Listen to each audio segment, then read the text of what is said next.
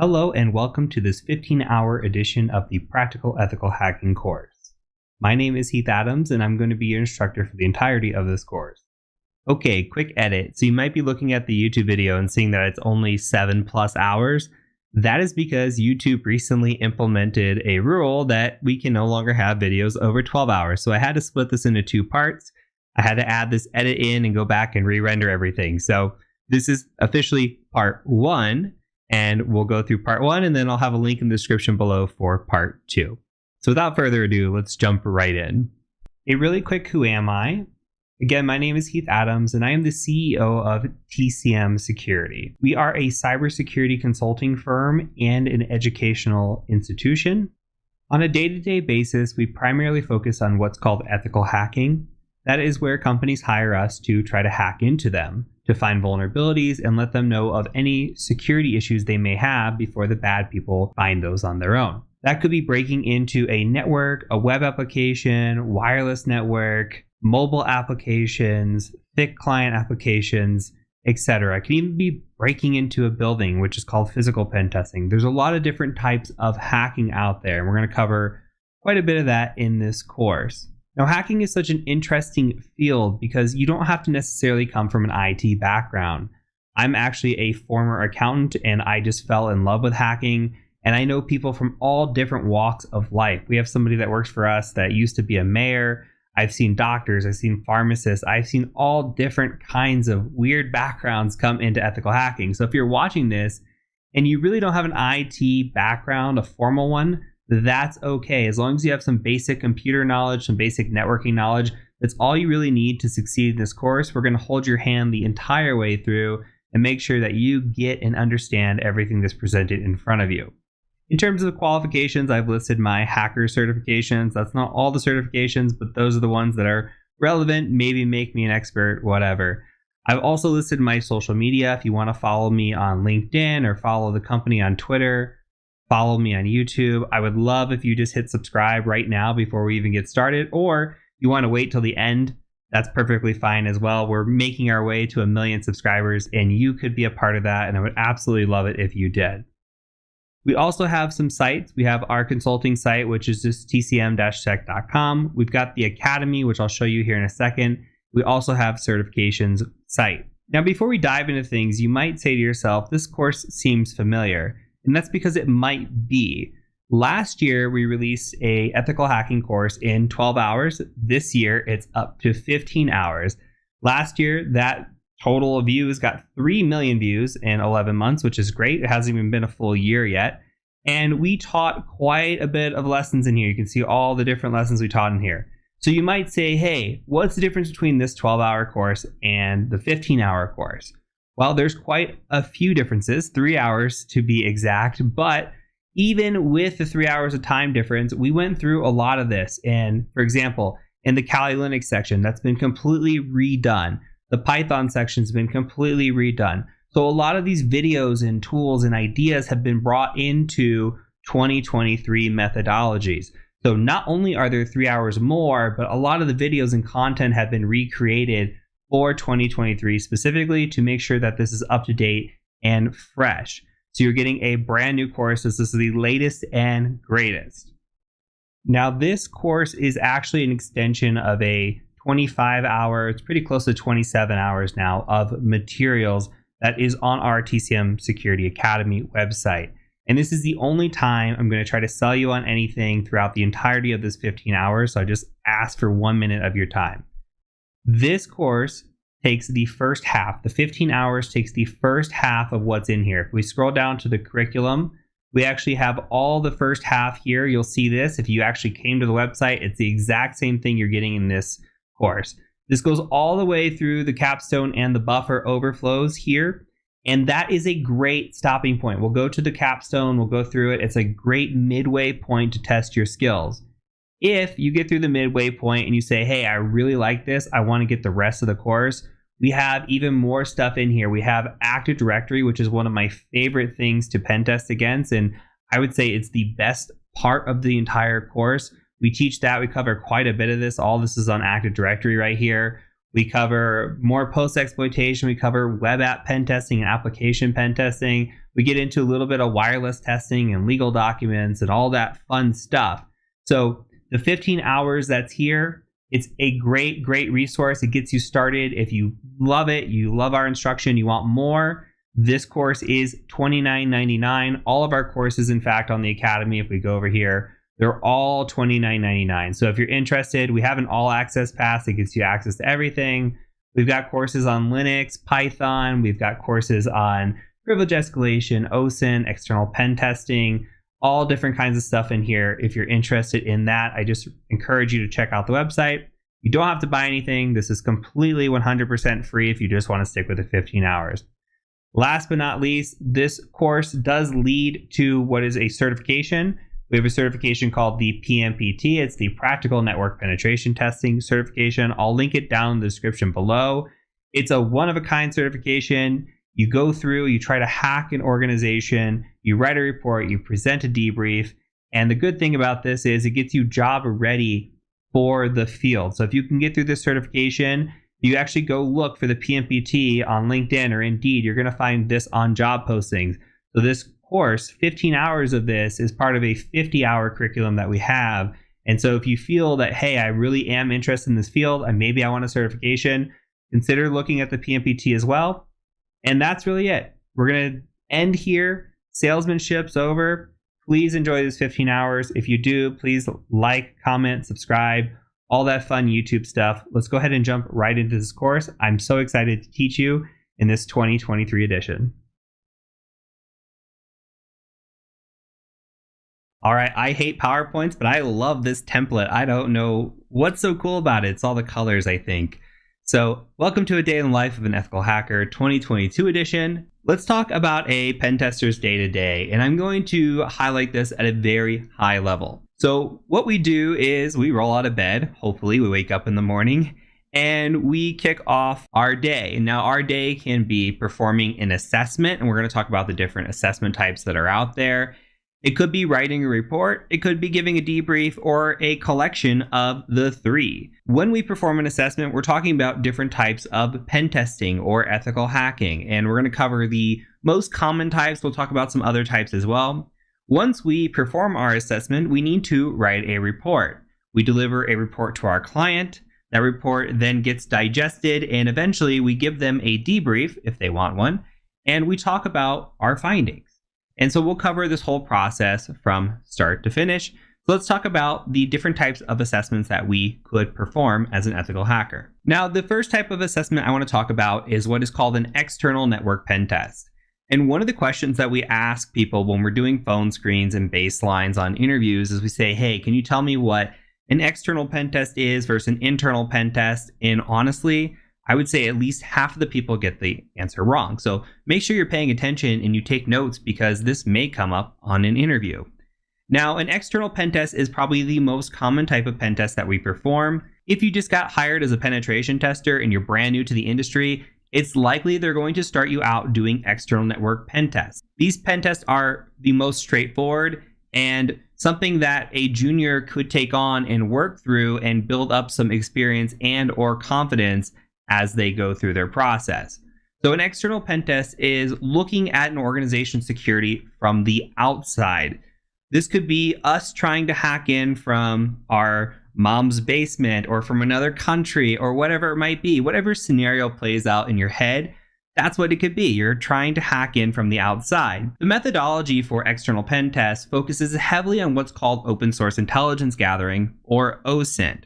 We're trying to gather as much intel and data about an organization. Who are their employees? What is their email format? Have they ever been involved in a breach? Can we find out what passwords were in those breaches? Can we collect data and then use it against that organization to breach a login panel or breach the VPN or get into an area where we otherwise would not be allowed into? Now, why do we focus so much on open source intelligence? Well, because this is an external assessment, you have to think about the internet as a whole. There are bots scanning the internet 24/7. If you don't believe me, try putting up an SSH server or something similar and leave it up for 24 hours and see how many login attempts you get on that server. It's a lot. Bots are scanning all the time. So what does that mean for us? Well, that means that if we do vulnerability scanning and we find something that is incredibly dangerous, well, somebody's probably already found that as well. So the chances of us finding something like remote code execution where we can land on a machine externally without doing a lot of work, it's pretty low. Usually organizations have their external networks buttoned up from a patching perspective. So what we're really looking at is the intel that we can gather. Where are the login panels? Who are the users? And how can we use that against the organization? Now, this is the most common type of pen test that organizations do, in my opinion, for two reasons. The main reason is that a lot of compliance organizations dictate that an external network pen test must be performed annually. That is not true for the rest of the pen tests, though some compliance organizations might dictate other pen tests. The external is by far the most common. The other side of this is external pen tests tend to be a little bit cheaper than the rest of the assessments depending on the size and scope of the engagement. And a lot of organizations like to dip their toes in the water before going and doing more assessments with a security firm. So they might test you out and say, hey, let's do an external pen test. We'll see how it goes. If we like you, we'll hire you for more stuff. So between those two reasons, we see a lot of external network pen tests, more so than anything else, in my opinion. Now, these pen tests tend to last around 32 to 40 hours on average, though if you have a very large engagement, that can go a lot longer, or if you have a very small company and you're looking at one IP address or 5 IP addresses and 10 employees, it's probably not going to take you 32 hours to do that pen test, maybe somewhere in the 8 to 16 hour range. We then tend to add another 8 to 16 hours for report writing, and we'll touch base on report writing towards the end of this video. So moving on is what is called an internal network pen test. This is assessing an organization's security from the inside of the network. This means that we somehow breached the perimeter. Perhaps we sent a phishing email and somebody opened our email, clicked on our link, and now we're inside the network. Or maybe we broke into the building and left a Dropbox behind. Whatever scenario in your head you want to play as well, you can do that. What we do on our end is we typically send a laptop out to the client. The client plugs that laptop in, and we are able to remote into that laptop and perform a network assessment as if we were sitting inside the office. This is why a lot of work nowadays is remote, because we don't have to be on site anymore to do internal pen tests. Now, the methodology for an internal penetration test focuses heavily on Active Directory. Now, if you don't know what Active Directory attacks are, you absolutely need to learn those in order to be a successful internal penetration tester. And it's one of those things that a majority of the organizations that are out there use. So I believe the statement that I read once was 95% or 99%, don't quote me on this, by the way, of the Fortune 500 companies use Active Directory in their environments. And I honestly think that this number is way closer to 99% than anything else. Every single internal pen test I've ever done, with the exception of one client, one very small client, has always been on Active Directory. So you need to understand Active Directory methodology in order to perform an internal network pen test. These typically last 32 to 40 hours, though they can run a lot longer, again, depending on the size and the scope. They don't typically run shorter, though I have seen them run 16 to 24 hours if the network is very small, but there is a checklist that we have to run through that is usually in the 32 to 40 hour range. And just like external pen tests, we tack on another 8 to 16 hours for report writing. Now, the third type of assessment I wanted to talk about is a web application pen test. This is probably the second most common. I wanted to group the external and the internal pen test together. But you have to think about networks nowadays versus web applications. There are websites everywhere. There are more websites than there are networks. If we're just counting websites to business networks, there probably are more websites to home networks as well, though I'm not entirely sure of that. I would argue that the answer is probably way more websites than home networks. So with that, there's a lot of attack surface that's out there. So organizations will come to us and they'll say, hey, we need a web application pen test. This can be dictated, again, by compliance. Perhaps stakeholders want to see this, or maybe the client is very interested in the security of the application and wants to make sure that it is very secure before they launch their application. Now, the methodology focuses heavily on web-based attacks, obviously, and the OWASP testing guidelines. So OWASP stands for the Open Web Application Security Project. If you've never heard of it, Google it. It's a great resource. They have testing guidelines for not just web application, but mobile as well. They have how to test, how to defend, how to prevent, all kinds of great things. And we follow their testing guidelines pretty exclusively. If you're ever going to be a pen tester and you want to pen test against web apps, you for sure need to know what the OWASP top 10 attacks are, because you will be asked those in an interview. Now, these engagements last typically 32 to 40 hours, and that is pretty much the minimum. We have a very thorough checklist that we have to go through when we're doing a web app pen test. And I would say it pushes closer to 40 hours than anything else. Unless it were a very, very small and specific web application, they're almost always in the 32 to 40 hour range, with another 8 to 16 hours for report writing. Another common assessment that we are asked to perform as pen testers is what's known as a wireless pen test or a wireless network pen test. And we're assessing an organization's wireless network security. So the methodology will vary depending on what type of wireless network is being used. For example, if they're using a guest network, we might log on to the guest network and test segmentation. Can a guest access internal resources, or is the network properly segmented? If they're using a pre-share key, which is what's common in most households, then we might test that pre-share key for password strength and see how strong the pre-share key is and how strong the password is. If they're using enterprise-based network, then we open ourselves up to a variety of new attacks as well. So our methodology really changes depending on what is being used. Now, wireless pen testing is fairly straightforward. You can look up the methodology online, find blog posts about it. You just need a wireless network adapter that you can honestly pick up for $30 to $50 at most. And I'll leave a link in the description below to my favorite wireless network adapter, but you can just pick one that is compatible with your machine, and that will work and do packet injection. It's honestly where a lot of hackers start. This is where I got my start before I ever learned about real pen testing or anything. I went and bought a cheap wireless adapter, and I started just hacking my own network and some devices that I had laying around at the house, and I learned how to hack wireless pretty quick. So it's one of those things that kind of gets you excited and gets you into the hacking mindset and kind of teaches you some of the wireless assessments that are out there. And I think it's pretty fun as well. Now, these typically last about 4 to 8 hours per SSID.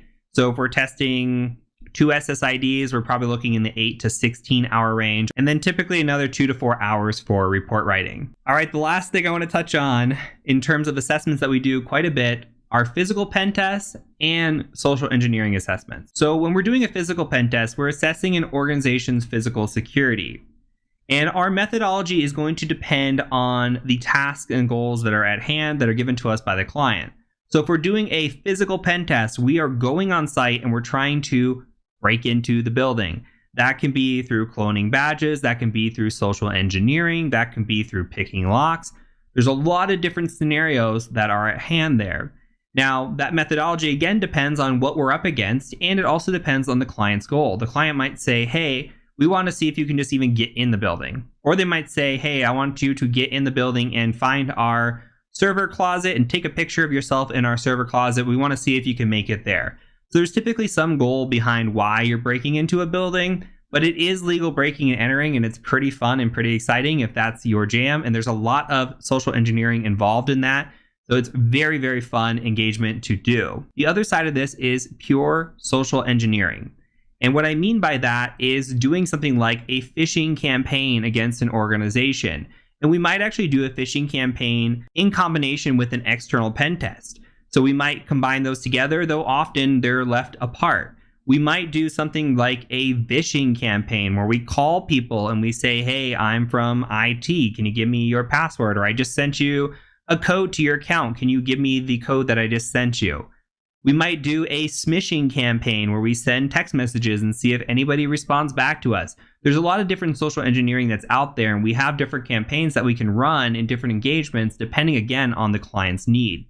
Now, the great thing about this is social engineering and physical pen testing offer a lot of learning opportunities and training opportunities. For example, when we do physical pen tests, we wear cameras on our hip and we record everything that we do, not just for our liability, but also for teaching end users at the end of the day. We'll cut that video, have a lessons learned. Here's the good things they did. Here's the bad things they did. And they can walk away with a way to improve moving forward. The weakest element of any organization is going to be the human. You can have a great environment, great policy, security, everything set up, and all it takes is one really nice person to hold the door open for you and that can lead to catastrophic events.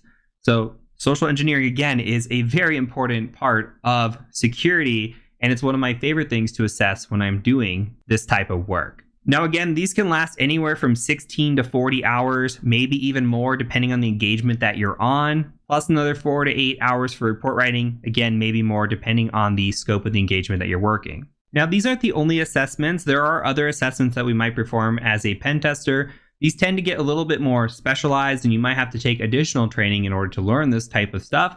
But these are things that we perform at work, and you may end up performing as well. So we have mobile penetration testing. It's a lot like web application penetration testing in the sense that you're testing against an application, except it's on a mobile device, so iOS or Android, and then there's specific methodology and techniques related to those operating systems. You may have IoT or Internet of Things penetration testing. Somebody might send you something. Like one time we got sent over a pressure cooker that was a wireless pressure cooker, and they wanted it pen tested, so we had a lot of fun doing that. There's red team engagements, which are kind of sort of like pen testing, but not really. When I say pen testing, I think of banging at the front door, where red teaming is trying to sneak in whatever creative way you can. So a red team engagement might say, hey, we want you to hack our company. You've got a month or 6 months or a year, and we don't want to hear you. We don't want to see you. We don't want to know about it. Just let us know if you can hack into us. In these types of engagements, the methodology can be anything depending on what is allowed in scope. Usually it's pretty open in the scope. I've heard of red teams sending people to the client location, and they might even live there for a little bit. They might befriend some of the employees, try to become buddy-buddy, learn some internal secrets, maybe get a password, slip them a thumb drive. They might do all kinds of social engineering engagements. It's very, very custom and unique to the client and depends, again, on the scope, which is usually pretty wide, and what they can and can't do. So red team engagements are pretty awesome, but they're also incredibly stealthy, where pen testing is very time limited in the sense that we might only have a week engagement. We're going to know the IP addresses, we're going to know our scope, and we're going to have a set defined limitation in front of us, where red team doesn't have that as much. Now, a purple team engagement is something that you might do, tabletop exercises and things like that, where you as a red teamer or being offensive and working with a blue team or defensive, you work together and that makes purple. And in that sense, you might tabletop and say, hey, I just ran this attack. Do you see me in your network? I just ran this other attack. Do you see me? And you try to establish a baseline, and you can see, hey, where's the detection at? Where is the detection weak? And how can we improve detection mechanisms within the network? It's usually a bit of a more mature process. An organization that's never gone through a pen test before likely isn't just going to jump right into a purple team engagement, but it is something that more mature organizations do in order to improve their baselines and improve their detection mechanisms internally. Now, I've covered just a handful of the different types of pen testing engagements that you can work on. There's car hacking, there's airplane hacking, there's SCADA hacking. There's all kinds of really cool stuff out there that you can do. I just covered the most common items, but you can absolutely specialize if that's something that you're interested in. Now, with all the fun of getting to do assessment work, there comes the downside of report writing and debriefing. I actually enjoy doing both, and in order to be a successful consultant, you really need to be a three-headed person in a sense. You have to be really good at technical abilities. You have to be really good at report writing and communicating effectively, not just to a technical audience, but to a non-technical audience. And you also have to be good with presentation skills in the sense that you need to present your findings to a technical and non-technical audience. So with report writing, we typically deliver a report within a week after the engagement. Now, that report should be high level and technical. So we have what's called an executive summary for non-technical people. Think about a CEO who might not be a technical person. If they're going to read the report, it should still be crystal clear what the issues were and how they should be fixed. And that's what the executive summary is. Now, we have a technical findings section, and that's for the people doing the work. Maybe the security engineer, the network engineer, or the web app developer, depending on who you're working with. They can digest the findings. They can say, hey, here's what they found. Here's what tools they used. Here's how they were able to do it. And here are the recommendations for remediation. Now, recommendations should be incredibly clear. You should have high-level recommendations like, hey, patch this. And you should have technical recommendations as well that says, hey, go to this website, here's how you would install this patch, etc., etc. So depending on your audience, you want to make sure that you're communicating effectively to both of them. And for a lot of new pen testers, this can be an incredible struggle. It's one of those things that you write a report, you get beat up on it in the QA process, and you just get better over time. And it's just something that is kind of passed down and you learn as you go. So don't be worried if you're not great at report writing. Just make sure that you understand that if you're going to do this job, you will have to write reports and you will have to get better at it as you go. Last but not least is the debrief process. Now, a debrief walks your clients through your report findings. And again, this should be non-technical and technical as well. You may be sitting in a room with a CEO and a network engineer. You might be sitting in front of all technical people. You might be sitting in front of all C-level non-technical people. So you need to make sure that when you are presenting your findings that you can explain it at a high level and a technical level as well. I've seen many people struggle with this. All right. I've been in one situation. I remember that I was in a debrief with a coworker of mine. This was years ago, and he was very much struggling to communicate. He was giving very technical, in-depth details about what he was finding, and the CEO kept stopping him and saying, "I don't understand what you're saying."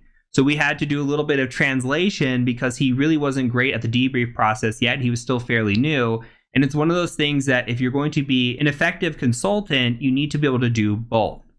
Now, the debrief is important because it also gives the opportunity for your client to ask any questions about the findings that you have and address any concerns as well. So maybe there's a finding that they want to challenge or they want more information on. It gives them the opportunity to do that. Because when we give them the initial report, the report is a draft. After the debrief, or if they choose to not have a debrief, we finalize that report. So the debrief is the last opportunity the client has to understand what you're presenting to them and to ask any questions or address any concerns. So it's a very, very important process. All right, hopefully that was informative for you. If you're looking to become a pen tester, you should know at a high level what these different types of assessments are. And you should know what you're getting yourself into, because a lot of people think, oh, it's fun and games, I just get to go hack things. And yes, that's a lot of the job, but a lot of the job is also doing report writing and doing debriefs in front of clients. So if you're not strong with report writing, or if you're not strong with your presentation skills, you may have some time on the struggle bus before you get decent at it. All right, so make sure that you know coming into that those are things that you're going to have to be doing and that you're comfortable doing those things as well.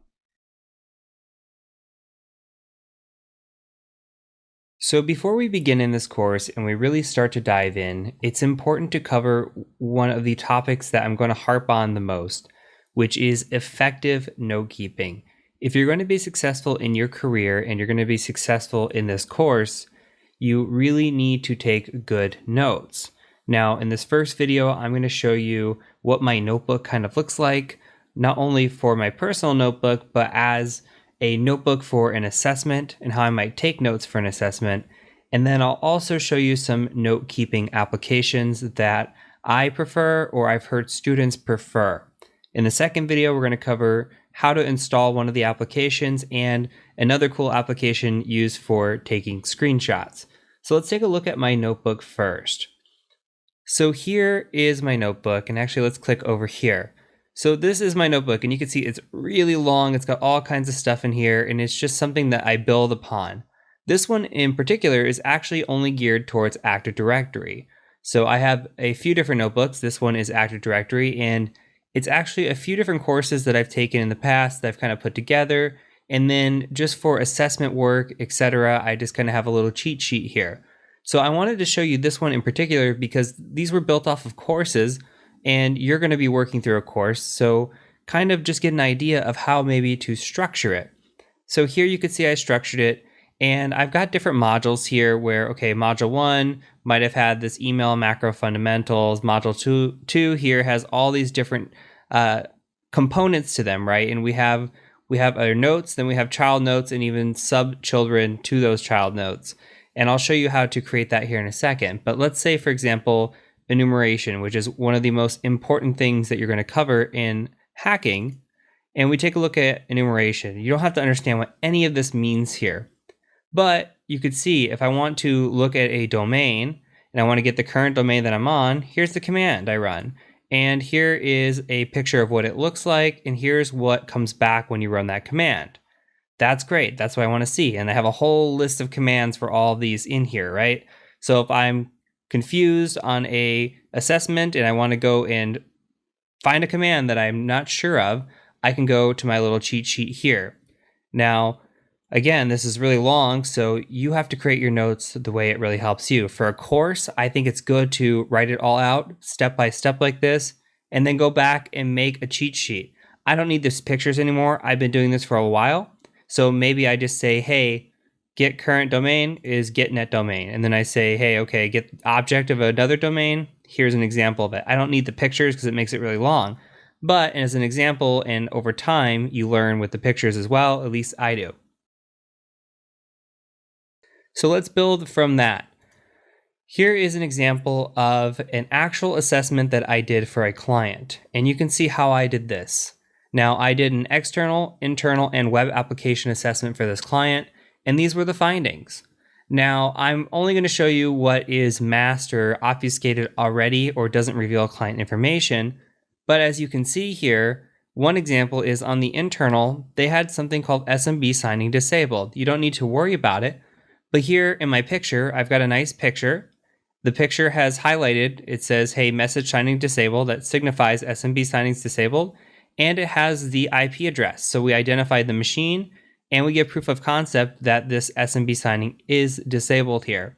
Another example, MS17010. These are both internal exploits that you're going to encounter in this course. Here's one. I checked this machine. It says, hey, this target's not patched. Now this is one I didn't exploit, but it shows that it's actually vulnerable to this attack. So these are a couple screenshots that I'll put. Now, your notes could be different than mine. How I organize is I take a screenshot, I put it in here, and then I make sure that I have at least the IP address and the screenshot for reference because I'll remember it. But if you need to go in here and take detailed notes, that's absolutely fine as well. You always want good notes for your assessments because you never know if a client's going to come back in 6 months or even a year and say, hey, what was that one thing that you did here? And if you go back to your notes, you say, oh, I did this. And some people get down really into the weeds. They have dates, times, everything for step-by-step what they do on an assessment. And that's completely up to you and how well you take your notes. This is kind of how I lay it out. And then you see the green check marks next to it. I add those green check marks when I'm doing my report. So as I'm building my report out and I cover something in the report, I'll just go ahead and right click and I'll change the note icon to a check mark, meaning that I've written that part of the report for that finding. And we just kind of go through over time. So with that being said, I do want to show you some decent applications. The one that I'm using here and that you see is called KeepNote. Now I run on Windows as a base. So keepnote.org, that's how you get KeepNote. It is for Linux, it is for Mac OS X, but this is totally a preference thing. Me, I prefer it. I've been using it for a long time. Some people don't like it, okay? So I'm gonna offer some alternatives as well. Cherry Tree comes built into Kali Linux, as you're going to see here in just a little bit. Worth looking at, worth trying, seeing if you like it. OneNote's another example if you use Microsoft. And if you're a Mac user, a lot of students have told me that Joplin is really good. Now, I've never used this, but I keep hearing great things about it. So what I'm going to do is I'm going to put all of these into the course resources, and you'll be able to look at them, download them, decide on your own. Now, you're not limited to these 4 note-keeping applications by any means. Feel free to use whatever you like to take notes. If you want pen and paper, that's great as well. And so just make sure that you're taking good notes. And we're gonna harp on this throughout the entire course over and over and over again. So make sure you're taking good notes. So from here, what we're gonna do is we're going to install KeepNote in the next video, and we're gonna install an awesome tool called GreenShot. And I'm gonna show you what GreenShot does and why it's so cool, and I cannot live on any assessment without it. So let's catch you over in the next video when we work on installing those tools.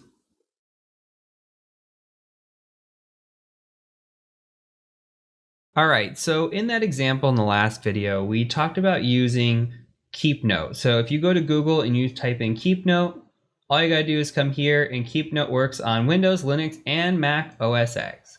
So Great tool. The only issue with this tool is it has not been updated in a long time. Some people find issue with that. If you're one of those people, I'm actually not, you can use other tools. OneNote is an option. Cherry Tree is also an option. You can also find other options out there for you. If you have a favorite note-taking tool already, that's absolutely fine as well. Just make sure to take good notes, especially during this course, and make the most of it. Learn all the things that you can and incorporate that. So I will show you quickly how to install Keep Note here. And another thing to note too is while we do this is Cherry Tree is available on Kali Linux. We're going to install Kali Linux here very soon. So once we install Kali Linux and we get into the introductory Linux and we explore it, I'll show you a little bit more of Cherry Tree and what that looks like. And we'll talk pros and cons of Cherry Tree when we get there. So here we go. If you are on Windows, you can follow along, or you download your appropriate one here, depending if you're on Linux or if you need Mac as well. So I'm going to go ahead and install the exe, and I'm just going to actually run this. We're just going to say yes, and I'm going to say next, install, and that's it. I mean, it's that quick. And then we just launch Keep Note, and here you go. We've got Keep Note. So the other tool, the really cool tool that I love, this one is called Greenshot. Now this is a screenshot capturing tool. So let's go to downloads here on Greenshot. If you are running on something other than Windows, or Windows or Mac, so basically Linux, you're going to need a different tool. The recommended tool that I have heard out there is called FlameShot, Flame. Though I have no experience with it, I've heard it is identical to Greenshot. So here I'm going to download the latest stable. I'm going to select run. Yes. Okay. Accept the agreement. Give away our firstborn. Next. Place it however you want. I'm just going to next through everything. And I'm going to start Greenshot with Windows Start. That is my preference. I love this tool again. So it's finished. All right. Let's take a look at it. So it should be running. Let's start Greenshot now. Okay, now you see it running down here on the bottom. Okay, let's go. Let's open up a web page. Let's say we want to take a screenshot of something. Now you just hit your print screen button, and this nice cursor gets brought up here. And let's say we wanted to just take this downloads part right here. We're just going to capture this. And now we have choices. We can just save the image that we just grabbed. Or my favorite is that we can actually just open in an image editor, right? So let's open this in their image editor. Look at this. Okay, so here's the picture we just grabbed, right? On top of this, really great tools. Let me show you two that I use always. So I come into effects, I put a border on it. Let's say that you have like a Kali Linux, and Kali Linux, if you've never used it, has a black terminal. It's really nasty. So let's imagine here that it's black. It's nasty when it comes to reporting. So let's imagine that we're in this situation and we're writing a report and we've got this black background similar to this. Well, you can see what I just did. I just inverted it. And I do this for all of my reports. I invert the Kali background.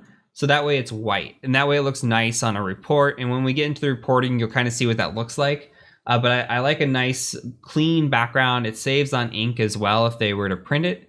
And it's just nice and neat when you give it to a client. So I always invert my images if I need to. You've got the black border here. Another thing is, let's say you want to point something out. You saw in my Keep Note notebook that I had a highlight. You can just click that button up here and just highlight something like right here. Great. Another tool that's in here is this obfuscate. So let's say that there's like a password or something really sensitive in here that you don't want the client to see, or you don't want to reveal on a final report. You can do that, and then you can just like up the pixel size on this and make it really blurry, you know? So it's a really, really great tool. And then when you're done, you can copy it to your clipboard. You can save the file. I just usually like copy this, and if I want to go paste it, like, you know, make a new notebook or whatever, I'll just paste it in my Keep Note and just kind of go from there. So again, fantastic tool, awesome to use. If I had two recommendations for your note keeping, it's Keep Note and Greenshot. If I had to make one recommendation out of the two, it's absolutely Greenshot. You can be flexible on your note keeping tool. So again, hopefully this helps you. Again, please do take good notes through this course. You're going to find yourself wanting to know, hey, what was that command I ran again? And because we're going to go through so much stuff by the time this is all said and done that you're going to want to remember it. So please take good notes. So from here, let's go ahead and move on into our networking refresher, and we'll catch you in the next video.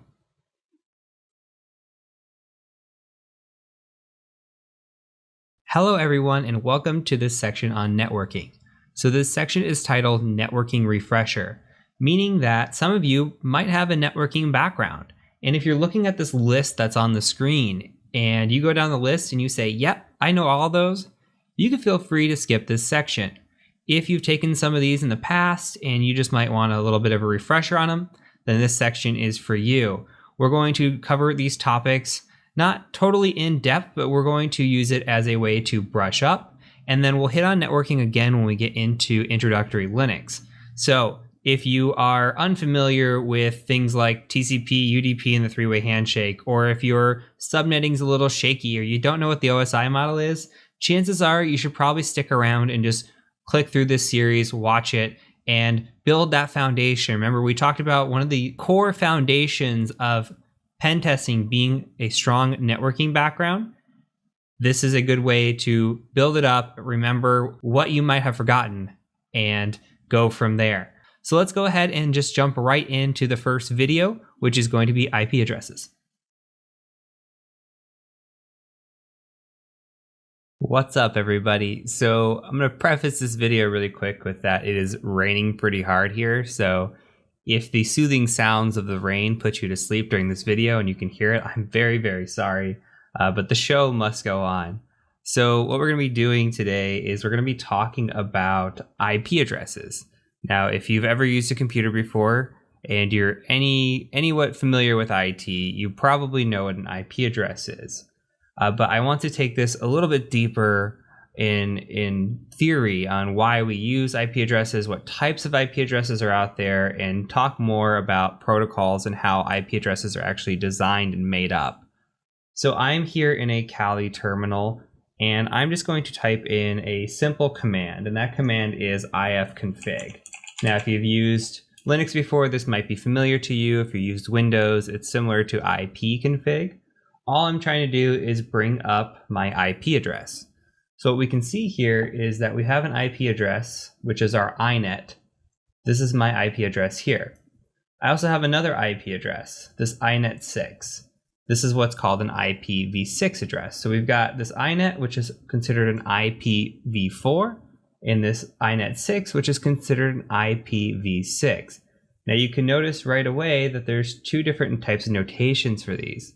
This inet here is in a decimal notation, and the IPv6 is in a hexadecimal notation. We'll get to the importance of that in just a second. So when it comes to IP addresses, this looks probably pretty familiar to us. This is an IP address. This is how we communicate. We communicate over layer 3. And you're going to hear me talking about layers repeatedly throughout the course, or at least throughout this part of the course, so that we can get familiar with how we're actually doing this. So I want you to be familiar with troubleshooting these layers, and these layers all refer to something called the OSI model. So when we talk about layers, we think about the OSI model, and I'll introduce the OSI model here in a few videos, and it should all click once I introduce the OSI model. So if I brought in the OSI model up front, it might be boring, might not make sense. So I'm going to introduce the OSI model near the end, and you're going to say, hey, yeah, that all makes sense. So what we've got here is we've got this IPv4 address, and this is the most commonly used format that we use today, right? We use IPv4 for mostly everything. And again, this is in that decimal notation. So when we see this decimal notation, it's just realistically a bunch of ones and zeros that are put together so that we have this human readable format. Realistically, all we're seeing here with 192, this first section here, this first octet, is actually just a bunch of ones and zeros. It's 8 bits. So we've got a range of 8 ones and zeros here. We've got another 8 here, and 8 here. So when it's all said and done, this inet, or this IPv4, is made up of 32 bits, 8 plus 8 plus 8 plus 8 here, and which equals 4 bytes. So another way to think about that is to think about it as, say, something like this. 1, 2, 3, 4, 5, 6, 7, 8, period. Okay, that is one section there. So we've got 8 ones that can make up this, and then we'd have another 8 etc. I'm not going to beat a dead horse here. But I do want to give you guys another example. So if we go into our applications and we go to a text editor really quick. So the way this looks is something like this. We start with a number like 128. I'm going to try to space this out as best as possible. And all I like to do is think of 128 as my base. And this will make a lot more sense when we get into subnetting. So please, if you're confused by this, don't worry. This is all theory right now. When we get into subnetting and we get hands-on, it'll make a lot more sense, I promise you. So let's say we have ones and zeros here. If we have a 1 for each of these sections, and I'm going to space this out again as best as possible, it's not pretty. But if we have a 1 for all of these, this equals 255. Why does this equal 255? Well, you take this, and all these numbers add up. 1 plus 2 plus 4 plus 8, all this adds up to 255. So let's say if we didn't have all the ones and zeros, we had just some ones enabled, like these last 3 here. Okay, well, this would equal 7, because we have 4 plus 2 plus 1 equals 7. So our first number, or whatever number this applied to in the octet, would be 7. So if we had 7.7.7.7, it would just be this numbers repeating over and over. These numbers repeating over and over, right? So be 0.0001111 dot 0.0000111 and so forth. So this is kind of what it looks like behind the scenes, because again, a computer is just ones and zeros. We're all binary. So what we're going to do is we're going to close this out. And we're going to talk a little bit of other theory when it comes to this, and why INET or IPv6 and why IPv4. So let's close this and let's talk about IPv4. So I'm going to bring up a calculator. And with IPv4, we have these 32 bits. So what we can do is we could take 2 to the 32nd power. And this is the possible amount of IP addresses that we could have. So we have somewhere in the 4 billion range of IP addresses. Well, spoiler alert, we don't have only 4 billion people on Earth, right? We're up to 7 something billion at this point, and all these IP address spaces are gone. So IPv4 has been around since 1981. Nobody thought we were ever going to use all these addresses. Computers weren't really a thing. Who knew that we were going to want all these addresses? And these companies started buying them up, and they started buying them up in large chunks. And then they sold those to ISPs, and then ISPs sell those to you. And so these IP addresses have been gone for a very, very long time. And chances are when you have an IP address and you get this IPv4, you're only going to get one. If you're a corporation, you might buy it more, but we've run out of IP address space. There's just not enough to go around. So the theory is, okay, let's come up with something different.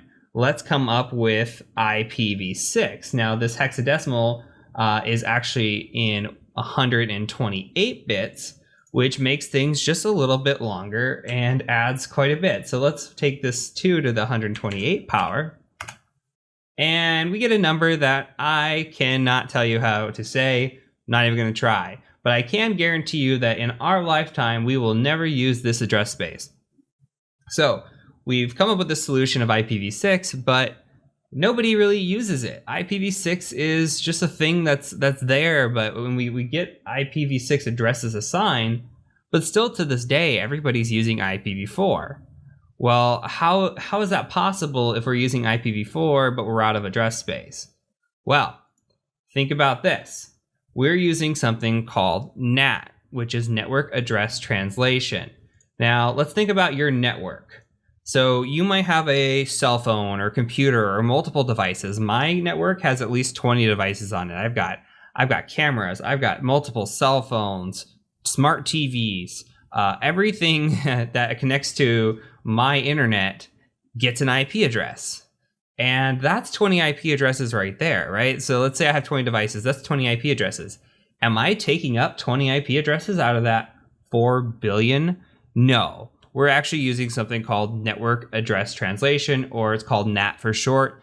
And we'll talk about this again when we set up our actual lab. But with NAT, what we're doing is we're assigning these private IP address spaces. So we've got this 192.168 192.168.57.139. Now, if you've ever seen a IP address before and you've been on a network, good chances are it probably started with 192, or maybe it started with a 10 dot or something along those lines. And that's because those are private IP addresses.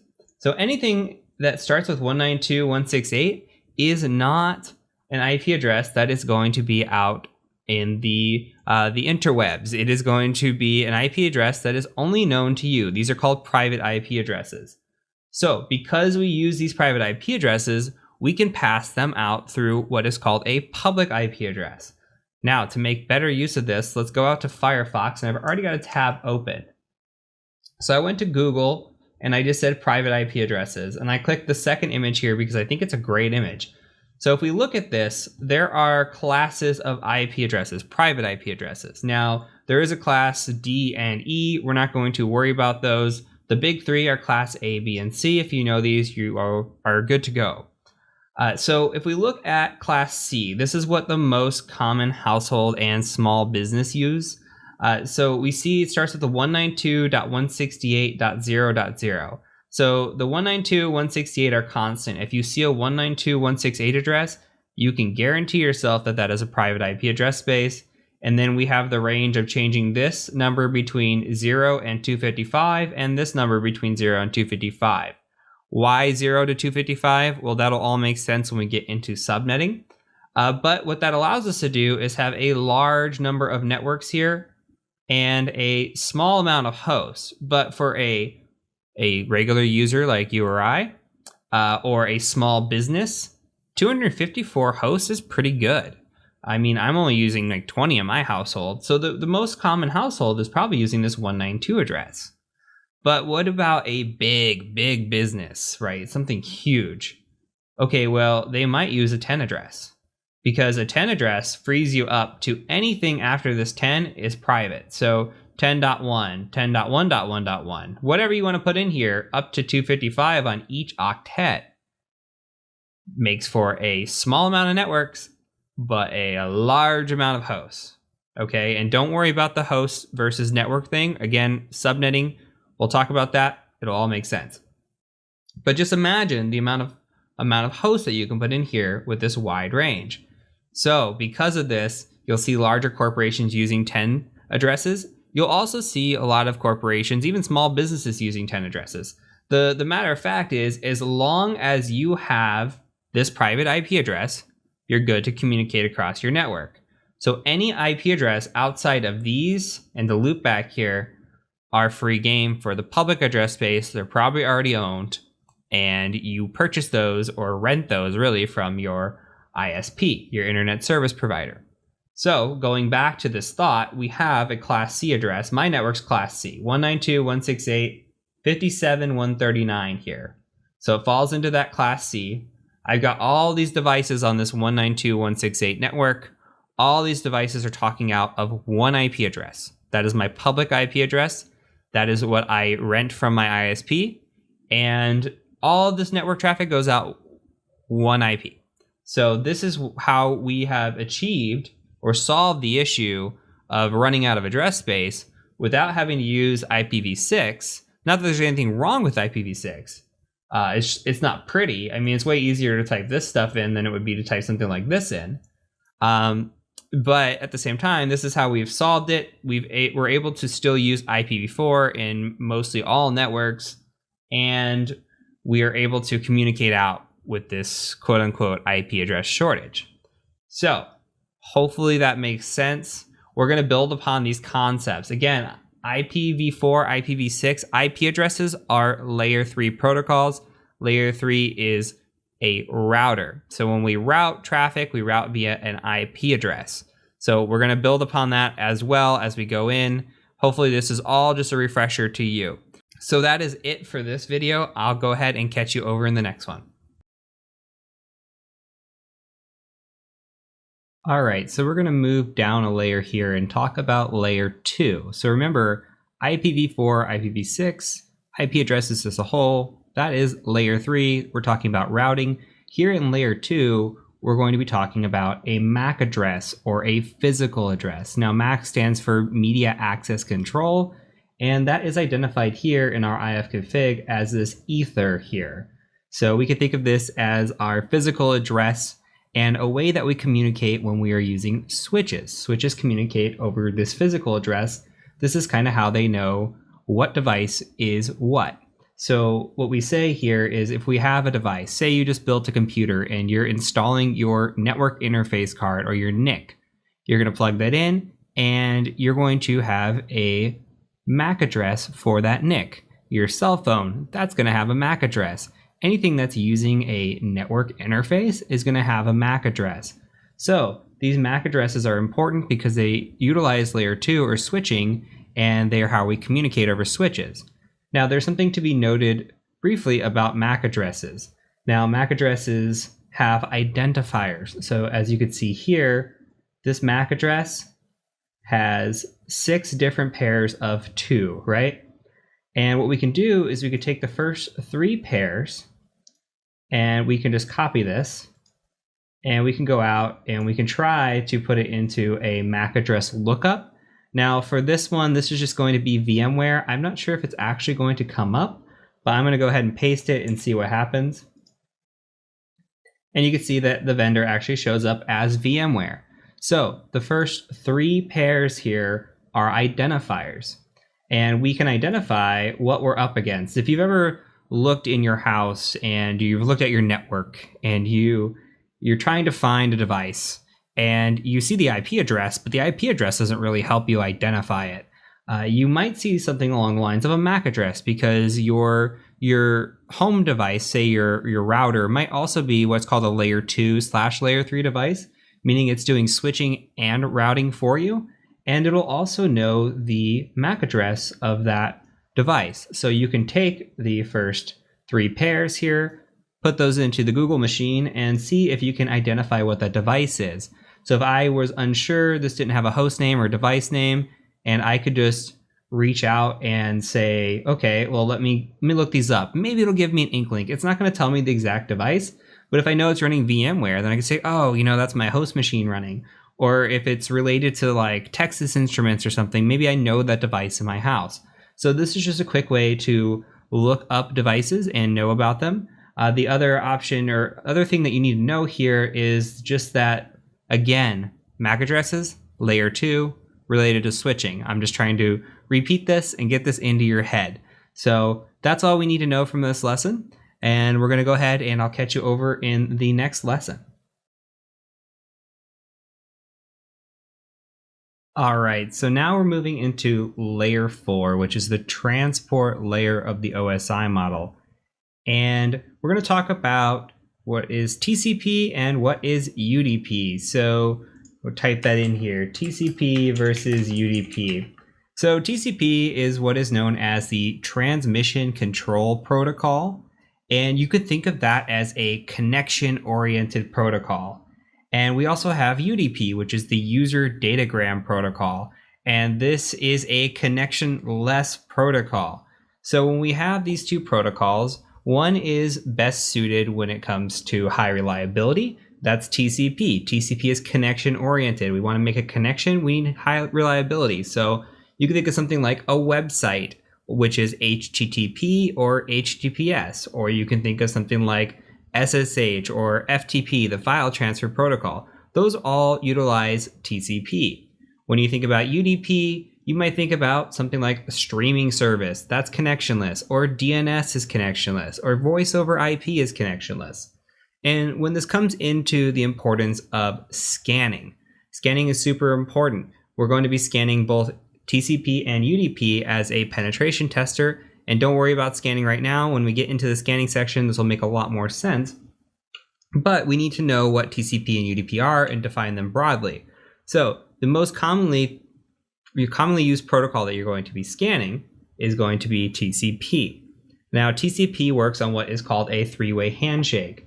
Now, if we look at the 3-way handshake, it's going to look something like this. We're going to first send out a SYN packet, and then we're going to receive back a SYN ACK packet. And finally, we're going to send an ACK packet. Now, how does this work? Now, you could think of this as an interaction. So let's say you have a friend or a neighbor, and you go to your neighbor and you say hello. That's a SYN. Now, SYN-ACK is going to be the response. It's going to say, hey, Syn, I acknowledge you. That's your neighbor waving hello back. And then you know you are good to go start a conversation. So that's the acknowledgement.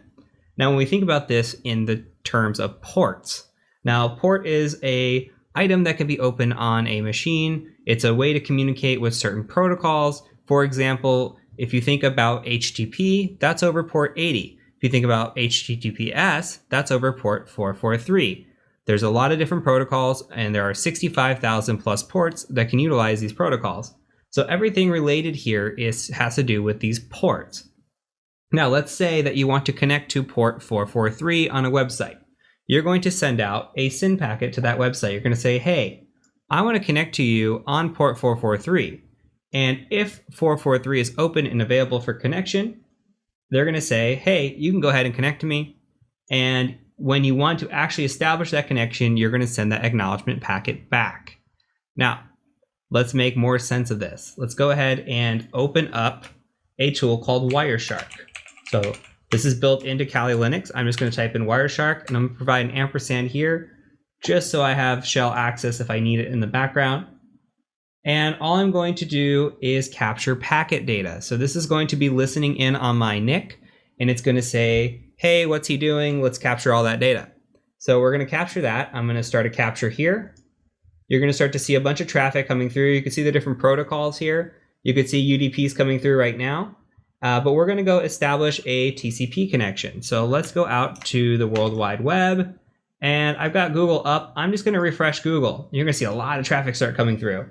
So I'm going to go ahead and just stop this right here. Look at all the data packets that get sent when you're using your computer. This is what's going on in the background. You don't even think about it. So we could see some SYN-ACKs there. Those are in the gray. Let's see if we could find a good one. Okay, so here is one right here. So what we're going to do, actually, let's find a better one. So we're going to come down to here, and we're going to say, okay, so here we are. We're our source IP. This is 192.168.57.139.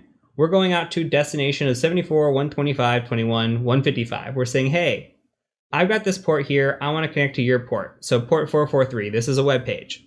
We're sending a SYN packet.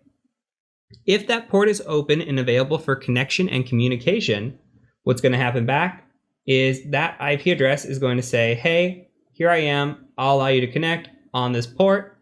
And if we make that final connection, we're going to go ahead and send the ACK packet back, which is right here. It's going to say ACK. So that is the three-way handshake. Please do remember this is going to come back into play when we get into scanning, and we'll talk about stealth scanning and how we modify the three-way handshake to actually do some scanning. So that is it for this lesson. I will catch you over in the next one. All right, so before we go into the OSI model, I do want to talk about some common ports and protocols. Since this is a refresher, most of these should be pretty familiar to you. I'm going to run through them pretty quickly and just talk about them briefly on each of these common ports. And the reason I've listed these is because there are things that we'll see quite often as a penetration tester, and it's just something that as we're going through the course, if one of these show up, it's something that just rings a bell, and you see a scan, it comes back, and you see port 21, you just think, ah, yes, FTP. Or you see port 80, you think, ah, yes, HTTP. So you got to start training your mind to memorizing these ports. So when we get into our scanning, which again, we haven't covered scanning, but when we get there and we see what ports are open on a machine, we're going to be able to have these common ports memorized. So on the TCP side, we've got FTP. FTP is the file transfer protocol. You're going to see this in some assessments. You're going to see this a lot when we do something called capture the flag, where we run through some test machines. You'll see FTP open quite a bit. So FTP, file transfer protocol, all that means is we can log into this server, we can put a file, or we can get a file off the server. Now SSH and Telnet kind of play hand in hand. Telnet is the ability to log into a machine remotely. Now, SSH does the same thing. The only difference is SSH is the encrypted version of that. So with Telnet, you are in clear text, and with SSH, you are encrypted. Now, SMTP, POP3, and IMAP all relate to mail. We're not going to worry too much about mail in this course, but you might see it come back up at some point. So just remember your 25, 110, and 143. DNS. So DNS is a way to resolve IP addresses to names. And we could take a quick look at that if we go back to our Kali machine and say we're at Google here. We've got Google up, but the computer doesn't really know what Google is. The computer's just using nice text like google.com for us, the humans. What's going on the back end is Google actually resolves to an IP address. Now that IP address is how the computer knows to get back and forth. Because we don't want to sit there and type in IP addresses, this DNS or domain name system has been implemented for us. So we type in google.com. On the back end, it knows, hey, I want to go out to 179.10.22.34, whatever it is in reality. But this is just a quick way for the computer to relate to a human and the human to have easily readable access to some of this stuff. So going back to our PowerPoint, we have HTTP and HTTPS. That is a website, just what you saw there. Mostly everything is on 443 now, or HTTPS. The HTTP on port 80, you'll see sometimes. Remember, that is the non-secure version of the protocol. So HTTPS is encrypted, HTTP is not encrypted and not secure. So lastly, SMB ports 139 and 445. Originally, it was just 139. In the later versions of Windows, they've put on 445. You're going to see these ports a lot. This is probably the most common port you're going to see as a pen tester. These relate to file shares. You might also hear this called Samba. So there are a few names for it, but when you think of SMB and you see 139 or 445, think of file shares. And as a pen tester perspective, you got to think about all the crazy exploits we've had regarding SMB. The most recent one as of this course was the WannaCry virus, right? So you had the WannaCry virus. It's also known as Eternal Blue, was what it was built off of, or MS17010 was the official term of that exploit. That exploit utilized an SMB exploit to navigate through networks. So it became very vicious very quick because SMB is open so frequently on networks. Now, on the UDP side, we also have DNS over here. DNS is both a TCP and UDP protocol. We also have DHCP. Now, when it comes to IP addresses, DHCP associates you with an IP address kind of at random. Now, you could have the opposite of that is what is a static IP address. So with DHCP, you plug into your network, say your home network, and the internet just fires up. Guess what? Probably DHCP on the back end. It just picks a number between a range, says, hey, here's your IP address. I'm going to let you lease that out for 8 hours or a day or a week or however long the timing is set for, and that IP address is yours. Now, the opposite of that, again, is static. So you could say, hey, I want a static IP address, and anytime I plug in with this specific computer, go ahead and give it this IP address. So how are we going to know that? Most likely the MAC address, right? So from layer 2, it's going to know layer 3 and how to assign it. So again, DHCP should be pretty familiar to you. We've also got TFTP on port 69, which is the trivial FTP, and it utilizes UDP instead of TCP. And we also have SNMP, which is the Simple Network Management Protocol. So you will encounter SNMP occasionally on networks, not always, but when we do encounter it, there may be some information to be gathered, especially if there are strings being used that are community or public strings. And we'll worry about that when we encounter it, but you'll probably see it again in this course. So that is it in this video. We're going to go ahead and move on to the OSI model and tie all this together. Then we'll get into a little bit of subnetting, and we'll end this with a refresher on networking, a final video on networking. So I'll see you over in the next video.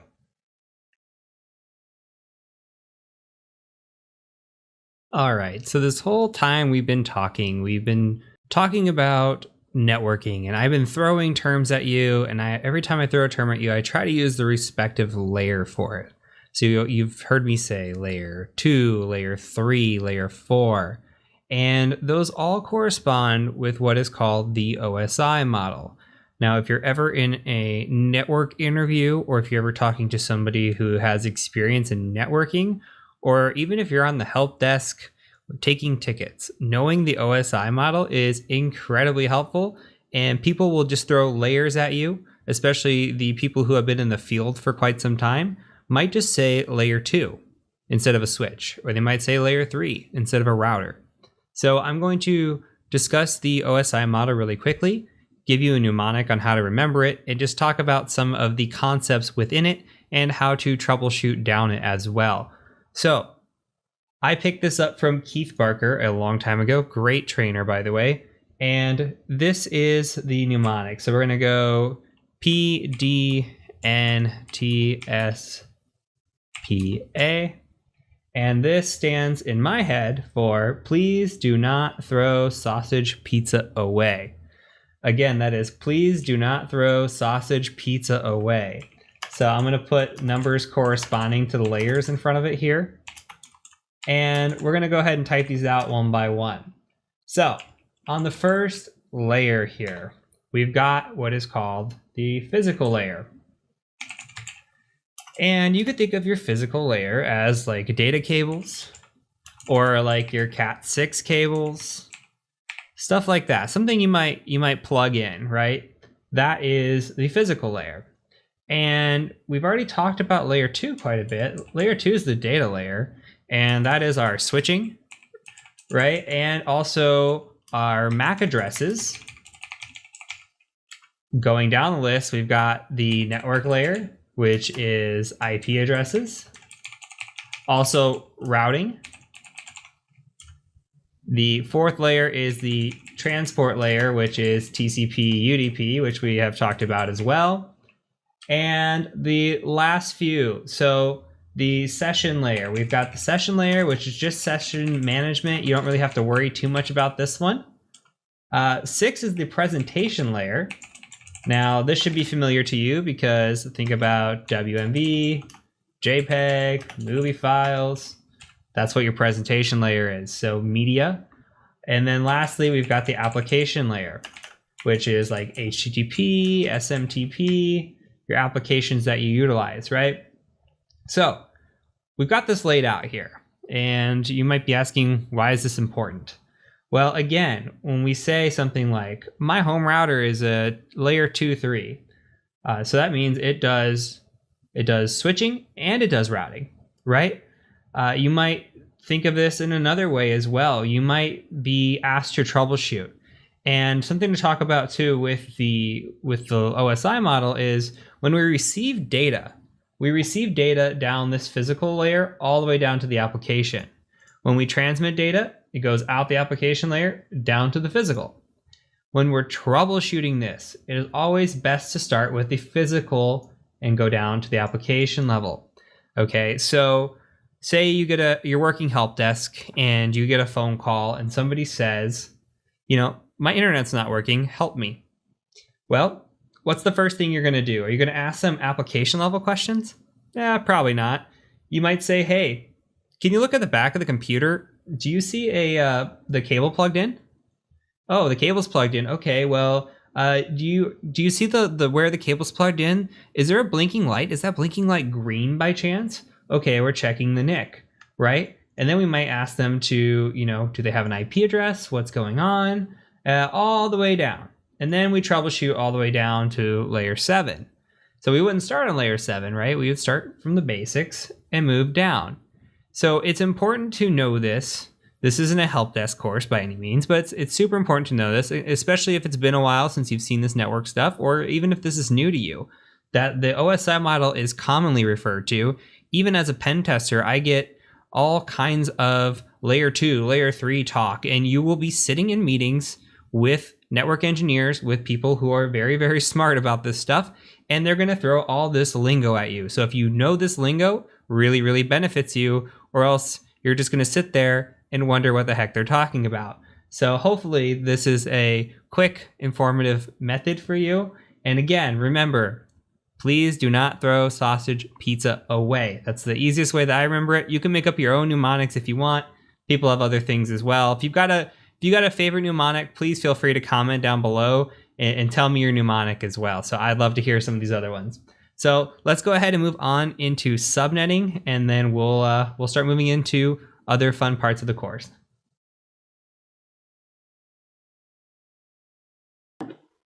Let's talk about subnetting. So subnetting is important in networking. You hear about it all the time. You hear even people perhaps freaking out. I know I freaked out when I heard that I had to do it for exams like Network Plus or CCNA. And I feel like there are a lot of complicated methods out there for subnetting, but there was a method that was shown to me middle of my career and it just blew my mind. It's really, really fast subnetting method. And I really want to break down for you what subnetting is, why we do it, and then show you the methodology behind it. So if we want to talk about subnetting, if we just come in here and just do an ifconfig, and we look at our IP address, right? We have our inet, which is our IPv4. And you can see here too, we have this net mask. This is also known as a subnet mask or a subnet. And it just says 255.255.255.0. Doesn't really tell us a lot if we don't know much about it, but this is what a subnet looks like. And we can think of subnets in ones and zeros. It's all bits, right? So we've got 8 bits here, just like an IP address, IPv4, same thing. 8 bits, 8 bits, 8 bits, and another 8 bits. And we've got ones and zeros. If all the ones are switched on, we've got 255. If none of the ones are switched on, we've got 0.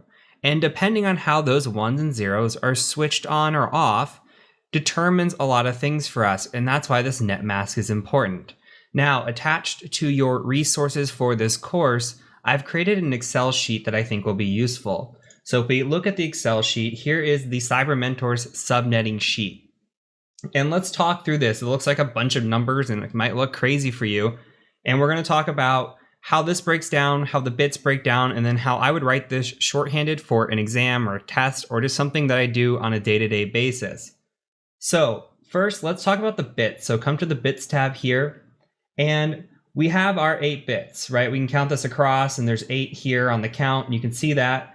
And it starts with 128 and descends down to 1. You just keep cutting it in half, right? So 128, 64, 32, 16, 8, whatever. What's more important is why we get to these numbers. So if we have a 1 switched on here, it adds to the value.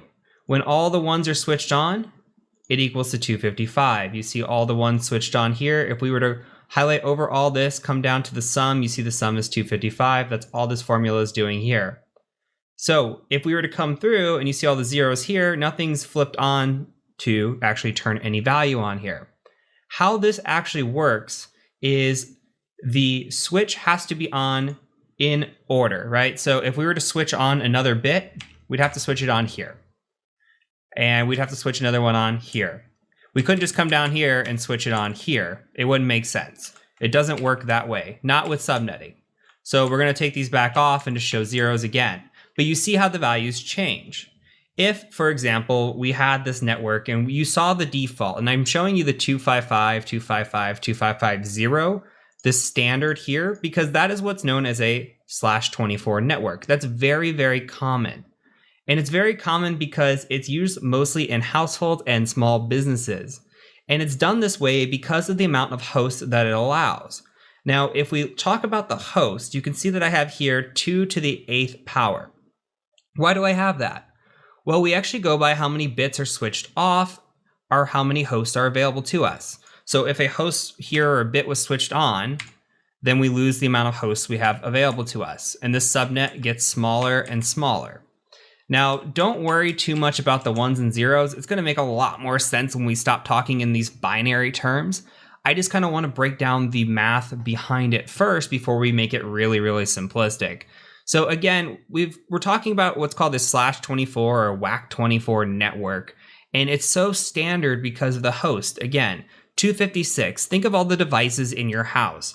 You have cell phones, you probably have computers, you might have like a Roku or Amazon Fire or something along those lines. You might have smart TVs or smart watches or something that connects to the internet. Well, again, they're all connecting through NAT, right, and going out, but the amount of hosts that you can have on your private network really depends on this subnet mask and how you set it. So we have this class C that you saw before, the 192.168.1 or .0 or however you want to have it, right? Well, it allows us to have 256 when we have a subnet of /24. So that's very common for a household. It's also common for a small business. Maybe there's a printer, some few devices in there, but they're never going to get over this 256 hosts. Okay, so when we come to the subnet cheat sheet, let's break this down a little bit differently. So we have our host here. Let's start with the /24 where we just were. And you saw that there is 256 available hosts. As we start turning off bits, okay, we turn off a bit here, we turn off a bit, keep going down the list, the hosts start getting bigger, and that just corresponds here. We have a /24, and the only reason I'm saying 24 is I'm counting the ones across, right? So we got 24 bits switched on. If we had 23, okay, it gets bigger and bigger and bigger. Now, let's stay away from the ones and zeros. I think it's a little bit complicated. The better way to think about this is to look at the subnet mask down here. And I'm going to replicate this, and then we're going to come back to it. So what I do here is we can have a possibility of 32 bits switched on, right? So I'm just making a new tab, and I'm just going to go over here, and I'm going to hit Control and drag this across till it hits 8. Okay, and then I'm going to do the same thing with 9. I'm going to drag it across. All I'm doing is just making, really quickly, 32 placeholders. And I'm just emulating here if we had the possibility of 32 different switched on bits. So imagine one bit is switched on, imagine all 32 bits are switched on. That's the possibilities here, right? So always, for sure, we're going to have an amount of hosts, and we're going to have a subnet mask, okay? So we'll just call it subnet there. We always start here with 128, just like the bits that you saw. You saw the 128 start on the bits. Let's just start also with 128. Now, as you saw, every bit that's switched on, remember when we switch a bit on over here, it starts decreasing. So we're going to decrease for the bits that are switched on. 64, 32, 16, 8, 4, 2, 1. You come over here, and what I like to actually do is I like to just add these numbers together. And you could see 128 and 64 is 192. And then you can add these two together. So you get 192, 32. You just add diagonally is the way I actually always do it. So 224, 240, 248, 252, 254, and 255. Now, what does that correspond to? It corresponds to the possibilities of the bits being flipped on, right? So this looks just like what you see here. Same deal. And if you had a 1 underneath of it, okay, then you got 128. If you've got another 1 underneath of it, well, guess what? You've got 128 plus 64, which is 192. And this number keeps growing. Why is this important? This is still all ones and zeros, right? Well, let's start thinking about it. If we have a /24 network, we've got 24 bits turned on. Our subnet mask is 255.255.255.0. If we had a /16, it becomes 255.255.0.0. Why? Where are these changes coming from? Let me show you this. Okay, for a /8, I'm just tying this into just this right here. Well, this is coming from the number of bits that are turned on. 8 bits turned on, we've got 255, and the rest are zeros. You got another 8 bits turned on, 255, 255, the rest are zeros. Come down to this /24, which is that really common subnet that you see, and you've got 255, 255, 255, 0. Now, this is very common, okay? Let's go back to the cheat sheet now. And you can see that I've got X as a placeholder in the subnet. So what I'm saying here is you look at this list and you say, I've got a /1. Well, for this whole area here from 1 to 8, the placeholder is going to hold in place of this X. So for a /1, if I've got 128, then guess what? It's going to become 128.0.0.0 because that's how it would be. And if you turned on just one bit here and made all of these zeros, guess what? Just the 128 would be on, the rest would be zeros. Okay, if we had a /14, okay, so 255's automatically flipped on. You have a /8 already, you passed through it. Okay, so you're starting on the second iteration here. /14 corresponds down here to 252. So you'd have a 255.252.0.0. So all this is placeholders. Let's go back to the sheet here. So I make this quick and dirty list. This is what I write out when I'm just writing out something quick for an exam. I'll write out 1 through 32. I'll put the host here and I'll put the subnet here. So again, if we know that once we cross through 8, 16, 24, 32, that has a 255 in front of it, all we've got to do then is we'll say /27. Well, we've come through 3 columns. Then I know for sure that we've got 255.255.255. something, right? You see the /27, you come down here, the subnet would be 224. Say 28. Okay, 255, 255, 255. Look at the 28, you've got a .240.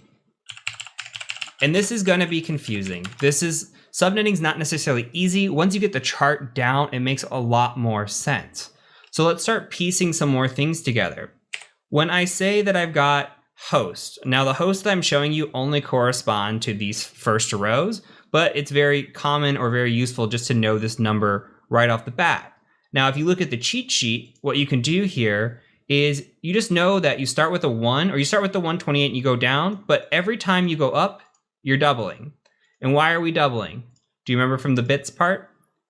Every time a bit is turned off, so as we go up a number, we take it to the next power. So we've got 8 bits turned off. We take 2 to the 8th power, it's 256. Well, here you go. Look, come through here, 256. We go to the 9th power, 512, to the 10th power, 1024. It just keeps doubling, okay? That's all you got to think about in your mind, is it keeps doubling. So on an exam, for example, you might have something like, how many hosts could be potentially in a /20 network? And you come to your cheat sheet that you made or you have in your head and you say, well, 496, and then we'll get to this in a minute, but we have to subtract 2. So 494 potential. And why is this all important? What do we even care about any of this? Why am I rambling on? Well, you need to know based on the network. Okay, the /24 is great for a small office, home network, however you want to have it. But what if you're a large enterprise? Maybe you have thousands of devices, okay? Maybe you want a /16 network. That might make more sense for you. Or you even see some with a /8 network. It just depends on how big the company is. The larger the company, the greater chance that you're going to see that they're not using /24. Or they could even have subnetted segments of their network where, say, they have just telephones and they've got 500 employees and 500 telephones. They might just have one /23 network for nothing but telephones because that's the amount of hosts that fit in there. So what we're after with subnetting is how many hosts can we fit and what is the mask that's behind it? So those are questions you might be asked in an exam, and these are questions that you're just going to see. And when you're given addresses, say you're doing a pen test for a client, you might be given something like this. You might be given an IP address, 192.168.1.0/24. Okay, and immediately in your head, you're like, oh, /24, that's standard. There could be up to 256 hosts or 254 hosts or devices in this network. But if they gave you something like 192.168.1.0/20, then you might look at your little chart and say 4,094 hosts. Remember, we're going to subtract 2. 4,094 hosts in this network. Now I know if I'm scanning this, I'm up against a lot more devices potentially than I am in this. Okay, so when a client gives you your subnets, they might just write it out like this. And depending how big your client is, might depend on how big their subnets are for you. For example, I just pen tested a client that was a /16 all the way across. And it looks something like 10.1.0.0/16. Okay, and your subnet mask for that would be something like 255.255.0.0. And how does this come into play? Well, every time you have a 255, that number's locked in place. That's another way to think about this. So that 10 is always locked down. This 1 is always locked down. The rest of the bits are fair game. Meaning we could have 10.1.1.0.1.2.3. We could actually have a 0 here. 0.1.2.3.4. And that's how this number for like a /16 gets so big. Because you have 10.1.0.0 through 255 on the possibilities, which equals 256 hosts. Okay, for one range, you get 256. Well, imagine you have to do that 255 other times, right? And that number gets substantially bigger here. And then if you were to have a /8, then of course it gets bigger and bigger. So what you need to realize are a few things here. We have these addresses, and you see the /1, /8. Again, we call them WACs. WAC 24 is going to be very common. I would say WAC 16 is probably your next common. You might see some weird subnetted networks like this, but typically it's /24, /16. Now, your network ID is typically what is known as your first address, and your broadcast ID is known as your last address. This is not always the case, but it is very common. And let me log back into this Kali machine here and I'll show you. So we have our IP address, 192.168.57.139. And we've got a net mask of 255.255.255.0. What does that tell you from what we just learned? That tells you we have a /24 network. Okay, this is a common network. There are potentially 254 hosts. Why do I keep saying that? Why do I keep subtracting 2? Well, we've got a network ID and a broadcast ID or broadcast IP here. Well, what we need to know is we are .139. We could be anywhere from .1 to .254 within this network. That's our 254 possibilities. This 0 means we have the flexibility to be any IP address range from 1 to 254. Usually a .0 for this IP here and a .255 make up your network ID and your broadcast IP. Okay, usually. So if we were to say something along the lines of, let's go back to this Excel document, and we were to say something along the lines of this. Let's say that we have a /24 network, and we want to know how many hosts. We want to know what our network ID is and what our broadcast ID is, or IP is, okay? We would say, okay, and we'll give it one more. We'll say it's a /24, and the IP starts with 192.168.1.0, okay? Or we can even write it like this, 192.168.1.0/24, delete this, and we'll say, what's our subnet mask?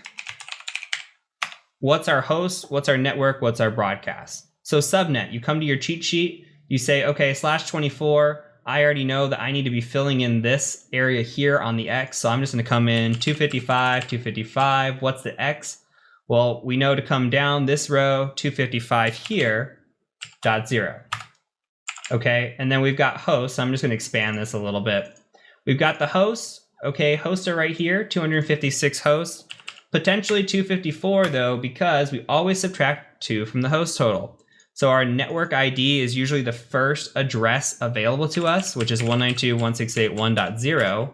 The broadcast is 192.168.1.255, meaning available to us is anything from .1 to .254. Let's take a look at something else. That's a basic example. Let's do like a /28. Let's say we got 192.168.1.0/28. Now what? Well, we've got 16 hosts here. Okay, so our subnet is then going to fill in 255.255.255.x, right? Because we're in this row. /28 says it's going to be a 240 when we drop down to the subnet mask. I'm going to make this a little bigger. How many hosts? 16 minus 2. We have 14 hosts. Okay, so the first non-host would be 192.168.1.0. Again, still the same thing. First address. Last address is going to be what? 192.168.1.15. Does that make sense? 0 to 15 is 16 addresses. Usable space is 14 because we take out the network and the broadcast. Now, you could see something like this, and then guess what? You're segmented. So because you're only using this little bit of space, you can then in turn have something like this, 192.168.1.16/28. And then it starts the same way. Your subnet mask is actually the same because you're using a /28. You come through, you can just copy and paste that. The hosts are still the same. What changes here? Well, your first address, 192.168.1.16, and then your last address, which is 192.168.1.31. So because this is smaller on the /28 side, we can actually have multiple networks within, like, say, a .1, .0, .1, .16, .1, .32. You get multiple little networks here with only a small amount of hosts. So maybe you have just a few servers in this range, and you have like servers A, B, and C. They go in a /28, and then you have another one of servers D, C, and E, or D, E, and F, however you want to say it. And you have more in that range. Okay, so you can subnet this out into different things.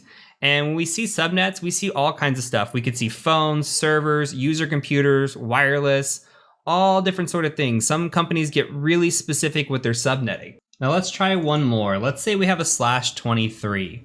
Now I want to put in 192.168.1.0/23, but that would be wrong. Why would this be wrong? This is actually going to be a 0, and I'll show you why in a second. So we're no longer locking in this number anymore, right? When we get below the /24, the 255 all the way across for 3 of them, guess what? We're now have the ability to change this number other than what's locked in. So let's do a .0. We'll talk about why. Let's hit enter here. So a subnet on a /23. Well, we're going to do a 254, which is going to be the placeholder of the X here. We're going to come in and say 255, 255, 254.0. And now again, we're not locked in. So remember, this 255 would lock in this .1. That doesn't happen anymore. So we've got 255, 255, 254.0. We're actually going to start at 0 here.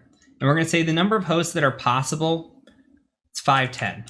Okay, 512 minus 2. We'll say our network ID is 192.168.0.0.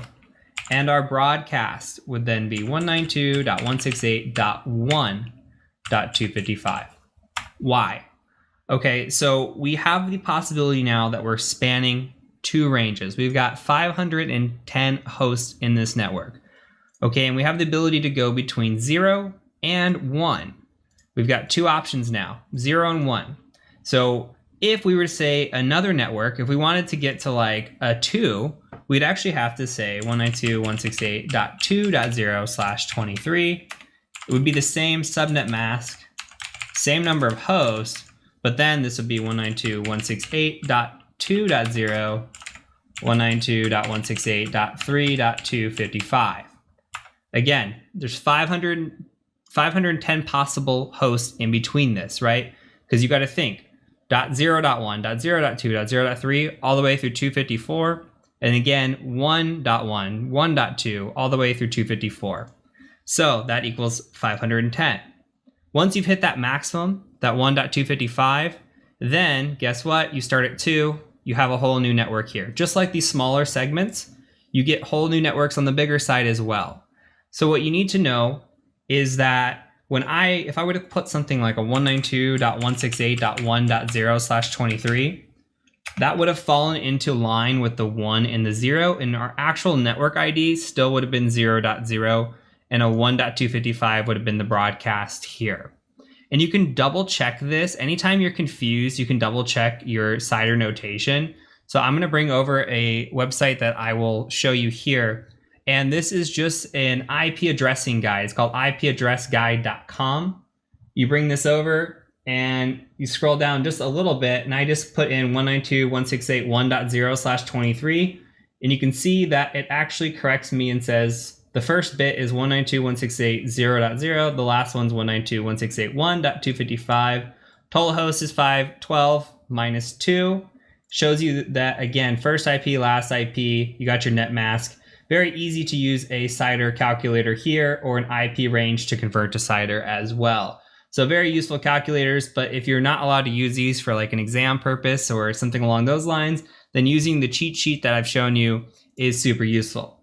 Now, what I want to do is I want to try 3 more subnets.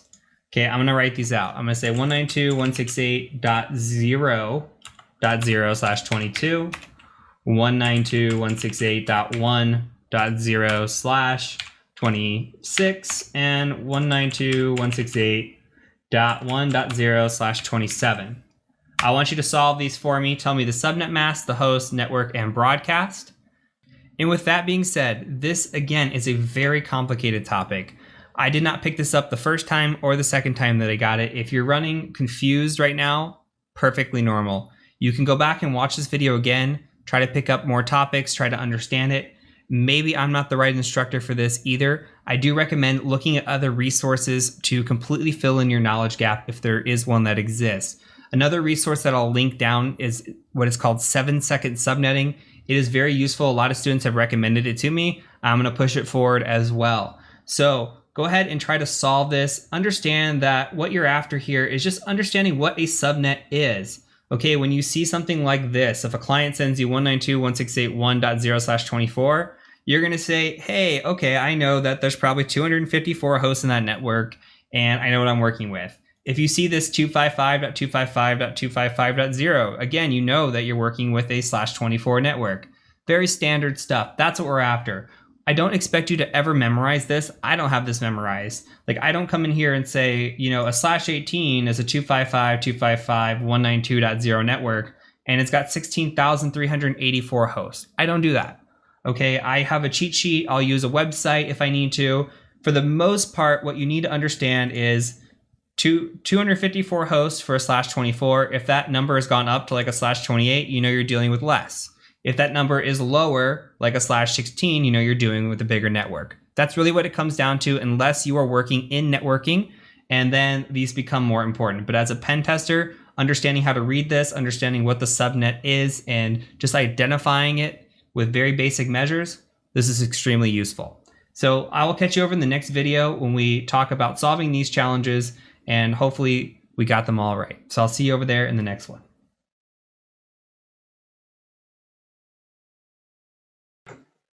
All right, so let's solve this challenge together, shall we? We've got a 192.168.0.0/22. Why did I write this out this way? Well, similar to the /23. So if we come to a /22, we see that there are 1,024 hosts, which means we have a possibility of 1,022, right? And all we need to do is fill in the blank on the X. So 255.255.252.0. We come across, we know our first IP here, or ID, is 192.168.0.0, first address possible.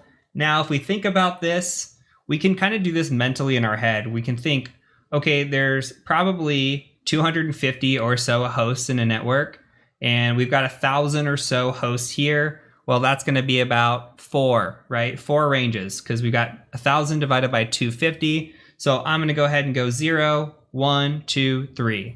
That's 4 total. We'd say 192.168.3.255. And hopefully that math makes sense. Again, 0.0.1 through 254, .1.1 through 254, .2.1 through 254, .3.1 through 254. That equals about 1,022 hosts. Okay, actually, I lied to you. The only two we're taking off are 0 and 255. You actually have .0 through 255, 1.0 through 255, all the way. We're only subtracting these two. So if you do that math, that will add up to 1022. Okay, so a /26, we've got a 255.255.255.192. Fill in the blanks, fill in the X's. 64 hosts, well, we got 62 in reality.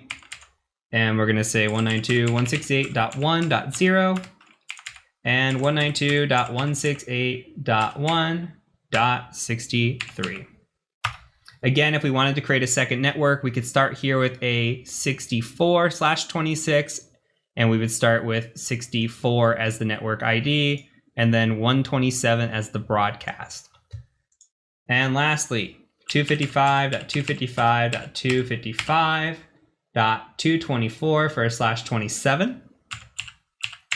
We've got 30 potential hosts because we got 32 minus 2, 192.168.1.0, and then we're going to do 192.168.1.31. Same thing here. If we wanted to create a second network, we could. We could say 192.168.1.32/27, and then this would start at 32, and this one would end at 63. We can make however many networks within that, 4 to 8, I think 8 different segmented networks with the /27. So that is it. Again, as I said last video, this can be confusing, and all we're taking away here is identifying what the CIDR notation looks like, identifying the base that to me is /24 being the most common, what you'll see, understanding what a subnet mask is and why it's important, especially in relation to hosts and the number of devices that you can have on a network, and why you might see something like a /28 or a /23, or more commonly something like a /16. So understand again that /24, as you see a bigger number there, or you see even, something other than 3 255s in a row, understand that the number of hosts are getting smaller. The less 255s you see on your screen, the number is getting bigger for the number of hosts. Okay, and just understand how to read this. That's all you need to take away. Again, I'm going to provide additional resources as I provided in the last video. Go review them. If you don't understand them, you can always come to the Discord channel. You can always ask Q&A questions. This is not an easy topic to pick up, but it is a topic that I had to show you as part of networking.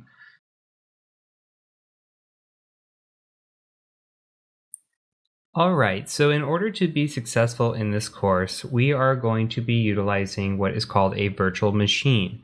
Now, virtual machines are known as VMs for short, and a VM is just a machine on top of a machine. And to give you an example, I'm actually running this Windows 10 instance that you see here on top of my Windows 10 instance. So here you can see, if I scroll up, that I have a Windows 10 machine. I also have a Linux machine sitting here. If I were to demaximize this, you can see that I'm actually running here a Windows machine in the back. This is my wife and I, and you come through here, we just blow it back up, and we're back inside of our machine. So a virtual machine is just a machine inside of a machine. So what we're going to be doing is we're going to be utilizing this to build out labs. That way we don't have to actually have a bunch of hardware. We can just use this for our course and run what we need to on top of our own machine already. Now, this can get resource intensive. So if you are only utilizing something like 8 gigabytes of RAM, then you might have some issues with this, but you can still follow along. When we get into the Active Directory portion, you might run into issues if you do not have at least 16 gigabytes of RAM to utilize. But we'll worry about that when we get there. There are still plenty of ways to follow along throughout this whole course. So another thing to note is that I use VMs every single day. This machine that you see here is actually my day-to-day pen testing machine. So I run a Kali Linux instance on top of my Windows machine and utilize that to do penetration testing. So I'm going to demonstrate that to you and how we're going to build out our labs with that. And a lot of us in the industry run through VMs as opposed to running it directly on Metal or on a machine. So in order to utilize virtual machines, we first need some sort of virtual machine software to play these. So there are two different ways that we can do this. If you are on a Windows machine or a Linux machine, you can utilize VMware Workstation Player. Now, if you type in VMware Workstation Player in Google, the first one here that says download VMware Workstation Player, you just click on that. And if you are in a Mac environment, you're going to be utilizing Oracle VirtualBox. So if you type in Oracle VirtualBox, you come here and you go to Downloads. You have your option there as well. So in this course, I will be using VMware Workstation Player. I'm going to be running it on top of Windows. If you are using Mac, that is absolutely fine. You're going to be following along just the same. All you need to be able to do is follow the same instructions that I give you, and you will be A-OK. So if you scroll down here, you can see try Workstation Player for Windows or try Workstation Player for Linux. Go ahead and just select Download Now. That should bring up a download, and go ahead and save it. If you're doing VirtualBox, go ahead and download for OS X. I will download the Windows version just so that we can see what that looks like as well. So I'll save both of these. So let's view our downloads, and we've got VMware Workstation Player here. I'm going to go ahead and open this one, and we're going to install this. And this will be very point and click. So next, accept the agreement, possibly give away our first child. Yeah, we should go ahead and install the enhanced keyboard driver while we have this. And then we don't need to join any improvement programs or check for product update. That's okay. We will install desktop, start menu. You check your preferences as you like it. I'm just going to install this. And this should just finish here in just a second. Okay, then you'll be brought to this screen once everything's done. It should take about a minute or two. And we're going to go ahead and hit finish. And it's going to want a restart to take effect. You can go ahead and restart your system. I'm going to say no right now. Let's go ahead and install VirtualBox if you are a Mac user. We'll hit next. Next here. Next. And yes. And install. Accept. And again, very point and click with the installation. Select install and any options that do pop up. And then we can start Oracle VM if we want. Let's go ahead and just start that. This is what Oracle VM looks like. And let's see if we can start the VMware player here, even though we need a restart. And this is what VMware Workstation Player looks like. So here you can see that we have virtual machines. We can create new virtual machines, open ones, etc. We'll get into that in the next video. So again, if you are using Windows or Linux, this is probably what your view is going to look like for the rest of the time. If you are using Oracle on a Mac, this is what your view is going to look like. Another side pro tip here is that I am using Workstation Pro, and I might utilize this in some instances throughout the course. Other instances, I'll be utilizing the Workstation Player. They are not much of a difference, especially in the beginning. When we get into the Active Directory portion, it might actually be worth it for you all to download the VMware Pro trial, because the trial is 30 days and you can utilize that to get through some sections and actually have nice little windows here to be clean and just have a pro edition. You can do everything that I'm going to show you in the course on the player. It just is that you have to open, if you want to run more than one machine, you'll just have to reopen the VMware Workstation Player several times to run multiple machines, but that's okay. It just won't look like this nice clean layout where you can transfer between machines like I can do just here. So with that being said, let's go ahead and move on to the next video. We're going to be installing Kali Linux onto our VMware Workstation Player.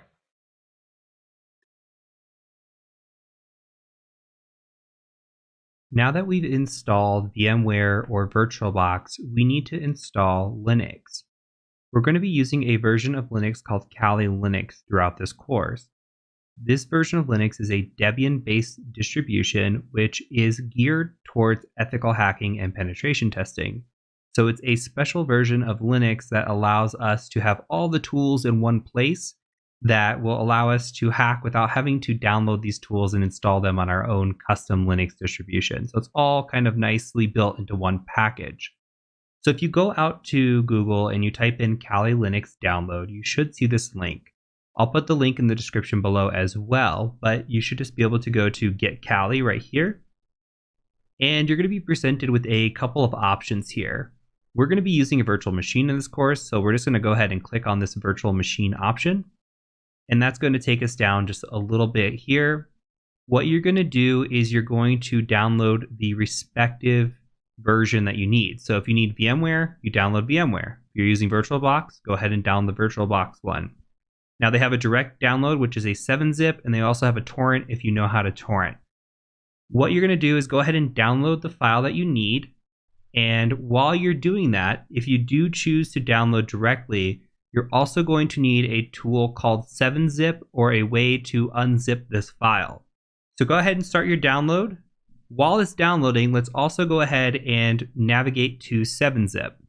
So if you go to Google and you look at 7-zip, you'll see this page here comes up. You just go to download. In here, you're going to download the file that is for your respective system. So here, I'm using Windows on 64-bit. I would download this executable right here. Now, if you're running on Linux, here's where you download Linux. If you're running on Mac OS, here's where you download for Mac OS. Very straightforward. I've already got this installed, but what you need to do is just download this and literally click next through it. Make sure you get it installed. Go ahead and pause the video, Once that is installed, 7-zip that is, and once you have the actual Kali image downloaded, go ahead and unpause the video. I'll be here waiting for you. Okay, so your next step should look something like this. You have your 7-zip file open. You should see a folder located in there. And the easiest thing is to just drag and drop this. You can also right click and extract if you know where you want to extract it. I created a folder called Kali. I'm just going to grab this and I'm going to drag it over.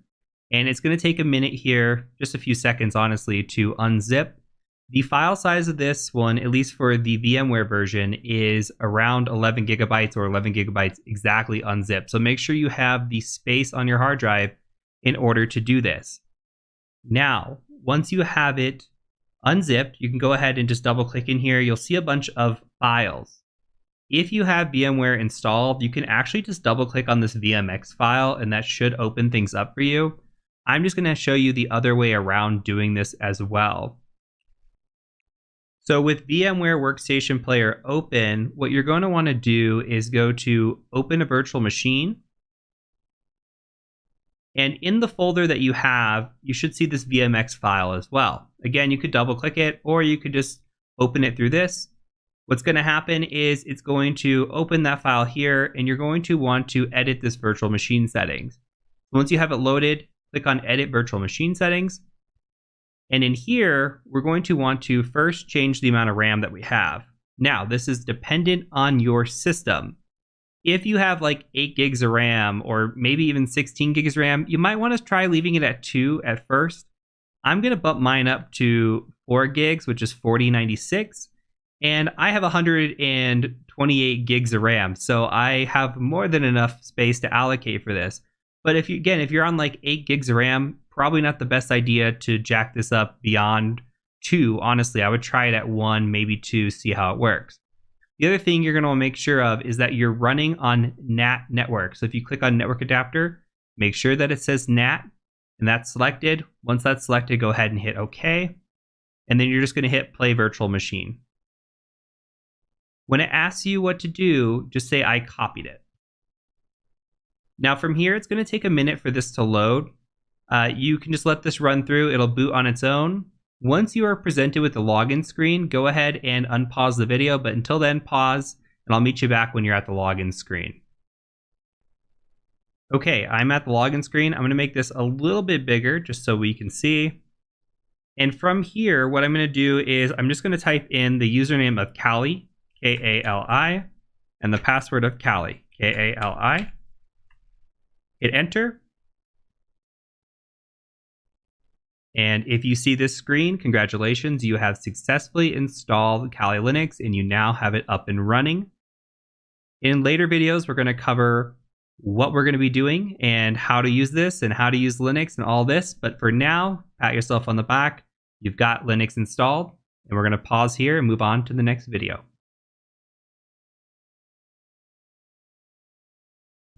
Okay, so this video pertains to some updates we need to make to VirtualBox for quality of life.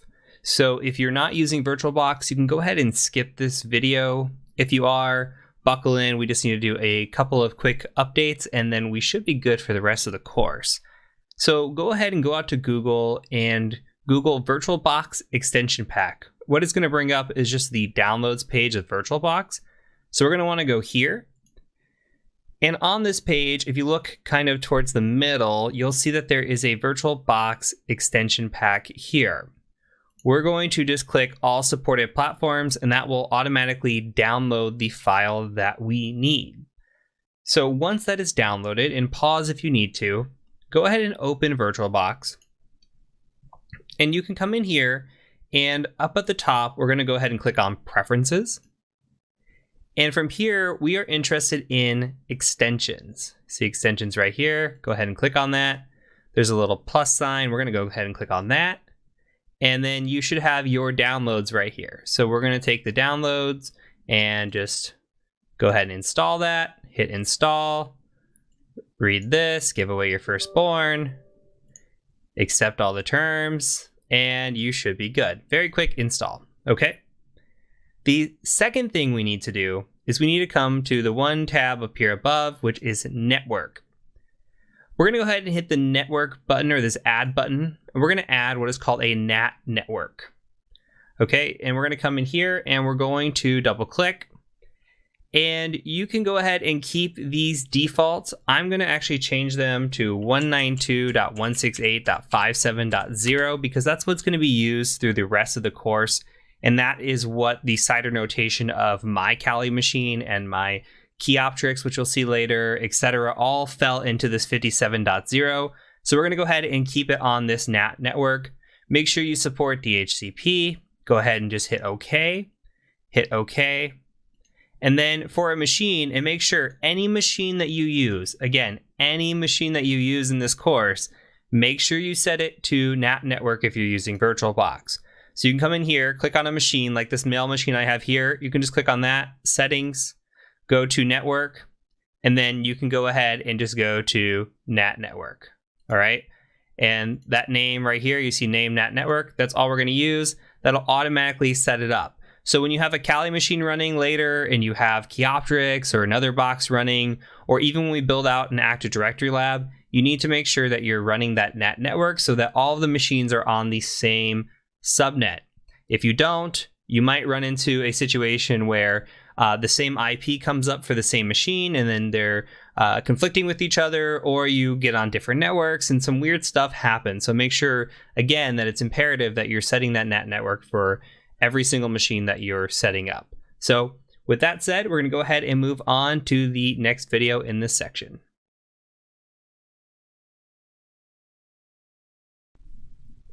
The first thing I'd like to do before we get started with any commands or anything like that is just take a look around Kali Linux and kind of demonstrate why a pen tester or ethical hacker might use this distribution of Linux. Now, throughout the course, as stated in the last video, you might see a different version of this pop up as I recorded videos on some of the older versions. Everything should still work just as is. You just might see a different look and feel to some of the Kali interface, but all the commands I'm going to show you, everything that we do is going to be the same.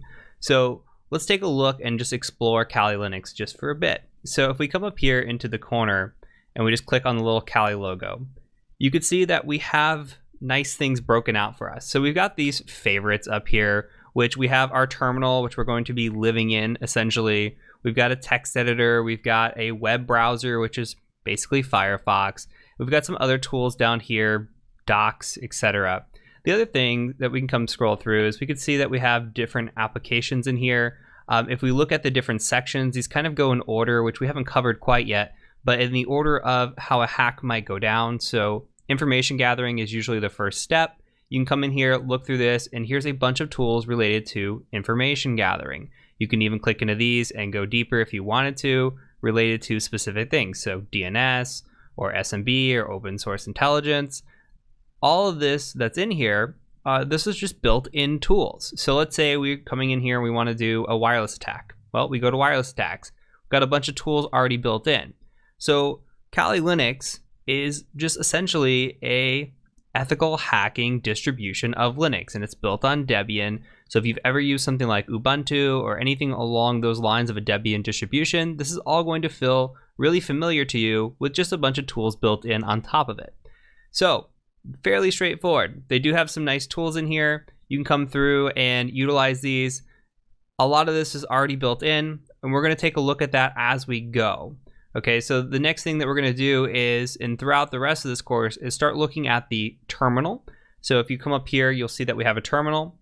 Now, mostly everything that we do is going to be done in this terminal here. Now, this is almost like accessing the command line. So if you're using a command line like in Windows, for example, if you've ever used a command line, if not, that's okay. But we do a lot of this from this interface as opposed to maybe utilizing a GUI-based interface where if we clicked a folder, this might look more familiar to you if you're a Windows or Mac user. You come in here, you have this kind of area. Yeah, we can do that, and sometimes we'll utilize this, but a lot of times we're going to be living right here. Okay, so as we move forward, we're going to start talking about this command line, how we can utilize it and use it to our advantage, and then we'll do some tips and tricks and hopefully learn some pretty neat stuff as we go. So in the next video, I'm going to cover the sudo feature, which I think is important. It's something that was brought in. Now, originally we had something called a root permission, and we'll talk about that. That has changed since 2020.1 moving forward. So we're introducing that into this course, and we'll talk options that you have. So let's go ahead and move to the next video where we talk about the sudo feature. All right, so before we look at any commands or learn any command line, we have to talk about sudo. Sudo is very important, and what had happened previously was that in the earlier versions of Kali Linux, we ran as a user called root. Root is the ultimate user. You could think of it as the administrator of the machine. Now we're running as a user called Kali, so we don't have root privileges directly. This is as an improved security feature because we should be running only certain commands when we need to as the root user. So what we're going to see is we're going to see how we can run commands as an elevated privilege, and we're going to do that with sudo, which stands for super user do. They just kind of shortened it, so we just have sudo now, okay? Now with sudo, what we're doing is we're saying, hey, I want to run a command elevated. I want to run this as a higher user. In this instance, we can say, I want to run the command as root. Why is that important? Well, let's take a look at an example. Let's say that I wanted to look at a very sensitive file. Now, one sensitive file in our system is the etc shadow file. You can see cat etc like this, etc shadow. And you don't have to follow along right now. You don't have to really understand what's going on if you've never seen Linux. All I'm doing is saying, hey, I want to print out this file. I want to look at it, okay? And for here, I can't see it. It says permission denied. You don't have the access to see this file. That's a good thing. But if I was the root user or somebody that had elevated privileges, I could see it. So I could say sudo cat etc shadow like this. Okay, and it's going to say, what is your password for Kali? I'm going to go ahead and say Kali, K-A-L-I, hit enter. And now I can see that I have access to this file. And this file is very sensitive. We'll talk about this later on in the course, but sensitive file, okay? So when we're looking at it, I ran that command specifically as the root user. As the root user, I'm able to see, okay, this file now. Why, or what's going on here? Well, we're running that specific command, right? And we're still staying as Kali. We're doing this in a kind of one-off scenario. So there will be times where something that you run in this course might require sudo, or you can run the command without sudo, but you notice something doesn't work. So best practice for this is saying, hey, let's go ahead and just run mostly everything that I'm showing you command-wise in this course. That's not best practice overall. Usually you should run things just as a regular user. If you get permissions blocked, then run it as sudo as necessary. Now, the other thing to point out, and we'll talk about this again later on in the course, but why can we do this is because this user is part of what's called a sudoers file, meaning we can have this permission. Not any user can come in here. Say we made a new user and we just call the user John.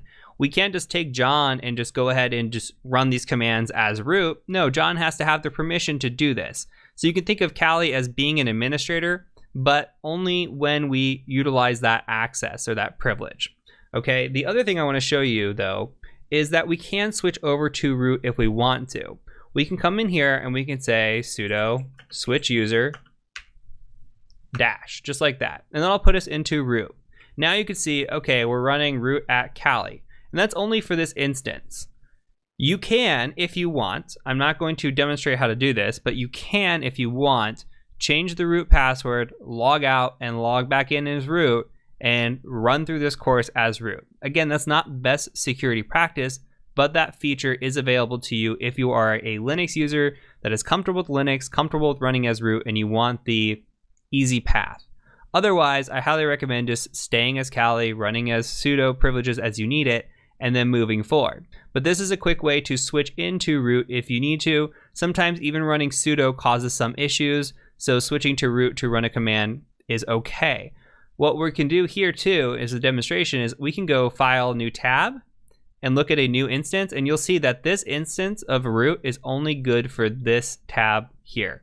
Once we start a new tab, we're going to be brought back right back to Kali Kali. You can see that from the top line in the tab as well. So just keep note of this when you're running commands in this course. If you see something, again, try running it with sudo if it's not working, or if it says access denied, then you know, hey, I need to run sudo. Very, very, very important. Okay, I'm trying to drive that into your brains right now. So from here, we're going to move on. We're going to start looking at how to navigate around the file system, taking a look at everything from a bigger picture and diving into terminal. So I will see you over in the next video. Now we're going to take a look at the Linux terminal. And if you're a user of a regular computer like Windows or even Mac OS, you are probably used to using what is called a GUI, or a graphical user interface. And we can do this with our version of Linux. We can come in here, and if we want to like go to folders, we can absolutely open this and go to folders. We've got the ability to go to Firefox. We've got all of our tools in here that we want to use or look at, and we have a graphical user interface. However, a lot of our time is going to be spent on the command line and using a terminal. So it's very important that we learn how to use a terminal in Linux. So looking at our terminal here, we can see a few things before we even get started.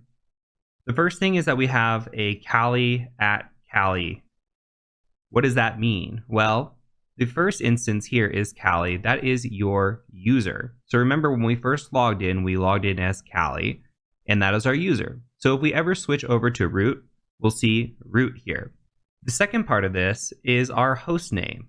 So our computer name happens to also be Kali. If you change your host name, you could say whatever you wanted to say here.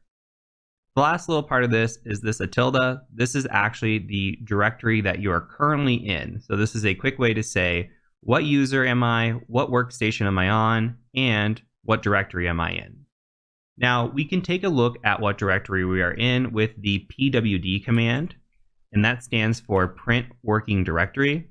And in this instance, you can see we are in the home/Kali folder, and that is the equivalent of being in the tilde. So if you see the tilde, that just means you are in your user's home folder. So if we were a root user, we would actually be in the /root folder as opposed to the home Kali folder. So the tilde means something different for every user that you're on. The next thing we're going to look at is the change directory feature. So imagine that we are in our folder here. So if we go to like, I don't know, our desktop, and we're sitting in our Kali folder, this is really what we're looking at. So we're looking at Kali right here, and we want to get out of this Kali folder and change into another folder, say like, I don't know, downloads, for example. If we go into downloads, it's very easy to click into, but how do we navigate around on the terminal? I'm going to show you how to do that. So the first thing we're going to do is use the cd command. That stands for change directory. Now, if we do change directory ... that says I want to go backwards. So if I do that, now you can see that we are in the /home folder, but we can also do a pwd, print the working directory, and you can see that we are in the home folder. Now, can we go any further back? Well, let's try cd ... again. And now you can see we are at a /. If we do a pwd, we are at a /.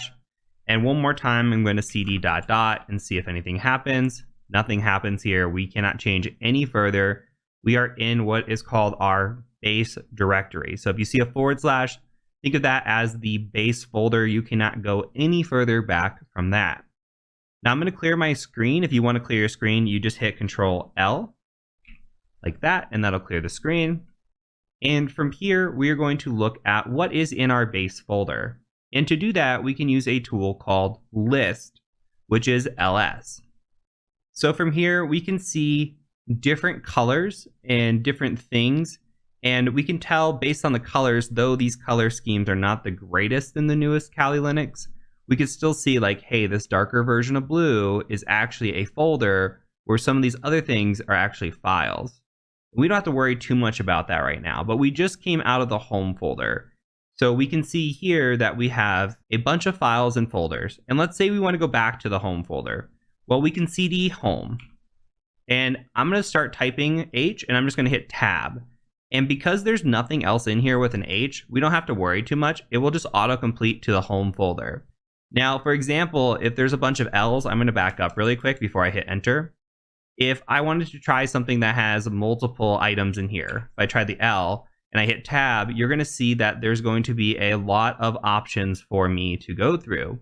And depending on what you have is when you can autocomplete. So if I start typing LO, it should know that there's only one LO and I can tab and autocomplete the rest. So you just have to be able to get to a point where you can tab out.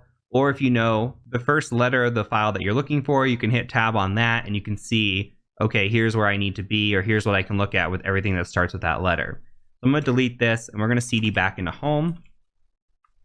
We're going to ls to list the contents of home, which is just our Kali folder. So I'm going to CD into Kali. And if I ls from here, you could see that I have our desktop, documents, downloads, similar to what we saw in the graphical user interface when we were in the folder. Now we can see it from our terminal. Now, before we go diving deeper into these folders, something that I want to look at is what if I wanted to get to this Etsy folder over here? So there's this Etsy folder that was in our base.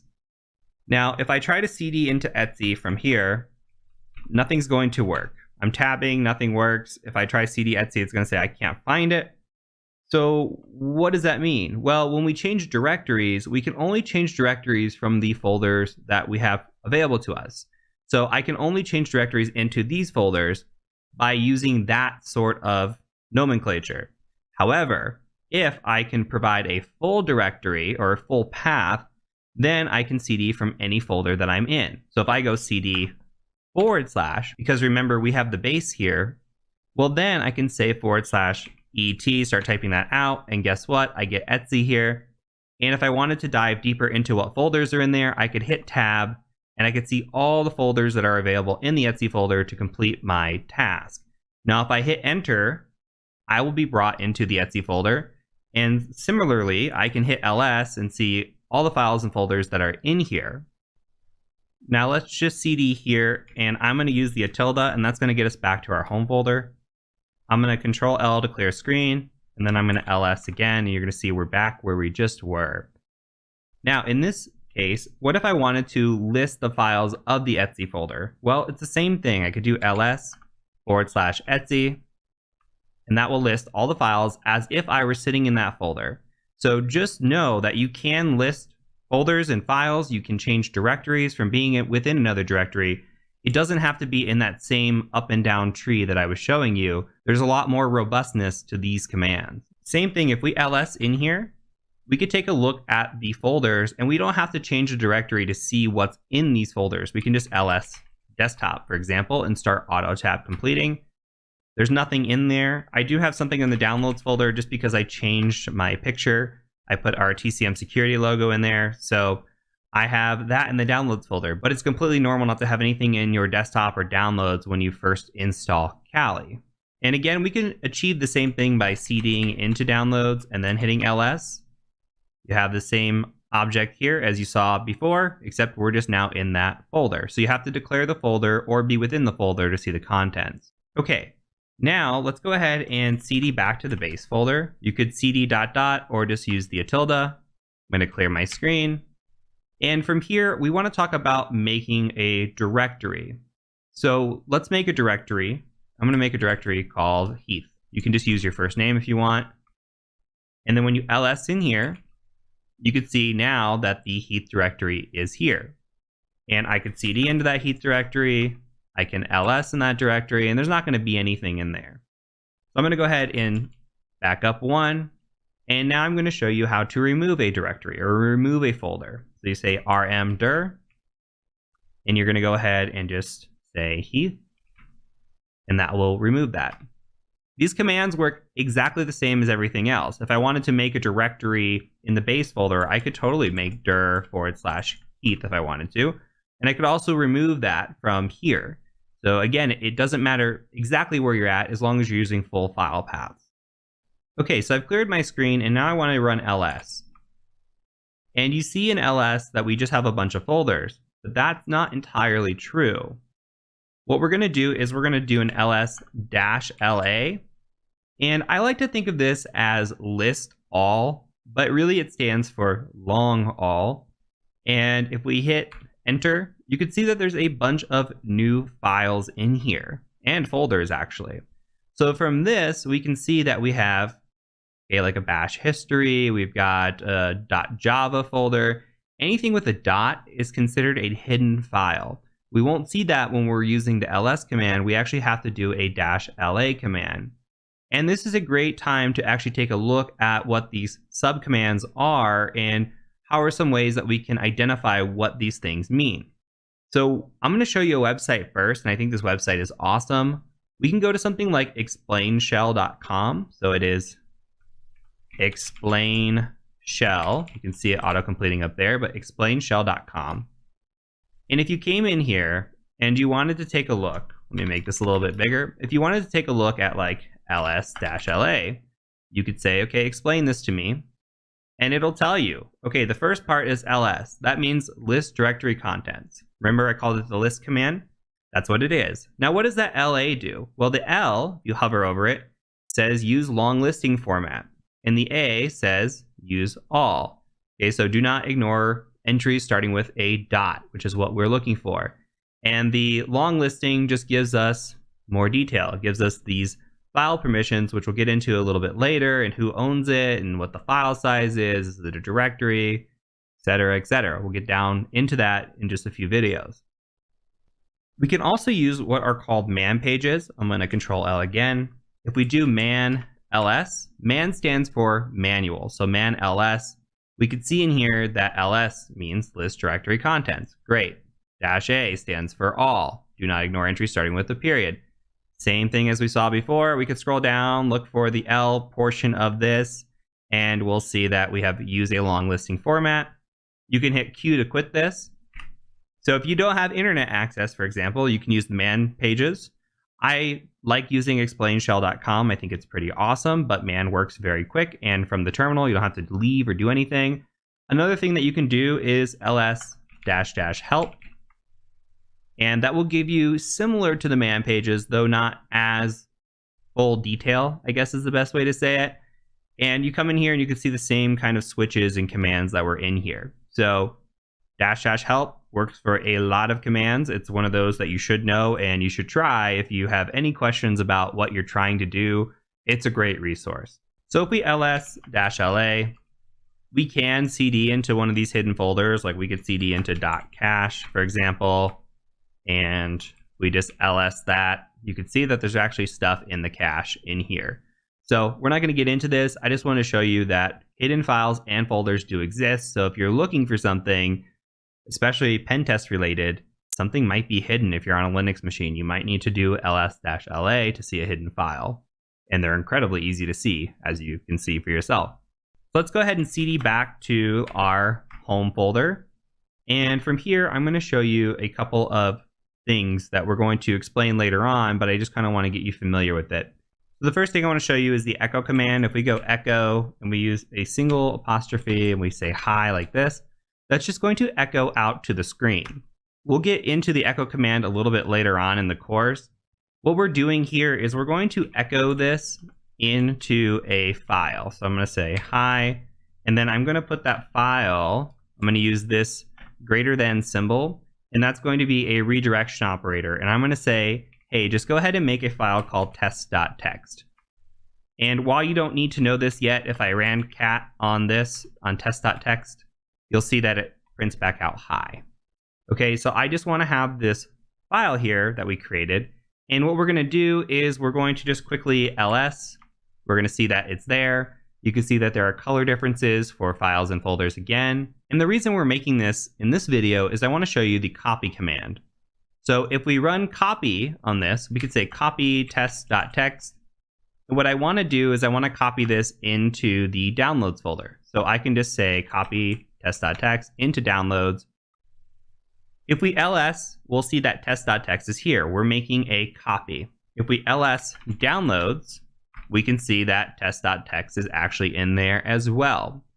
So similar with the remove directory, we can use the rm command, and what we're going to do is remove that file. And again, we don't have to be in the directory to remove it. We can call the directory path and then test.txt. If we hit ls on downloads again, we can just go ahead and hit enter, and you're going to see that there is no test.txt in there anymore. But if we ls here, you'll see that test.txt does exist. So I'm going to go ahead and control L.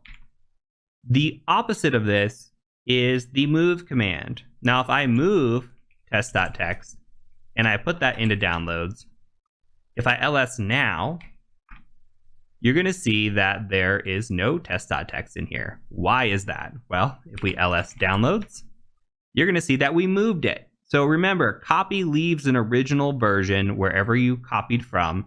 Move completely moves it. So the CP and the MV commands are what you need to know there. Now, while we're on this, what we're going to do is we're going to look at a command called locate. So locate's pretty awesome. If you did locate and say I wanted to find out where that test.txt file is, I could do locate test.txt, and we're probably not going to get anything back quite yet. Now, if we're looking through this, none of these files are where we're at. So there are some test.txt files on this machine, but we're not seeing the one that we created. So say that we created a file, we can't remember where we put it, and we just want to go search for it and find it. What we can do is we can say update DB, and you're going to see that we actually get a denied. Why are we getting permission denied? Well, this comes back to sudo. So let's go ahead and sudo update DB. You're going to enter in your sudo password. It's going to update the database. And now if we do locate test.txt, and you can just, when you see a screen like this, by the way, where it's kind of semi-gray, if you just hit the right arrow, that will go ahead and autocomplete because it remembers your last command. You can hit that. And you can now see that the first entry in here is home Kali downloads test.txt. So now the database is updated and it finds it. One other thing to mention, I just talked about auto-completing with the right arrow. If you hit the up arrow, you can go through your previous commands. You can see all the commands that I've been running through. So we can also use the down arrow to scroll back down through those commands. So say I wanted to run that locate test.txt command again, and instead of typing it out, I just hit the up arrow, and then I hit enter. Easy breezy. Okay, so we're going to go ahead and remove downloads test.txt. And now that file should be gone. We can ls one more time into downloads just to make sure. And you can see that TCM security final is the only thing that's in there. One other thing to point out that I just noticed actually is these files are case sensitive and the folders are case sensitive. So if I try to CD into downloads, it's not going to work because downloads doesn't exist. So if I CD into downloads, like it's spell, then you can see that I actually get into the downloads folder. So note that it's case sensitive. Autocomplete, if I go back, will do a pretty decent job at trying on newer versions of Kali, that is. If I hit DO, for example, and then I tab, it'll realize that I'm trying to get to downloads. So the last thing I'm going to show you is the password command, and that is passwd. We are going to be good security engineers and change our password. We're going to make it a strong password because we're good security engineers. I am going to be the bad security engineer and make my password password. And I'm doing that because later on in the course, we'll talk about cracking Linux passwords, and we're going to use my bad password as an example. So here we're going to type our current password. Kali is a terrible password, by the way. And we're going to go ahead and type in our new password. You can make your password whatever you want. I'm making mine password. And now we have updated successfully, and we have finished all the commands that we need to know for this video. I'll go ahead and see you in the next lesson. Now we're going to talk about users and privileges. So in the last video, we learned about ls-la. So I am in my home folder, which is the tilde here, and all I'm going to do is just say ls-la. I'm going to hit enter, and we're going to see a bunch of stuff over here on the left-hand side. We've got this, we've got the details kind of ownership, we've got some file size in here, and we'll talk about all of this. But when we do ls-la, we're getting so much more information than whether or not a file is hidden, which is kind of the purpose we looked at it for last time. But now we can take it and look at it from a different scope or lens. We can see that we have this column here, the first column. Now the first column tells us something interesting. It first tells us whether or not we are looking at a file or a directory. So if we see a D here, we are seeing that this is a directory. Note that these are also color-coded, right? So we have blue for directories, it looks like, and then white here for files. And then we also have links, which we're not going to get into much right now, but a link looks like it's a lighter blue. So we have the indicator here first. It says, okay, it's either a D or maybe a dash or an L. There are other settings that could be here, but for now, this is all we need to worry about. The next set of things that we're going to look at are these RWXs or R blank X. What does that all mean? Well, RWX means read, write, execute. When we're missing one of those, like a dash here, that just means we have a read and an execute. And there are actually three groups that we're looking at here. So we have the first group, which is the owner of our file. So this first group says read, write, execute for the owner of this file. And if we look at the owner of the file, we can actually see that the owner is going to be Kali. Well, in this instance, it's the directory. But here we're looking at Kali. You can see that one of these has root listed, but in this instance, since we're using the Kali user and we're in our home folder, we're looking at mostly Kali being the file owner for this. The next one we're going to look at is we're going to say, okay, group membership. So anybody that is a part of this group, what do they get ownership to, or what do they get to do with this directory or this file? Well, anybody in this group can read or execute, but they cannot write to this directory or file. And lastly, we have the third setting, which is all other users. What can all other users do? All other users can read and execute, but they cannot write here. And we don't have anything in here besides this link that is read, write, execute. We don't have a world read, write, execute in this folder, and that's okay. This does come into play when we're doing penetration testing, however. When we want to find some sort of file that has read, write access or read, write, execute access. If we have full access, that is ideal, especially if there are some sensitive files that we're not supposed to see, or maybe we're misconfigured, or if we need somewhere to write to on the disk. For example, if I clear the screen here and we do an ls-la of the temp folder, we could see that temp actually has read, write, execute privileges throughout.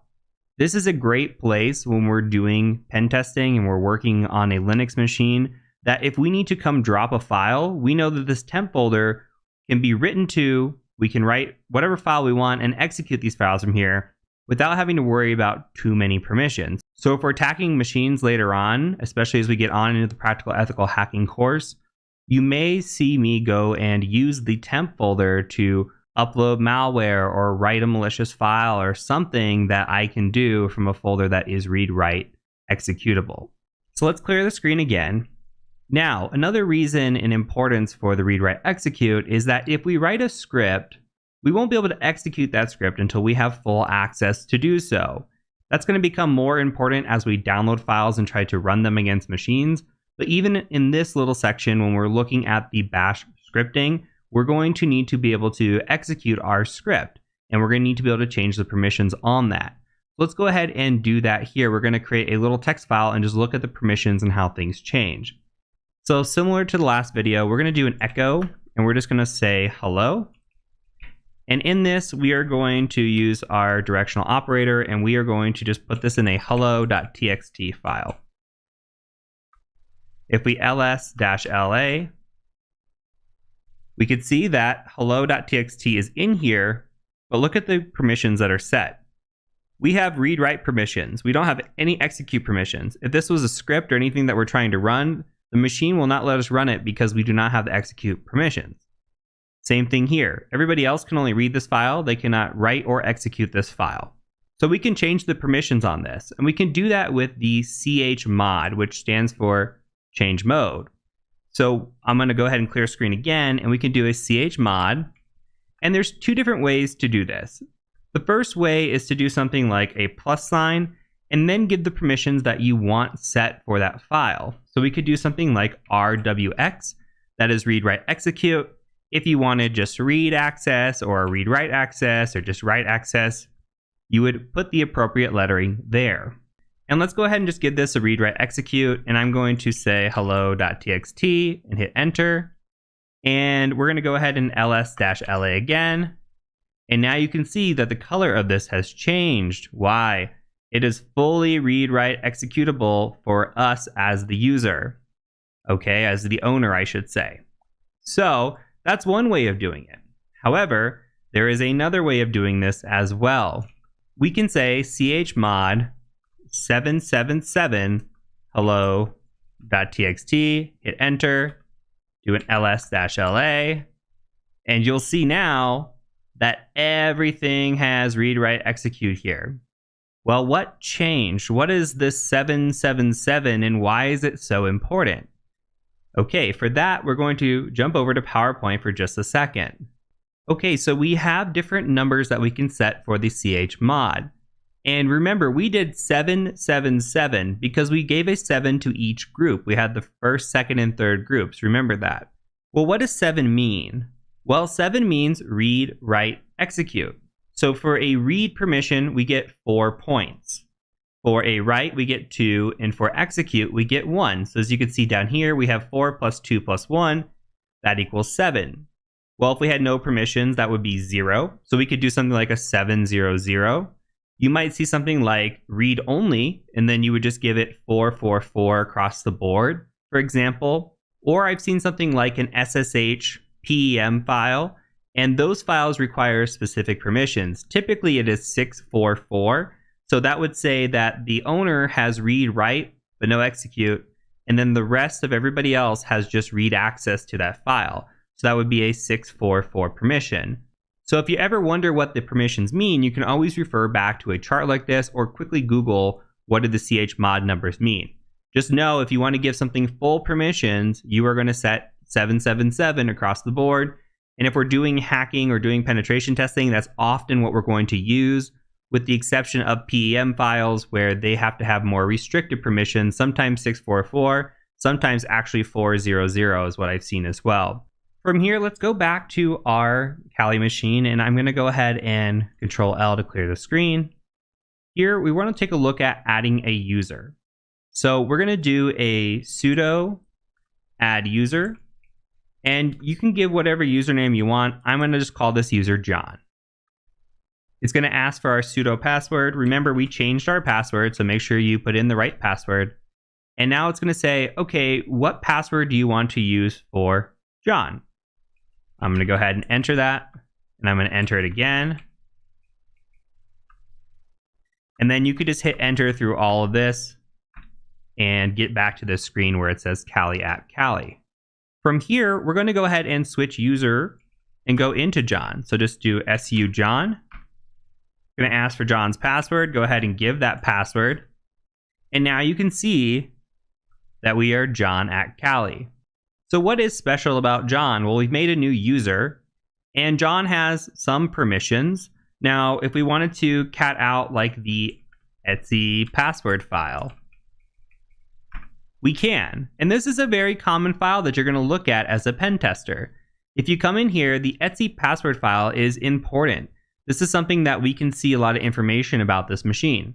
Now, the Etsy password file is called the password file not because it has our password in it, but because it used to store our password in it a very, very long time ago. Now what is being done is they put an X here for a placeholder, and that placeholder is then filled in with the shadow file, and we'll take a look at that here in a second.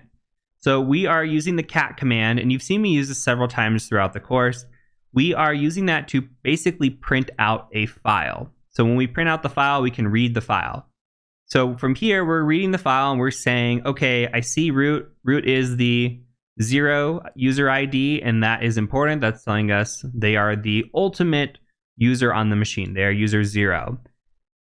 If we scroll way down to the bottom, we should see some users that were created here. For example, we see Kali. Kali is user 1000, pretty common. We can also see that John is in use here, and John is user 1001. We could see what type of shell type they're using and what their home folder is as well. You could see the ZSH shell type compared to John's bin bash. So they are different shell types, and we'll get into those a little later on. But from here, we can also see roots here. We can see the root shell type, and we can also see what kind of services are running on this machine. So if you want to find the users, I typically look at root, and then I look and scroll all the way to the bottom to see what's been installed besides what's on this machine. So in here, we can see some things like SSH, which is important. We know, okay, this has the capability of running SSH. Maybe it has an SSH service. Maybe it has a SQL service here with the MySQL, OpenVPN. So it's a little bit of information gathering. If we were to land on a machine, for example, and we're a low-level user with no privileges, we could start to look at who are the other users on the computer. Why are they important? How can we get a hold of them? Where are their files located? What kind of services are running on this machine? This is all part of the information gathering stage of ethical hacking, and this file leads to a lot of clues for us. Now, clearing the screen, let's say I want to view the shadow file. The shadow file is the file that contains the password hashes for this machine. I'm going to go ahead and try to type in cat etc shadow. Permission denied. Okay, maybe I need to use sudo. Let's try it here, enter our password. Oh, John is not in the sudoers file. This is also called the sudoers file, and you can also call sudo sudo. Depends on your nomenclature and how you pronounce it. I'm a sudo person. So from here, I'm going to go ahead and Control L. We're going to switch user back into Kali, and we're going to take a look at some stuff. So if I go switch user, Kali, it's going to ask me for the password. We're going to enter our password in. And first thing, I want to show you the shadow file before we move on to the sudoers file. So if we go sudo cat etc shadow, I think this is important to see. You can come in here and remember how I said with a hash that this is set here. So our root password has not been set. There's no hash in here. And this is security best practice. We don't really want to have a root password unless we absolutely need to. In this instance, we might just want to have certain users that can elevate into root. And then if logging is enabled, we can then see from our logs who accessed that root account at what time. You really don't want to have a root password where anybody can just log in with a known password, because then that eliminates some accountability. So best practice would say, hey, if we have a Linux machine, you get all regular user accounts. And then if you want to run something as an elevated privilege, you're going to do that with your account and then use sudo for that. But looking down here, we can see the hashes for this computer. Okay. And what's interesting actually is Callie and John have the same password, but they have different hashes. And that is sort of unique. If you saw this in a Windows machine, if the password was the same on the local machine, you would see the exact same hash, and that is a clear indicator that password reuse is in play, but here it's not. So the hashing algorithm that's being used is a little bit different, and it's generating different hashes even though the password is the same. Regardless, the password for both of these accounts is password, and that's very weak and can easily be cracked, as we'll find out later on. Okay, now onto the sudoers file. What we're going to do is we're going to do a sudo cat, and we're going to look at etc sudoers, just like that. And I might have typed that a little fast, so I'm going to go ahead and scroll back up for a second. Sudo cat etc sudoers. Okay, just like that. It should auto tab complete. And from there, we're going to come in here and we're going to look at who has what privileges. Well, if you see allow members of a group sudo to execute any command, and you see %sudo, so it's calling sudo from somewhere else. Sometimes we can just include users in here. We could say, hey, the user Callie, I want to do these things. Instead, this is saying, hey, anybody a part of this group, I want to be able to do whatever they want. They can execute any commands like they were the root user, essentially. So with that, what we're going to do is we're going to take a look at who is in that %sudo group. And we can do that by using the grep command.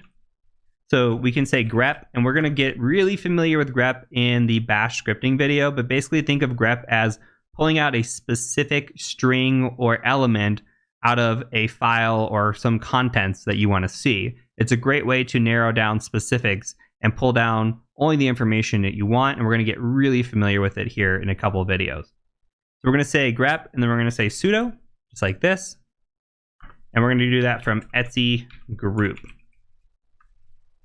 Okay, and it says who has the sudo privilege. Here, all we see is Callie. So our user has sudo privilege. If we wanted to give privileges to John, we'd have to add John to the sudo group in the etc group.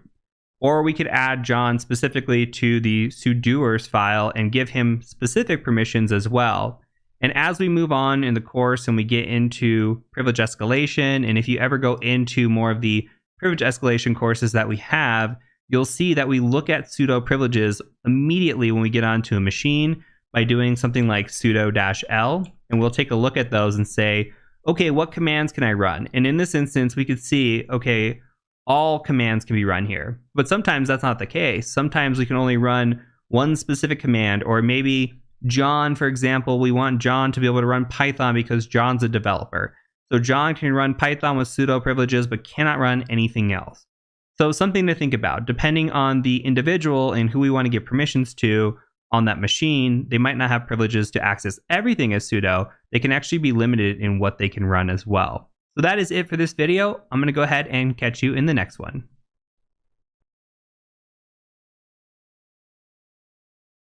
Now we're going to touch on networking commands that are relevant to penetration testing and relevant to this course. So the first thing that we're going to do is we're going to use the IP command, and that is IPA. IPA lists all is the way I like to think about it. And you can see here that we have a loopback address and we have our ETH0. This is our Ethernet address. And you can see that we have an IP address here, IPv4, of 192.168.138.140. We are on a /24 subnet. And here is our broadcast address here. We can also see our IPv6 here, which is nice. And we can see our MAC address here. So we can also look at this through the ifconfig command. And that will show us the same things. Here's Ethernet 0. Here is the loopback. All the same information here. ifconfig is the old school way of doing it. IPA is the newer way of doing it. IPA is nice and colorful. If I'm being honest, I still use ifconfig because I like the old school way of doing things. But IPA is the new way of doing things. And in some instances, ifconfig requires sudo to even run or may no longer be on a machine. But in some instances, IP is not on a machine. Depending on what type of machine you're on and what you access, you may need either one of these, so it's great to show you both. Now, while the IPA does all, IF only shows the Ethernet connection, so the hardwired connections. If we want to see wireless connections, we need to do IWconfig.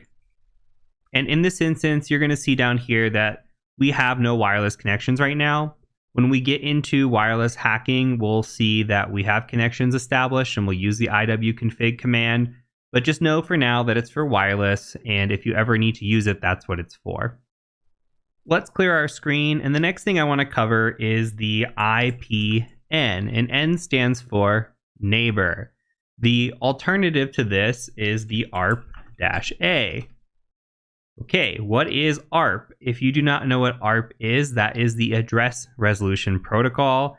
This comes from your networking. If you are not familiar with networking, then you may need to go study up on a little bit of this. Now, ARP says what IP address is associated with what MAC address. And what happens is a broadcast message goes out when we are trying to identify an IP address and a MAC address. So broadcast goes out and it says, who has this IP address? And whoever has the IP address will come back and it'll say, hey, that's me. I have that IP address and here is my MAC address. So now you can associate my MAC address with this IP address. And it is a way to identify these two items together and link them up. So again, in this instance, we can use the IP command or the old ARP command. Now, the IP command is a little bit prettier and a little bit more colorful, and I think easier to read, in my opinion, but either will work in this situation. Another IP command that we're going to want to run and know is the IPR command. Now, R stands for route. You could also type in route, and you'll get similar feedback here. So what we're looking at is what is called a routing table. We want to know where our traffic is routing. And here you can see on either one of these that we're routing through 192.168.138.0. We have an open gateway. We can see the gateway here is 138.2. We can see our mask here. And we can find all that information out up here as well. So it's important to know the routing and what's going on, especially if you are in a network, for example, where you might have multiple routes. Say if we come in and we say, oh, IPA, okay, we're on the 192.168.138 network, but we just try to connect to only the machines on this network. We see a /24, we think, okay, well, I know a /24 has 255 potential IP addresses, and I'm going to go ahead and just stick to scanning that subnet and looking for those IPs on that subnet. Well, if you looked at the routing table, you might actually see that there's a 137 in here, or 136, or maybe a 10 IP address, or something different than what you have here. Maybe you have the ability to talk to other networks, even though you're on this 1/24 network. Very important to look at the routing table. It's also important because in real life pen tests, we have been on a quote unquote segmented network. And in reality, it really wasn't a segmented network. There just wasn't a route to that network. So they said that we were isolated and we couldn't access anything. And all we had to do was say, okay, we're going to go add that network to our routing table. And what do you know? We were able to scan and connect to the network. So being able to know your routing table, being able to understand what a route is and how to add routes, how to remove routes can become important as well. These are things that you should already know from general networking. I'm showing you the commands here for basic routing and how to display the routing tables. If you need further information on routing tables, you should go look that up and research that before continuing on with the ethical hacking course. Okay, last command I want to get through. That is the ping command. So I'm going to do an ifconfig again. And in this instance, I'm just going to ping 192.168.138. And I believe earlier I saw a .2 was my gateway. So I'm going to go ahead and just hit enter. That should talk back to me, and it does. Now, if you are a Windows user and you've ever used ping before, it will only send 4 packets out. So it'll check 4 times. As you can see here, we are getting more than 4 packets sent. We are sending indefinitely. And I'm going to go ahead and just hit Control-C and stop that. We are definitely seeing that we're getting responses back. Now, there is a way to limit the amount that we send and the amount of traffic that we're sending. But basically what we're doing with the ping command is we're saying, hey, are you there? Are you alive? Can you respond to me and let me know you're there? So I asked the machine at this IP address to respond and tell me, yes, I am here. Now, this is called ICMP traffic. Not all machines permit ICMP traffic. Just because we ping a machine and it does not respond does not mean that it's not online. Okay? There are machines that have ICMP disabled and will not respond to ping requests. But ping is a quick way to see if a machine is online, and typically by default, ping or ICMP is enabled on most machines. Just as a further example, we can ping a machine that we do not believe to be alive. So I'm going to change this to a 3. I don't think there's a 3 on my network. And you're going to see it's going to try to send data, and it's just going to get stuck here and say host unreachable. Now again, that could potentially mean that that host is not there, or it could potentially mean that the host has ICMP disabled. But we're going to be using ping sweeping to identify a host in our network, and we'll do that here in just a couple of videos. But I wanted you to get familiar with the ping command if you weren't familiar already. Now, there are some commands in this video that we did not talk about.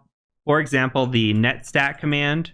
Now, the netstat command is used to identify what open ports and services are there. We'll take a look at that more later on, but just know that that command exists and that we're going to do due diligence on that command later. So any of you that are watching that have a networking background or are like, hey, you didn't show netstat, that's so important, you're correct. It's coming later on in the course. So that's it for this video. We're going to go ahead and move on to the next one.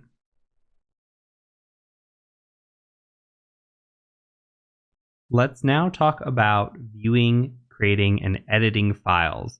And we've done a little bit of this in the course already. You've seen me do something like echo hello, and remember that prints out to the screen.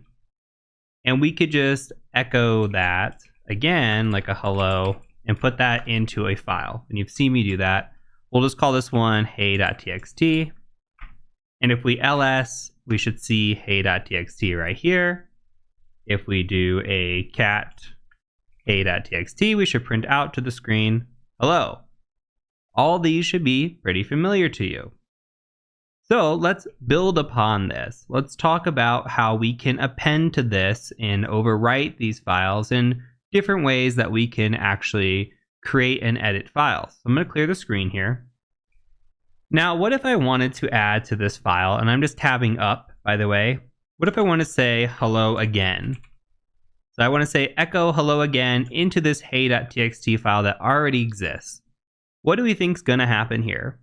So I'm going to go ahead and hit enter, and then I'm going to cat out the hey.txt. Well, now it says hello again. It used to say hello. Well, that is because when we use one greater than symbol like this, what's going to happen is that overwrites the file. So if we tab up, and if we go over and we just write hey again, just for fun, and let's add a second one of these. So now there should be two of these greater than symbols. We hit enter, we cat out hey.txt, and now you can see it says hello again and hello again. Why do we care? Why are we doing this? Well, when we are using scripting, for example, and we want to loop through a bunch of information and we want to add that information to a file, we might use something like this, where if we're gathering, say, IP addresses, this is foreshadowing, by the way, say we're gathering IP addresses and we are wanting to put them all in a file, we're going to need to use something like a double greater than in order to not overwrite the file with one IP address. We want to list all the IP addresses in the file. So you're going to see that when we get into the bash scripting of this section. Let's clear our screen. Another way that we can make a new file is just to say touch new file.txt. And if we ls, you can see that new file.txt is here. We can cat out new file.txt, and nothing is going to be in there because we didn't tell it to do anything. We just said touch, which creates a file. So we can use a different type of editor to try and edit this and save the file. Now, there are a few editors that we can use within our terminal. So we can use something called Nano, which is my personal favorite. You may hear other people talk about Vi and Vim. You may hear lots of jokes about quitting Vim and how it's impossible to quit Vim. And for that reason, honestly, because of the complications and because I like simplicity, I just use Nano. So we can Nano new file. And in here, you can type whatever you want. I'm going to literally say, I can type whatever I want in here. And now I'm going to hit Control X. And throughout this course, you're going to actually see me use Nano quite a bit.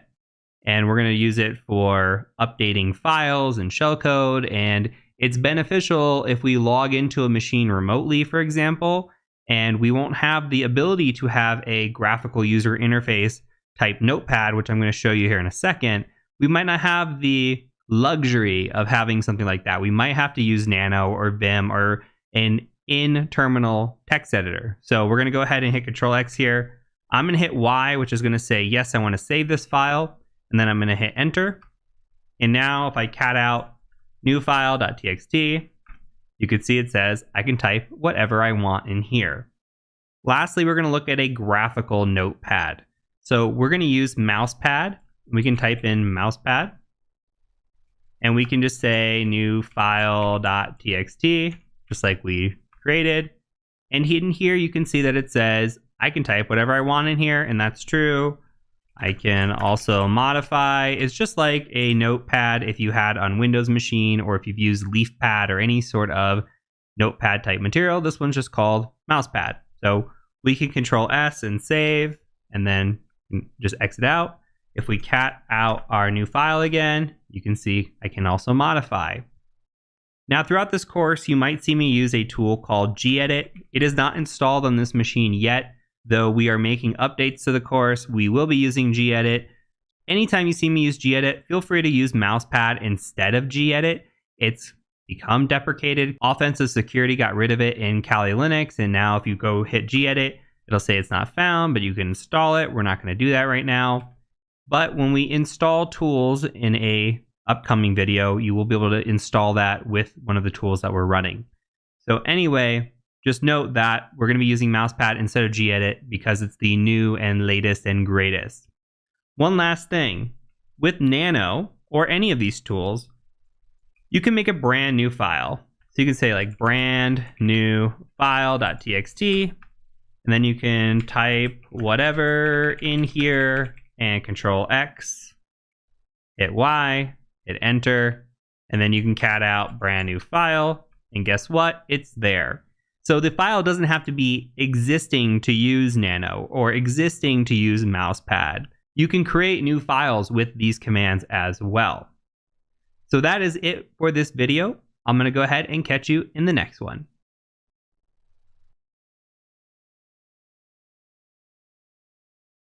Another topic we need to talk about is starting and stopping services. We may have a service like a web server or SSH or maybe SQL or some sort of database that we need to start while we're already running Kali, or we might want to start a service on boot every single time that our computer loads. If you've ever used Windows, this is similar to installing a program and then having that boot up on launch. It's kind of the same thing here. If we're installing something, we want that service to start on launch, we have to tell our machine to do that. So we're going to look at how to start a service and how to have a service start on launch. So the first service that we're going to look at is the Apache service. And this is what I used to use when I first started out as an ethical hacker. And the reason is that we can spin up our own web server fairly easily and host malicious data or files or things that we might want to access or might want somebody else to access.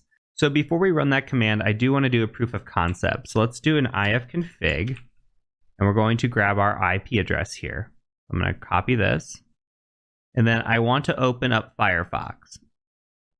From within Firefox, I'm going to go ahead and try to navigate to that IP address. And you're going to see that it says it's unable to connect. This is exactly what we expected.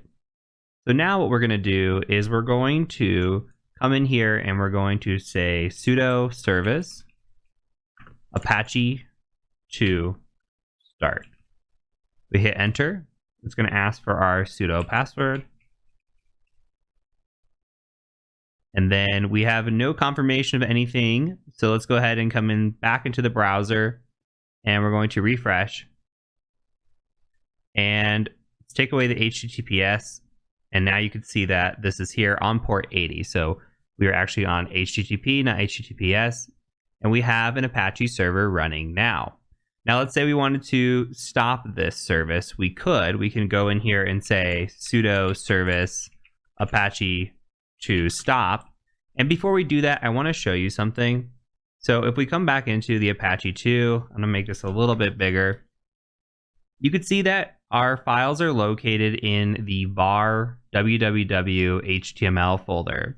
And what that is, if we come to our home folder here, and we just go to file system, and we scroll down and go to var, and then we go to www HTML, all I'm doing is going to the same location here.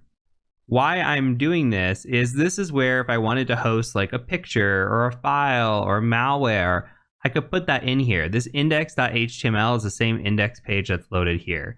Like if I open that, that's literally the same page that's being hosted. You're seeing it here from a file format, but now if I go back, you can see I'm hosting it at this IP address. So if I wanted to host something malicious, I could do that. Now, in order to stop the service, all we have to do is say stop, hit enter, then we come back and we refresh this page. You can see that we're now again unable to connect. Now, I did mention in the beginning of this video that this was my favorite way to host malicious stuff or just host files for whatever purpose. Now that has changed. I now use Python to do this. So we can create a file. Let's go ahead and just say echo hello, and we're going to do hello.txt. So if we ls, we can see that we've got a bunch of stuff in here, hello.txt being one of them. So what I'm going to do is I'm going to spin up a web server on the fly with Python. So I'm going to say Python 3 -m http.server, and then I'm going to give it port 80. Now, what we're saying is we want to run the module HTTP server, and we're going to run port 80 here. You can put whatever port you want. And you can see now it says, hey, it's hosting up HTTP on port 80. And what's going to happen is any file within the directory that I'm in is going to now be hosted. So you can see that I'm hosting all this stuff here. Pretty awesome. It's a quick way to host up a web server without having to start and stop services. And you can, on the fly from within a folder, just start a web server. So I think this is the cooler and better way to do it. So I wanted to show you how to start a service, but also that Python has some robust capabilities as well. If you follow into the Python section, we'll cover how to run an FTP server as well, which is also fun stuff. So I'm going to hit Control-C, which is going to, again, shut down this server. If I come here and refresh, you'll see that it's now shut down. And we can go ahead and talk about one more thing before we go. So let's say that we wanted a service to start when we started our machine. Well, for that, we're going to use the systemctl command, systemctl, and we can say enable. If we wanted to, for example, enable SSH, we can come in here and just enable SSH, and we just hit enter on this. And now you can see that it's enabled. So when we restart the computer, SSH will always be enabled for us. Now I'm going to disable that. This isn't like security best practice. And now you can see that we have disabled it and we're good to go. So if you ever have a service that you want to run, you just need to figure out the name of the service and enable that. And there may be times that you want things to run. Like historically, I have ran SSH with it enabled, or I used to run the Apache 2 server, so I didn't have to spin it up every time. I just had a place to go immediately host that. But your mileage may vary depending on what it is you want to run, but knowing these commands is important in case you need to start or stop a service, maybe restart a service. Same thing with enabling a service at boot up or disabling a service at boot up. So that's it for this video. I'll go ahead and see you over in the next one.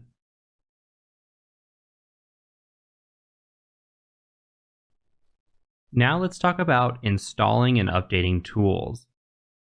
So the first thing that we're going to do from our command line is we're going to look at how we would update our current machine. So just like other operating systems, Linux machines require updates as well, and patching can be best practice. So in order to update and upgrade our machine, we're going to use the sudo command, and we're going to say apt, apt, and then we're going to say update and upgrade, just like that. So make sure you use two ampersand symbols here. We're going to do two commands. We're going to say, first, I want you to update. Second, I want you to upgrade. Well, why are we doing this? Why are we running two commands in the first place? Well, what we do when we actually install items on our Kali machine, we are going out to what are called repositories, and we're looking through packages. And the update command is going out to the known repositories, and it is updating those repositories. And then it's going to look at those repositories and say, okay, what needs upgraded here? So what tools have upgrades or updates available for them that we need? So if we run this command, you're going to see that it's going to go through these repositories. You can see it going through these Kali rolling and release, AMD 64 packages and contents, etc., etc. It'll take some time. As it goes through and it updates these repositories, it's going to find what programs we need, and it'll provide it in a list. Now, what you can see is it's asking us, are you root? So this is a lesson here. Sometimes we have to be the root user. We can't be just a sudo user to run the command. So what we're going to do in this instance is we're going to sudo switch user into root. Now we're root, and we're going to run that command again. We're going to say apt update and apt upgrade. Okay, and it's going to run through this, and then it should provide us with a list of what we're going to install, which if we scroll back up to the top, you can see that it says, hey, these packages were automatically installed and no longer required. And it says we can use the apt auto remove command to do that. It's saying here are the brand new packages that need to be installed. And then here are the packages that are going to be upgraded. So these are already installed, such as like Apache 2 has some updates that are required, and it's going to go through and install all of these. Now, when you scroll down to the bottom, it's going to say you need 801 megabytes, and yours might be different depending on when you watch this video. It's going to say, do you want to continue this operation? In this instance, I'm going to say no. And the reason that I'm going to say no is because updating on Kali Linux can break things. You should always have almost 2 copies of your Linux, right? You should take a backup copy before you ever make an update. And there are some limitations on being able to make backups, depending on if you're using VMware or VirtualBox, and we're not going to get into that right now. But just know that tools can easily get broken by pushing updates. And we'll talk about a tool that you can use that is up to date and kind of makes your Kali the latest and greatest without breaking anything. Even the current version of Kali right now, 2022.2, not all the tools work out of the box as the way that they should. We'll talk about that in just a little bit. So let's say that you wanted to install a tool, and we're just going to go grab one as an example. So let's say that there was a tool you wanted to install, like this cron daemon common. I'm just going to copy that. You could come in here and you could say apt install cron daemon common like this. Hit enter, and it's going to say, oh, you want to install this? Just hit yes, and it will install. And it will also upgrade this cron package here. I'm not going to do that, but just know that you can also install applications as a one-time thing if they're a part of the repository that you have. We're not going to get into updating repositories and adding manual repositories. We don't need to know that at this point in our Linux careers. We just need to understand that we're going out to a repository and we can download those items or packages based on what is in the repository. So updating the repository is always good, and then we check for upgrades available to our packages. In this instance, we're not going to do any updating or upgrading, but there may be a time where we need to install a specific tool, or we go out to the web and we have to grab a tool and it says, hey, run this apt install command. This is what it's going to be doing. This is how we would install something if we need to. Now, the next thing that we're going to look at is we're going to look at the git command. And Git is a tool that runs with GitHub. I'm going to open up a new Firefox, and I'm going to make this a little bit bigger. We're going to go to GitHub. Actually, let's just go to Google. We're going to go to Google. And a lot of times in our ethical hacking careers, we're going to be searching for tools. We're going to come out here and we're going to say, oh, I really want to find a tool maybe that does brute force Office 365. And then I might say something like GitHub, and you can see it's already starting to fill out. And we might go find something like, okay, there's this daft hack tool. We might click on that. And we come in here and it might tell you how to install this. Well, this is PowerShell, so that's not a great example. We might come into here and we might say, okay, here's one how to install. So you go through and it'll say, here's the usage on how to use this. And sometimes they'll give you installation instructions, but a lot of times all you will need to do is you'll need to come in here and just download the code to install the file. So I'm going to show you a tool that we're going to install and run. We go to Google and we search for pimp my Kali, just like that. You're going to see that we can click in here and this tool is available to us to download. Now, one way to look at a tool and see if it has any relevancy on GitHub is to look up at the number of stars that it has and the forks that it has. Anything with like 700 stars like this is pretty reputable, and you also should look at when it was last updated. You can see that this was last updated last month.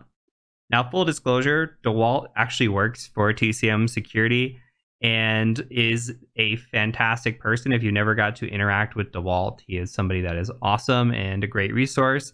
He built this out because there were so many issues with Kali Linux, and the tools that were coming freshly installed, like in 2022.2, don't always work in the way that we intend them to work. So a lot of tools are broken, some things need downgraded, and there's a lot of options in here that can tell you, hey, here's what we can fix. Like we can fix different missing issues that are going on, or we can fix Golang or fix Impacket. And you don't have to worry about what any of that means right now until we get into pen testing. But this is something that we actually do install and run when we build out our lab machines, or we build out our machines for even hacking on clients. This is such a well done tool. And he tells you in here how to install it. He says, hey, get clone right here off of this address. We can also come up here and we can go to the code and we can just copy. We say copy pimp my Kali right here. And then we'll come in and we can just say get clone. Actually, let's switch user. I'm sorry. Let's switch user back to Kali. And we'll enter here. And then what I like to do when I install tools is I like to install them into the op folder, the OPT folder. So from here, we're going to run get clone, paste that. Actually, we're going to run sudo get clone. I apologize. And then enter your password. And now, if we look in here, we should have pimp my Kali, which we do. So if we cd to pimp my Kali, and now we ls, we can see that we have the pimpmykali.sh script. If you come back into the website, it will tell you how to run and operate this. Any decent GitHub will say, hey, here's how you run this script. So it says, hey, you just run sudo pimpmykali. This is for a new Kali VM. You just need to run menu option N. We're going to copy this and paste it. And then we're going to run it. So now this tells you, what do you want to do? Well, here's all the different options. N is a new VM setup. Run this option as your first time running pimpmykali. Okay, so that's going to fix all the things for you.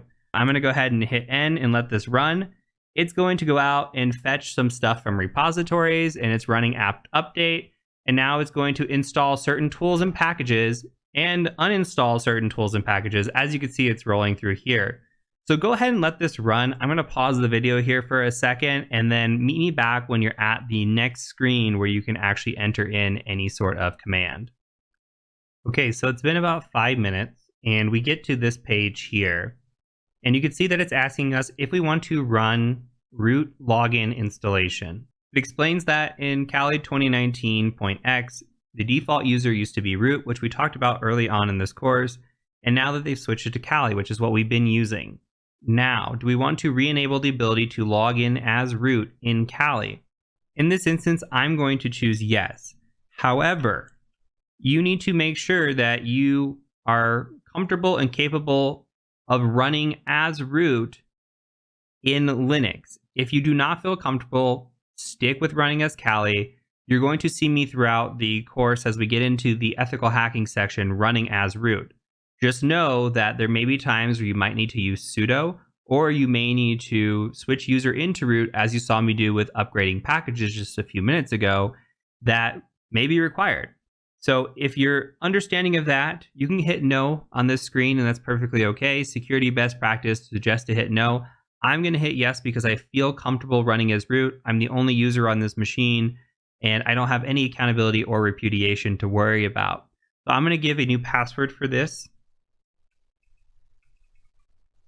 And I'm going to enter it again. And now it's going to ask if we want to copy everything over from our Kali folder into our root folder. I'm going to say no. And now it's going to continue on installing. So we're going to let this run again. Go ahead and pause the video if you need to, and then we'll meet you back when this is all said and done. Okay, and when everything is said and done, which it took about 10 minutes to get through all of that, you should get to this all done, happy hacking screen right here, and everything should be installed for you. If you chose to go the root route, that's a weird thing to say. If you chose to go the root route, you can log out and log back in as root and begin using Linux as root. Otherwise, you can continue on with this lesson using Kali as your main user. So we're going to go ahead and move on to the next video. Last video in the section, and this is going to be one of my favorites. So what we're going to be talking about is scripting with Bash. I'm going to show you some cool tricks that we can do to kind of narrow down some of the results that we get, and then I'm going to show you how you can automate some of that process, and we'll take that and even write out some for loops and one-line loops, which this might not make any sense right now, and that's absolutely okay, but by the time the video is done, hopefully it does. So the first thing I want to show you is I want to show you how we're going to write a ping sweep. So we're going to write a ping sweeper. Basically, we're going to go out and say, I want to ping a device. If that device is alive, go ahead and show me that result. And we're going to sweep an entire network. So what we're going to do first is we're going to identify a device that's alive so we can test this out and then build upon that. So you can go ahead and type in ifconfig and then just hit enter. Now my Ethernet here is on a NATed network. So I'm running through a different IP address subnet here. So this one is 192.168.57.150.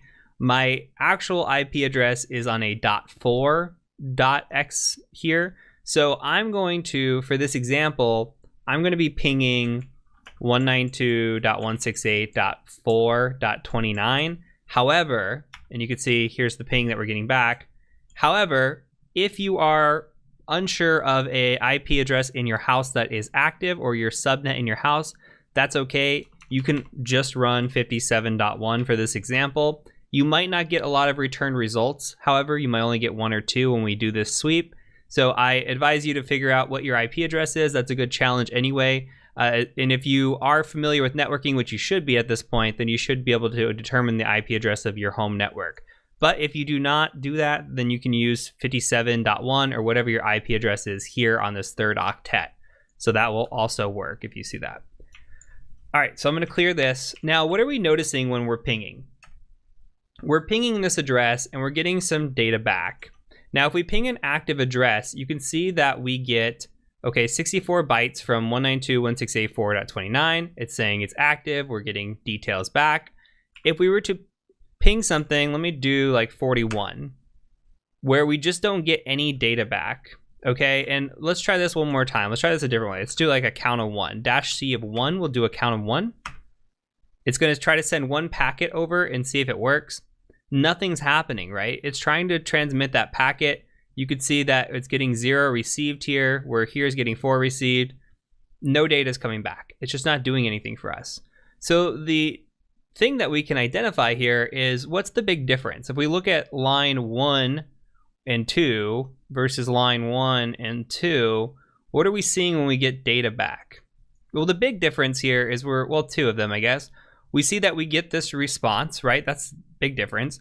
And then down here, it'll say, hey, we received some packets if it's not 0. Now, the easy way to do this is to look at a line that says, hey, we received data, which is this line here, okay? Now, what I want to do is I want to narrow this down just a little bit. What we're going to say is we're just going to do a ping of 1 time. So I'm going to clear this. I'm going to bring it back to this like this. I'm going to do a count of 1. And that should just ping once, and that's perfect. We don't need to ping endlessly. We just want to make sure we can ping once, and then we're done. Okay, and then from here, I'm going to put this into a text file. I'm just going to call this ip.txt, just like that. So when I cat out ip.txt, now you can see that I have this file. It's stored. I don't have to run the command again. We're good to go. So what we're going to do now is we can take this, and then we can start gathering data based off of what we see here. So what I want to do is I want to just extract this one line here, the 64 bytes from 192.168.4.29. And the best way to do that is with a command called grep. So grep is going to look for a specific term or phrase, and we can do that, and it's going to pull down any line that has that term or phrase. So if I say grep here, and then I just put in quotation 64 bytes, like this, now, when I cat out this, all I'm pulling down is this line, and it's even highlighting it for us. It's saying, here's the line that we see, 64 bytes from 192.168. Okay, so we've extracted just the one line. And why am I extracting this line? Well, if we're building out a ping sweeper, what I want to do is I want to sweep every single IP within a specific subnet. So say this .4, right? I want to ping 4.1.2.3 all the way through 254, 255. I want to see if I can get through all the IP addresses in a subnet. So what we're going to do is we're going to ping every single one of them and say, hey, are you up? Are you there? And we're going to do it with a count of 1. And we're going to say, are you there? Okay. And if they're there, they're going to say, yeah, I'm here. 64 bytes. Here's my response. And it's going to say 64 bytes from this IP address. So we want to extract the IP addresses to say, yeah, we're alive. That's basically our goal here. So when we run this on a bigger scale, which is what we're going to do, we're going to need to grep out this information and extract this information to where we only just get the IP address back. Okay, so what we're going to do now is we're going to start narrowing down and grabbing this IP address, and then I'm going to show you how we're going to take this all in one instance and run it and then extract IP addresses. So from here, what I want to do is I want to do another command.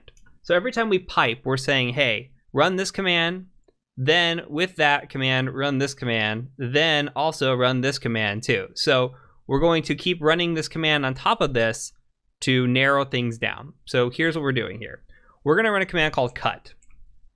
And with cut, we're going to say, I want to cut something out of this. We need to provide it what is called a delimiter. So we do a -D like this. And the delimiter I'm going to use is a space. And then I'm going to say -F for field, and then I'm going to say 4. Okay, what is this doing? Well, it's saying, hey, I want to cut this line that you're getting back on a space. So the delimiter is a space. So here's a space, here's a space, here's a space. And it says, I want to count up to 4 to grab that data. So 1, 2, 3, 4 right here. So if we say 4 here, like this, we hit enter, we're grabbing that specific IP address because we're doing it by spaces. If we did it on 3, what do you think we're going to grab? We're going to grab the word from. So you can see here's from. So what I want to do is grab the IP. So we're going to use this cut just like this, use our delimiter, and then get to the correct field position that we want to grab the IP address. All right, so we've got the IP address. Now there's only one thing wrong here with this IP address, is that there is a little colon on the end of it. We just want this without a colon at all. We want it just like this. Now there's a couple ways we can do this. We could use something called sed. Sed's a little bit complicated and a little bit advanced, I would say, for where we're at right now. So I'd rather teach you an easier way to do this, and that is called translate. So with translate, all we're going to do is we're going to do one more pipe like this, and we're just going to say TR for translate, a -D for a delimiter again, and then we're going to say we want to get rid of this. And that's it. We're just getting rid of this. Okay, so if we run this one more time, now you can see that we've successfully extracted this IP address out. That's our goal. That's all we wanted to do. Now, how can we apply this to something bigger? How can we make this part of a bigger script? That is the question. And we're going to do that. So what I want you to do is I just want you to copy this, okay? Copy this entire line. And we're going to go into a mouse pad. So let's copy this selection. And I'm going to clear my screen. I'm just going to say mouse pad. And we're going to call this ipsweep.sh. Okay, so this is going to be a bash script. And I'm going to make this bigger. And the first thing we're going to do with our bash script is we have to declare that it's a bash script. We're going to say #bang right here, or shebang is what we'd call this, /bin/bash. This allows the machine to know when we run this, this allows bash to know, hey, we're calling this, here's the location of bash, this is what we're running with the script. You're also going to see this when we use Python as well. You'll see the declaration here at the top, or when we're calling this out. So I'm going to go ahead and Control S and save this. That'll add some nice color to this, so when we're coding this out, we get to see in color. I like that a lot. I'm going to actually make this a little bit smaller and then make this like this here so we can get the whole picture. Okay, so what I want to do is I want to paste in what we just wrote. So I'm just going to Control V here and paste that in. So we don't need to do a cat of an IP address here. In this instance, instead, we're going to change this back. We're going to ping. Remember, we want to ping every device in the network. So we want to ping, say if we're pinging 192.168.4.x, okay, we want to ping that. And we can leave this like this for now. Don't worry about changing anything here. This is just going to be a placeholder. We're going to do a little bit of extra syntax here to make this work. So we're going to write what is called a for loop. So we're going to say for, and I'll explain what this does here in a second. You're also going to see this again when we get into Python and coding. And so you'll be able to understand more and more about loops and what for loops are, while loops, etc. They're very, very useful and very common in coding and scripting. So I'm going to say for IP in, and then I'm going to say sequence 1 through 254. Now, very important, this character here is not an apostrophe. Okay, this is not an apostrophe. This is the little line, I don't know what it's called. It's above the tilde next to your escape button on your keyboard. So it's this right here, okay? It's like a backwards apostrophe almost. I'm sure there's a term for it, I just don't know it. So you come in here and you say, okay, for IP address in sequence 1 through 254, and I'm gonna explain what all this does in a second. I want you just to type this out for now. I want you to say do, all right? And then I want you to come down here and we're going to say ampersand on this line and we're gonna say done. I'm gonna explain what all this means. Okay, so this is a loop that we've just created. What we're saying is for the IP address, and we're just declaring this could be Bob if you wanted to. I'm just making it a name or a term that's easy for us to remember. So we're gonna say for IP, but if you wanna call this Bob, call it Bob. For IP in sequence 1 through 254. So what sequence is doing is it's saying, hey, I wanna count everything from 1 to 254. So 1, 2, 3, 4, 5, 6, 7, 8, all the way to 254. This for loop means I'm gonna do this every single time. So for IP in 1, for IP in 2, for IP in 3, we're gonna run this command until we're done. So until this sequence has run 255 times, it's done. Okay, and now we're gonna say, I wanna do a count of $IP. So what we're saying here is for IP in sequence 1 through 254, go ahead and do a ping -C for a count of 1, 192.168.4, 254. And here we're gonna say .1, .2, .3. Every time this loops over and over and over, it's going to be incrementing that number through this sequence. That's all we're doing. This is a basic loop, okay? So we're gonna keep going through and through and through. Now, this will work. If you plugged in your hard-coded IP address here, this will absolutely work. Now, we can improve this just a little bit if we want to. So what's going on here is what we're gonna say is if we wanted to run this, we would just do // and then IP sweep, okay? And this would work, that's fine. But we can make this a little bit better from a coding perspective. We can come in here and we can give this a $1, and that means argument 1. So what we're saying here is I wanna give an argument instead. So if you wanna be technical, this first /IP sweep.sh, that is argument 0. So you can consider this $0. Argument 1 would be what you type after that. So this would be argument 1, argument 2, etc. So in this case, what we could do is we could say, I wanna run 192.168.4 like this, and this will run the .1, .2, .3 after it. So you provide the argument, it places that here in argument 1, and then it does the rest for you. So this way you can specify your network, and if you wanted to ping multiple networks, you don't have to come back in here and keep changing this. It just works. So super easy. This is a great little script for a /24 type subnet, okay? Okay, so let's go ahead and try running this really quick. I'm gonna just Control S, save this. I'm gonna close it. We're gonna do a chmod +X on IP sweep. If it'll allow us to, we might have to do a, okay, let's do LSLA real quick, make sure it worked. It sure did. Okay, so here's what we're gonna do. We're going to run the IP sweep, and we're going to say 192.168. You just put in your IP here, and I'm gonna run that, all right? And you could see all the devices that are coming back within my network here. I'm gonna go ahead and hit Control C, cancel this out. And so this is grabbing all the different devices in my network. Now that's great. That works out really well. But what we can do is improve this. What if I typed in a, what if I didn't type anything at all? What if I just hit enter here?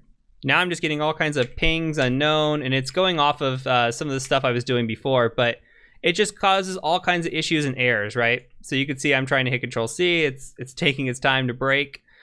Here we get issues because we're just allowing any sort of argument here. What we need to do is we need to fix this up just a little bit. So what we can say is we can come back in here and just go mousepad ipsweep.sh and come in here and let's add a little bit extra. Oh, and I also left this in here. Don't leave this in here. That's why that was running twice. Okay, so what we're doing here is we need to add in a statement.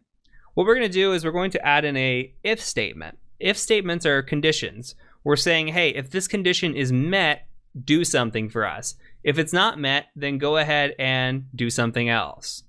All right. So we're going to say if, and we're going to just put in here $1 is equal to nothing, then we're going to go ahead and just say then echo you forgot an IP address.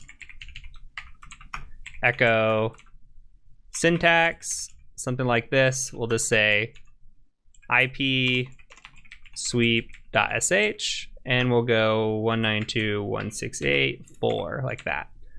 Okay.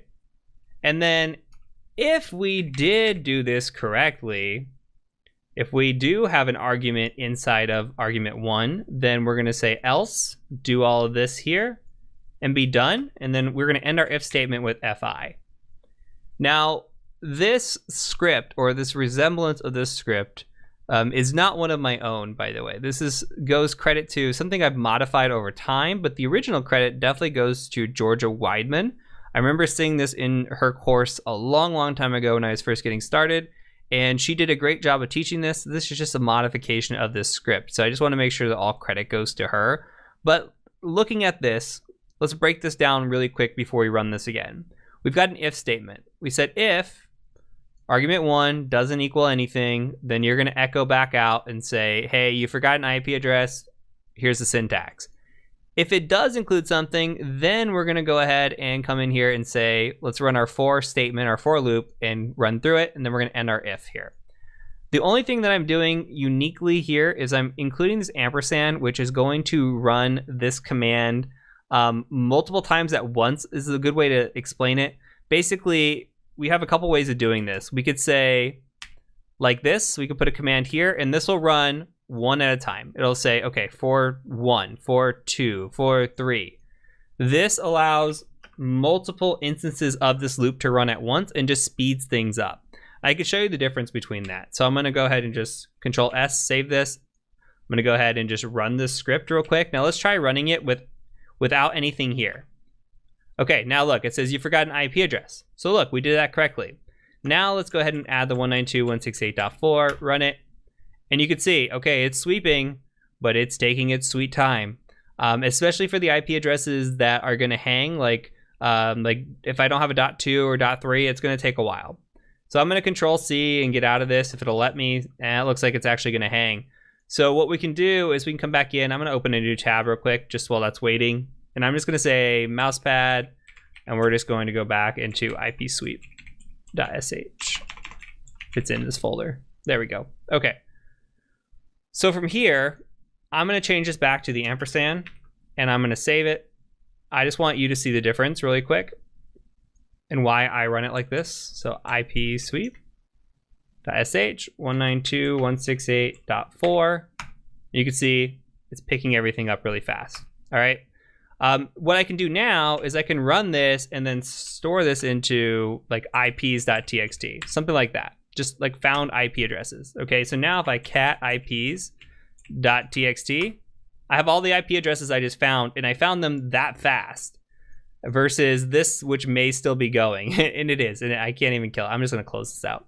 Okay, so this is the big difference there with that ampersand and the speed of what it is capable of doing. So with all that being said, we could take this and do one more thing. So I wanna show you how we can utilize a one-liner. These are called one-line statements in Bash, and we can do similar to what we just did and accomplish that in this command line. So now we have an IP address. We have a list of IP addresses. Let's say that we want to run nmap. Now we haven't gotten to nmap yet. You don't need to really know about it. Just know that it is a tool that allows us to go out and do port scanning.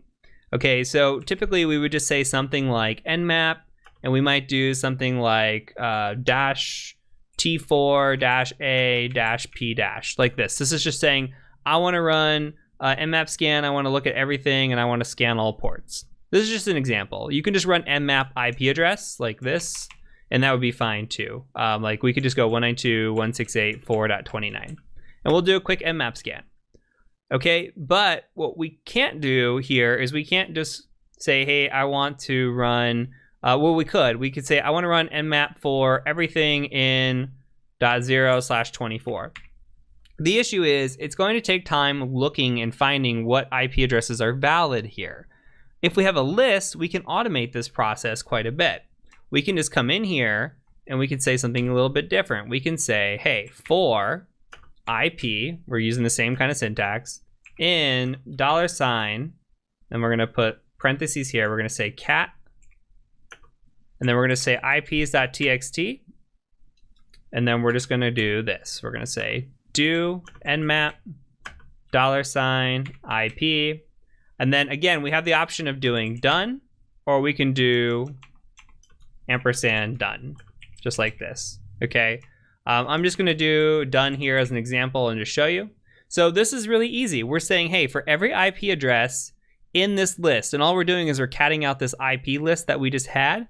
So it's going to take the first IP, then run the nmap scan, and it's going to come back and run the next one. So until this list is completely done, it's going to keep going through this loop. That's all it is, a simple loop. And then we're going to say done. It's going to take that IP address, it's going to start scanning it, it's going to go through and hopefully find information and go in a loop.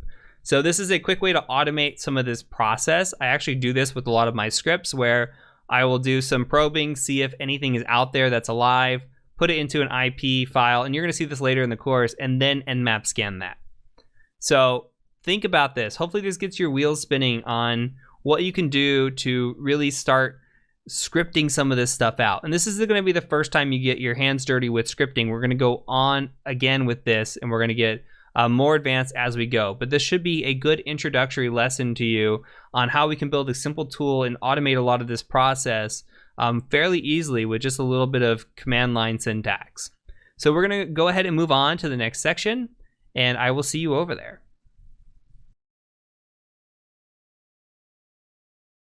Welcome to this module on Python. So if you've never used Python before or even heard of Python before, Python is a coding and scripting language. It is commonly used in ethical hacking, and it's commonly used all around the world. It is actually considered one of the best beginner languages to start with if you've never learned coding before. So that's exactly what we're going to do. We're going to cover some of the basics of Python. So we'll cover everything you see on this screen here: strings, math, functions. We're going to get into conditional statements and looping. We'll get into some more advanced items, and eventually we're going to build our own tools. So we're going to be building a port scanner at the end of the lesson, and then when we get into the exploit development section of this course, we're going to use Python again to write our own exploits. So it's going to be used throughout the course. You're going to see it again as a ethical hacker as well. You're going to go on to websites and you might need to download Python code or something to utilize against a host or a client, and it's just going to be frequently seen for you. So very important topic to cover, especially for the foundations. One very big thing to point out: you do not have to be a developer to be successful in penetration testing. The important thing is that you understand what you're seeing and understand how to read code. If when you come away from this module, you have a better understanding on how to read what you are seeing in code, you'll be much better off. By no means do you have to be a developer. I am still to this day nowhere near a developer level, and I'm very, very successful in what I do. You don't have to be a developer. So the big takeaway here is to take very good notes, understand what you're seeing. If you need to watch a video multiple times in this section, absolutely okay. Just make sure you understand everything in front of you and understand that the lessons are going to build upon each other, and it should all come together in the end. And you're going to get to see it over and over through the course, especially in the exploit development section where we write our own Python script. So I look forward to teaching you this module on Python and look forward to seeing you in the next video. Okay, on to our first lesson. The first thing that we're going to cover is going to be strings. And in order to do that, I'm going to go ahead and make a directory on my Linux machine. You can make a folder in your Mac or your Windows machine if you're using those operating systems. I'm just going to go in here and just say make dir Python, and then I'm going to go ahead and go into that directory. So from here, I'm going to go ahead and make my first script. So I'm going to clear my screen with Control L, and I'm going to say mousepad, and I'm just going to call this script first.py. And I'm going to give it the ampersand here at the end. That's just going to allow me to open up this process of mousepad and also have the terminal available to me when I need it. So you'll see why I do that here in a little bit. Now, if you're not on Linux, that's okay. You can use something like Notepad++ or CodeRunner for Mac, which we showed earlier in this course. So from here, what I'm going to do is I'm going to go ahead and enter in a shebang, which is a hash and an exclamation /bin /python3. And this is important for Linux here because we are calling out the directory. If you're familiar with Linux, what's happening here is we have two options. We can come in here and we can say Python3 and we can say first.py and that'll execute our script. Or in theory, we can come in here, we can just do a ./first.py and run it that way. If we run it like this, our script will not know where to go unless we declare that. So up here, we're giving the shebang /bin /python3. That is where Python3 is located in this machine. So we'll come up here and it will look for this first and say, okay, I'm going to execute this based on Python3. So that is a little bit of a Linux nuance here and something you should know in case you are ever coding in Linux or an environment that is similar like Unix, which Macs do run off of. So from here, if you've ever taken a coding class, the first thing you do in every single coding class is what is known as hello world. So we're going to print out hello world and print it to our terminal. So in order to do that, we're going to go ahead and do something like this. We're going to say print, and then we'll do a parentheses and we'll say hello world. I'm going to go ahead and save this. And if we run this, and I'm going to run this with Python3, if we run this, Python3 first.py, you'll see that it says hello world. Now, one thing that we can do in here is good practice for being a developer is add some notes in. So we're going to add a comment in here. We're going to do a hashtag or a pound symbol, and we're just going to say print string. Now, when we run this again, this isn't going to print out. Comments are just for us inside of the script, and I can prove that to you by saving this and running it again. You'll see all we have in here is hello world. Perfect. So comments with a hash are just meant for whoever is reading your script or your code. And that could be you, or bad scenario, but what if you get hit by a bus tomorrow? You're the main developer and nobody knows how to read your code because you didn't leave any comments. That'd be very bad. So good coding practice suggests to leave good comments and make sure that people can come in and read your code and understand what is going on in here. So we're going to add comments along the way so that way we understand what we're doing and practice good habits as well. So what you're seeing here is what's called a string. You're seeing a string in quotations. And you can see a string printed out with single quotes as well. So we can just do hello world. I'll add the exclamation for consistency. And if we save this and print this, you'll see that it also prints hello world. So it really doesn't matter if you have single quotes or double quotes until we get into more advanced strings, and we'll talk about those a little bit later on in the course. But for now, just know that you can use single quotes or double quotes when printing out a string. Another thing that we can do with strings is print on multiple lines. So if we say print and we do triple quotes like this, we say this string runs, and then we hit enter, multiple lines with an exclamation, and add in 3 more double quotes there and close this off. We can add a note here as well that says triple quote for multi-line.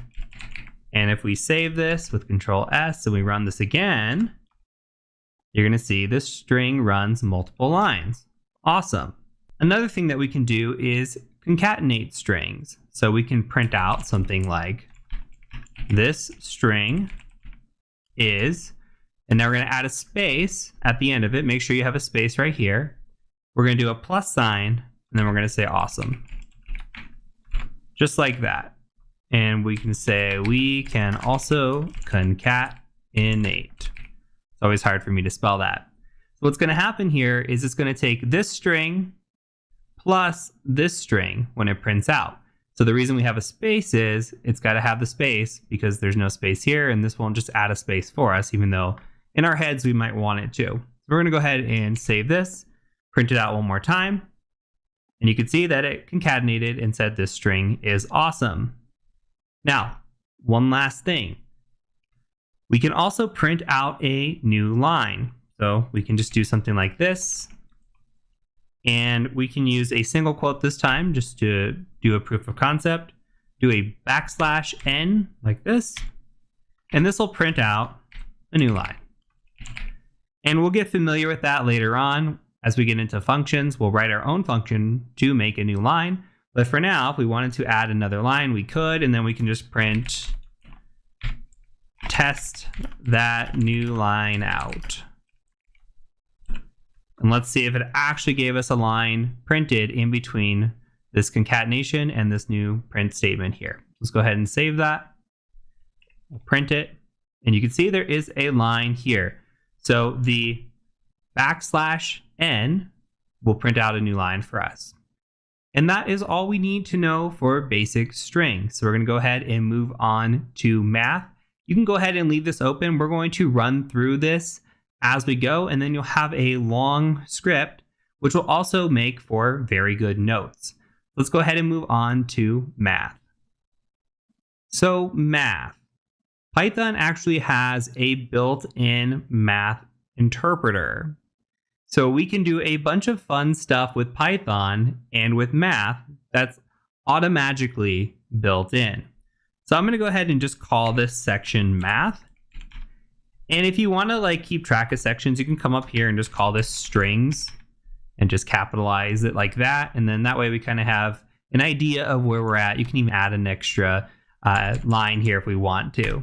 So from here, let's go ahead and play around with math just a little bit. So if I wanted to do a print of 50 plus 50, we can definitely add. We can also subtract. So if you want to do 50 minus 50, you could do that. And I'll give you some time to catch up here in just a second. I'm just going to do a few print statements, then we'll take a look at them, and then we'll move on to some more math as well. We can also do 50 times 50. And we'll just use the little star or the asterisk. We'll just say multiply. And we'll also do 50 divided by 50. We'll just say divide. So if we save that, you could take a second to catch up. You could see we are just doing simple math here. We should expect 100. We should expect 0. We should expect 1 here and 2,500 if my mental math is correct. So I'm going to go ahead and print this out. Okay, and we've got 100, 0, 2,500, and 1.0. So this 1.0 is a little bit different. This is what's known as a float. Everything else that has come out so far is just an integer. And we'll talk a little bit about that here in just a few minutes, but know that integers are on the left-hand side. And if we don't have a decimal point here, we're looking at integers. And on the right-hand side, when we see anything on the right-hand side of the decimal, we're looking at what is called a float. And that becomes very important depending on when we need it. For now, we're going to keep worrying about math. We'll get into integers and floats in just a little bit. So another thing that math built into Python can do is it can do PEMDAS. If you've never heard of PEMDAS, please excuse my dear Aunt Sally. So parentheses, exponents, multiply, divide, add, subtract. You may have had something different within your educational experience, but it will do that for you. So if you do 50 plus 50 minus 50 times 50 divided by 50, it will give you the answer. I don't know that mental math offhand. Another thing that we can do are exponents. So we can print say 50 to the second power, which is the same thing as 50 times 50, which would be 2500 as well. And we can get exponents out of this. And we'll actually go ahead and save this and run this here because the next stuff I want to be able to lay out clearly. So you can see that we have successfully done the math here. It did it for us. Awesome. And it also did the exponent for us as well. So now a couple of weird things with division. So you saw the 1.0 before. Well, we have a few things that we can do. For example, the 50 divided by 6, but using a percentage sign is what's called a modulo. And that it just takes what is left over. So 50 divided by 6 is not divisible. There is a leftover. So if we print that, you'll see we get a leftover of 2, which makes sense because 6 goes into 50 8 times. 6 times 8 is 48. And then we have 2 left over. So if we want to know what the remainder is, we can use a percentage sign here. We can also do something like 50 divided by 6, like we saw earlier. And this will have division with remainder. So we can say or float. We'll save that and take a look at that really quick. You can see we get 8.3, and then it rounds up eventually to a 4. And lastly, what if we wanted no remainder? So if we just did 50 divided by 6, we say no remainder. We could do this, and we should get 8 here. So depending on the situation and what we want, we might want a situation where we only want the integer, or we only might want what's left over, or perhaps we actually want the full number of what's being divided. So there are a few different ways to divide with math in Python, and it's good to know all of them depending on the situation that you run into. So for now, just take notes on this and know that there are a few ways to do math and division, and you can do PEMDAS and exponents and all kinds of fun stuff, and this is just scratching the surface of math with Python. So that's it for this lesson. We're going to go ahead and move on to the next one, which is going to start covering variables and methods.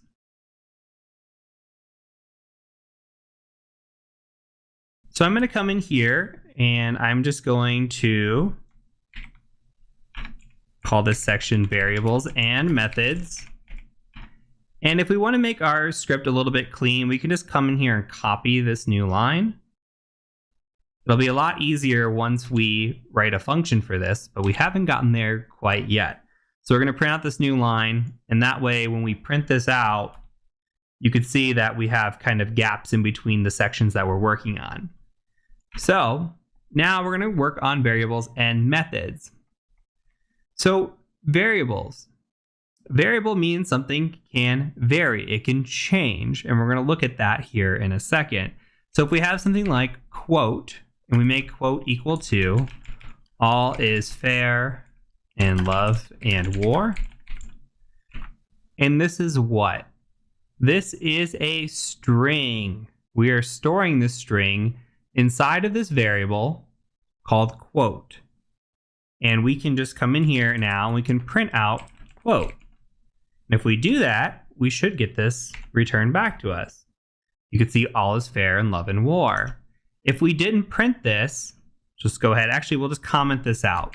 This is a great way to test the script. If we just save this now with a comment and we hit enter, there's nothing here. We haven't given it any instructions to actually print out. So now we can print this out, and it's printing whatever is stored inside of that variable. In this instance, we have a string stored in there. Now, when we talk about methods, methods are just functions that are available for a given object. Now, you could think of functions as something built into Python that allows us to do something. And it'll make sense here when we get into using methods. So we have this quote, all is fair in love and war. Well, what if we wanted to print this in a few different ways? Well, we can use methods to do that. For example, we can print quote in uppercase. Just do upper like that. And this is going to make it all uppercase because we're giving it this period, upper, and then open, close parentheses right here. And that is allowing us to use that method. So we can say uppercase. And we can also print in lowercase. If we do lower. And just for one more, we can also do print, and we'll say quote.title. And this is what's known as title case. And title case will capitalize every single letter like it is the title.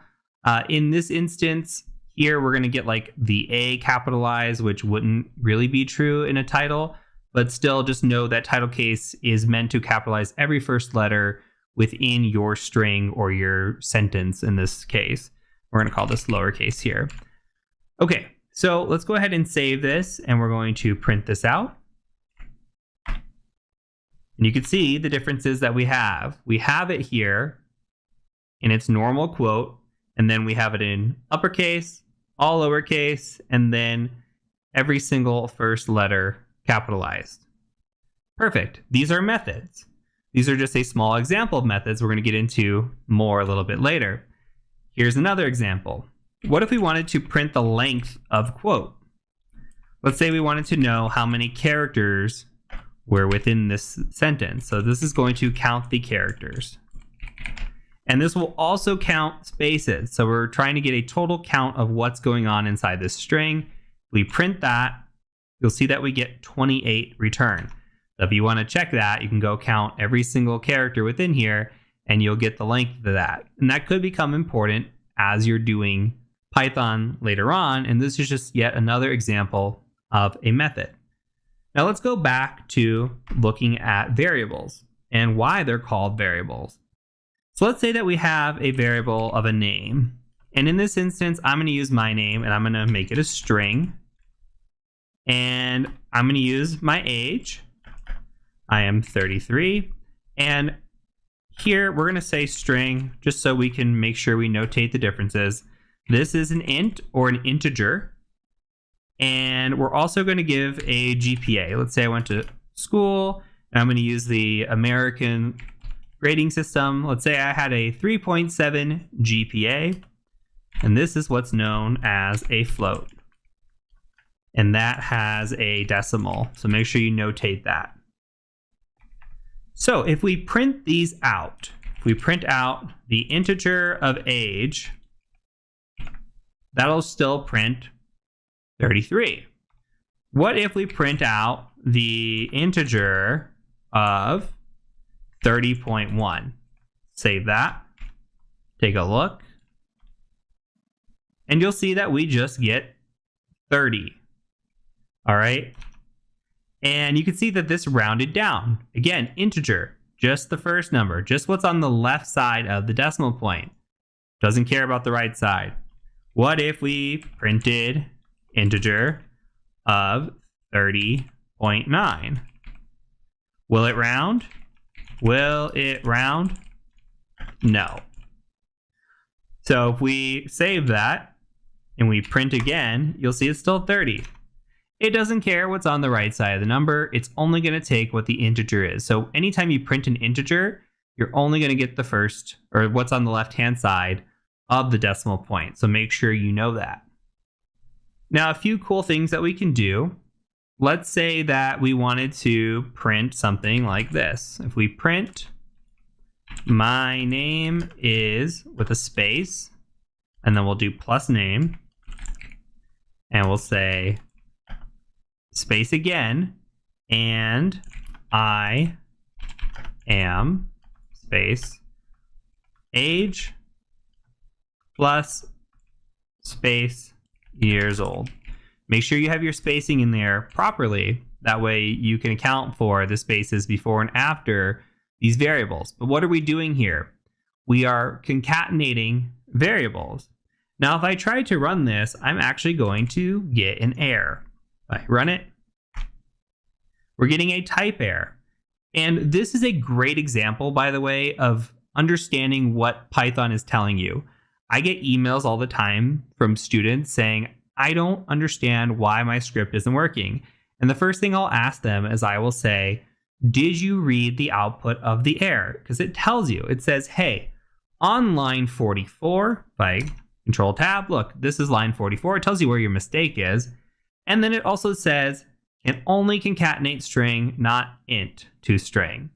So if you didn't know what this meant, and maybe you don't, you can copy this, go to Google and search it. And I promise you, somebody will have had this error before. As much as we wish to be special, there's not many situations that will come up where there hasn't been this error or an issue that we run into that somebody hasn't already had before. So with that in mind, we can fix this. So it's saying that it can only concatenate strings, not integers. Well, name is a string, but age is an integer. So we need to make, in this situation, age a string. So what we're going to do is just say str, like this, and give it like that. And now if we print this, save it, print it, you can see my name is Heath and I am 33 years old. Perfect. Now, what happens if I am a year older? Well, I could take age and do something like plus equals 1, something like that. And if I print age now, hopefully, we are seeing 34. You can see 34. Now, this is what comes into play. This is a variable. Variables can change. At this point in the script, we define that we are 33. And as we run through it, I am still 33 when I print this statement out. However, I've had a birthday now. Age has increased by 1. Printing age out now will say that I'm 34. So variables can change. Variables can store different numbers at different times. That's why they are called variables, because they vary.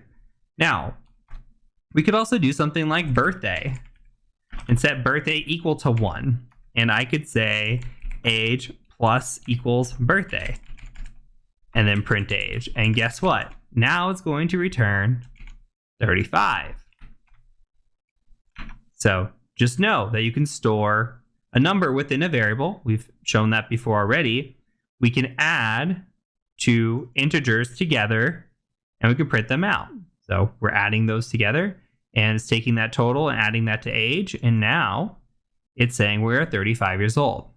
So that is it for this lesson. We're going to go ahead and move on to functions and fix this new line issue that we've had, plus write some pretty cool stuff out and build some other cool functions out as well.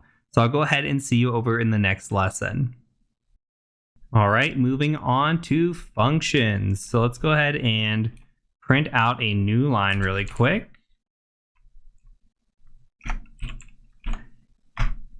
And we're going to call this functions. Now, I like to think of functions as mini programs. What they are is an organized block of code that you define, and then you can call it later instead of repeatedly typing the code out. So we're going to take a look at some examples of that.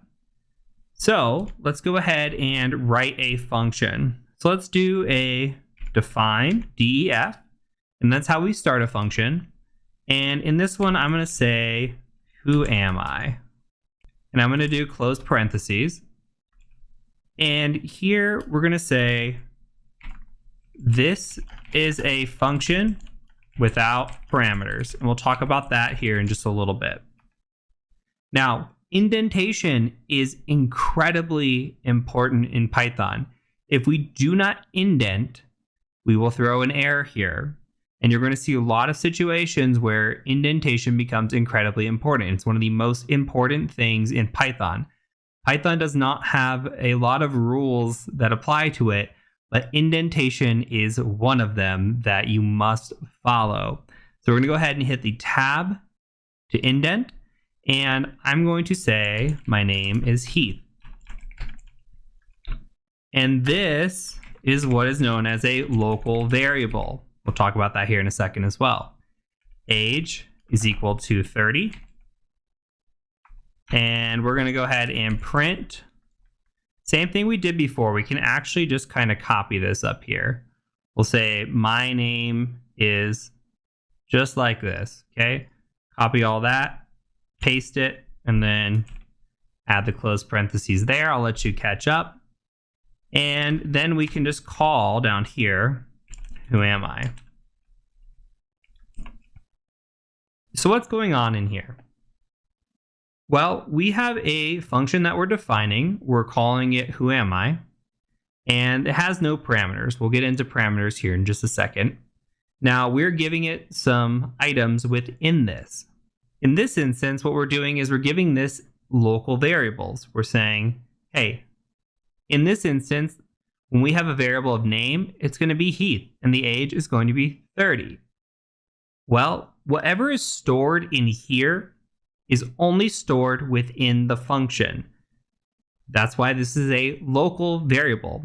If we print age as well, we'll see that. So we know that age was 35. We called age over here as 30, and let's see what happens. First of all, we called our function here. We said, who am I? Called that. And all it does is run our mini program. Our mini program says, hey, I'm going to print out these variables into this string here. Okay? And that's exactly what it did. But when we printed age again, you could see that we're actually still 35. So this variable, or the variables that are within a function, are local and do not apply outside of the function. So make sure to remember that. Okay, so I'm going to delete this print statement. We don't need it. And we're going to write some more functions. So let's do one where we add some parameters. So we're going to do add 100. And we're going to give this a parameter of num, N-U-M. And that's just going to stand for number. Okay, we're going to indent, make sure we indent. And all we're going to do is print num plus 100. So when we call our function, we say add 100, just like last time.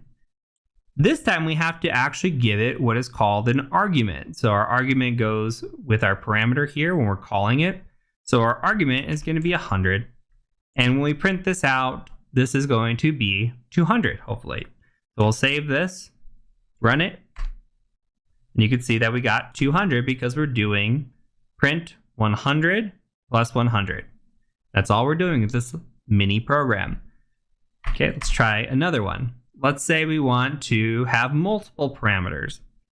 Let's do define add, and we're just going to add x and y. This one's going to be easy. We're just going to say print x plus y. And now we can add whatever we want. So let's add 7 and 7. And one will take the place of x. The other one will take the place of y. X plus y, 7 plus 7 should be 14. So let's go ahead and run that. You'll see we get 14 here. Beautiful. All right, let's make it a little bit more complicated then. All right, let's try adding in here another function. This time we're going to do multiply. We're going to do x and y again. And instead of doing a print, I want to show you something a little bit different. Let's say we just return x times y. And now in this instance, if we multiply 7 times 7, do we get 49? We don't. Okay, there's a reason for this. This is just calling back. So when this is saying return, this isn't saying print. Remember, this says print. This is going to return x times y. So we can call this here, this function, and it knows that this function is equal to 49, and perhaps we can put that into something else. Like we can put that maybe into a variable or whatever it is we might want to do with it. However, if we wanted to return to the screen, we actually have to call that. So sometimes we're going to actually store something instead of printing it. We do a lot of printing in Python tutorials just so that you can see it on the screen and make sure that you're seeing what you're doing and that everything's printing out okay. So that's why we're doing this, but please understand that the return option does exist and is used quite frequently. So I'm going to save this and run this.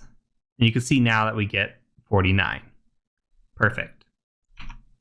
Okay, 2 more. Let's say we want to do a square root. Okay, so let's define square root. And we're just going to give it 1 parameter. And in this instance, we're going to print out the square root. So we're going to take x, and a square root in exponent format is just to the power of 0.5. That's all we're doing. And we can test that theory by doing something like square root of 64, which we should return as 8, because 8 times 8 is 64. So if we save that, come in here, print it, and you can see we get a float of 8.0. Now, I told you we would create our own function for a new line, and we're going to do just that. Let's go ahead and define new line. And we could call this like new line if we wanted to, or whatever, but I think to make it simple, as long as we understand what it is, we can make comments and notes in here if we wanted to. We could just say define NL, and then we can just say that when we do that, we're just going to print out our N for our new line. And then we call a new line, we'll get one. Very simple. So we can just even say in here, new line. Okay, so now we know. And we save that, and we can print it. You'll see it. It's here, but we really don't have anything after it to really show it, but we do have that space there. So that is it for this lesson. I'll go ahead and see you over in the next one. Next up, we're going to learn about Boolean expressions and also relational and Boolean operators. So let's go ahead and type in here Boolean expressions. And when we think of these, we can just think of this as true or false. And that's really what it is. So from here, let's do a few variables. So we could set bool1 equal to true. We're just going to say, hey, this variable's true. Bool2, we could set equal to 3 times 3 is equal to 9. So the double equals means that something is equal to something. So we have 3 times 3, that's 9, equal, that means that equals 9. Do not confuse that with setting up your variable. This is saying, hey, my variable is equal to this, but this is saying this is equal to this number. Okay, and that is a true statement. We could also say bool3 and make that false. Or we can give it a statement that makes it false. So something like 3 times 3 does not equal 9. Exclamation equals means does not equal 9.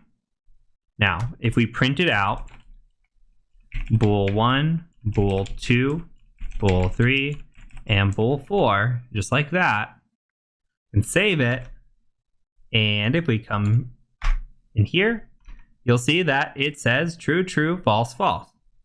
Again, Boolean expressions. Is something true? Is something false? Why do we need to know this? Well, we need to know if something is true, then we might want to continue on. Or if something is false, we might want to do something. And we'll get into that when we get into conditional statements. Like, if something is true, then go ahead and do this. If something is false, do this. Or there's something called while loops, which will allow us to continue as long as something is true.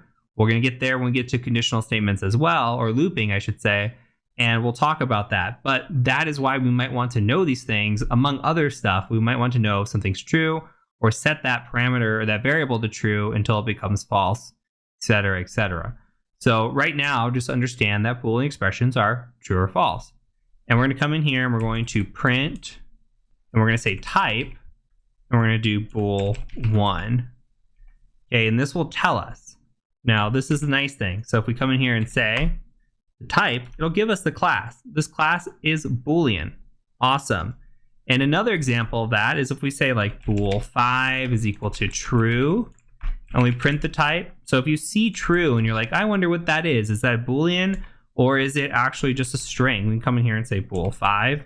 We save that there, and then you should see that that class is actually a string here. So you can check with the type to see what is this. Okay, so the type feature is very nice, and we can see that we are dealing with a Boolean here, and this one is actually a string. So please note that if you put it in quotations, that makes it a string. If you leave it like this, that makes it a Boolean expression. Let's go ahead and make a new line, and we're going to talk about relational and Boolean operators. Okay. So we can think of that as, let's make a variable here. We say greater than, we say 7 is greater than 5. Well, that would be true. And we are using an operator here. So the operator is the greater than sign. We're also using a Boolean expression because it's going to result in a true returned if we were to print that out. Now, we can do a few other things. We can say like less than is equal to 5 is less than 7. We can do greater than or equal to, which would be 7 is greater than or equal to 7. That's true. We can also do less than or equal to. And in that case, we can do 7 is less than or equal to 7, which is also true. So all of these statements here are true. Now we can get into some other type of operators and statements here. What if we did and? So let's just call this test, and we're going to do test and. We say 7 is greater than 5. Well, that's true. And 5 is less than 7. That's also true. Both statements are true, thus this is true. Do another one. Test and 2. And for some students, this does take a little bit to get your head wrapped around. I'm going to provide a table for you here just in a second, but just follow along and I'll explain this as we go. Let's say we have 7 is greater than 5 and 5 is greater than 7. Sorry, let me fix that syntax. 5 is greater than 7. This now becomes false. Why? Well, 7 is greater than 5 and 5 is greater than 7. That's not true. So, because it's not true, because both statements are not true, this becomes false. There's an alternative to this. What if we had an or? We said or. So 7 is greater than 5 or 5 is less than 7. Well, both statements are true, thus this is true. But we can have the same situation as before, where we have 7 is greater than 5 or 5 is greater than 7. And guess what? This statement is actually true. Because all we need is one condition to be true for this to be true. So in this situation, this is true, or if this is true, then the whole thing becomes true. So just because this is false, this would also have to be false for this to be false. Hopefully that makes sense. One other thing here, before I show you the cool little table, is we could do test not. So if we said something was not true, guess what? That becomes false. Same thing, if we said it was not false, then it's true. Not is just the opposite. So not true in this situation is false. Now, if we go out to the internet and we go to Google, we could come in here and we can just search something like Python truth table. And if we go to images, we should be able to find one that works out pretty well in our favor. Here's a good example right here. So if you ever take a coding class, you might be quizzed on this. This will tell you truth tables right here. So if it's not false, it's true. If it's not true, it's false.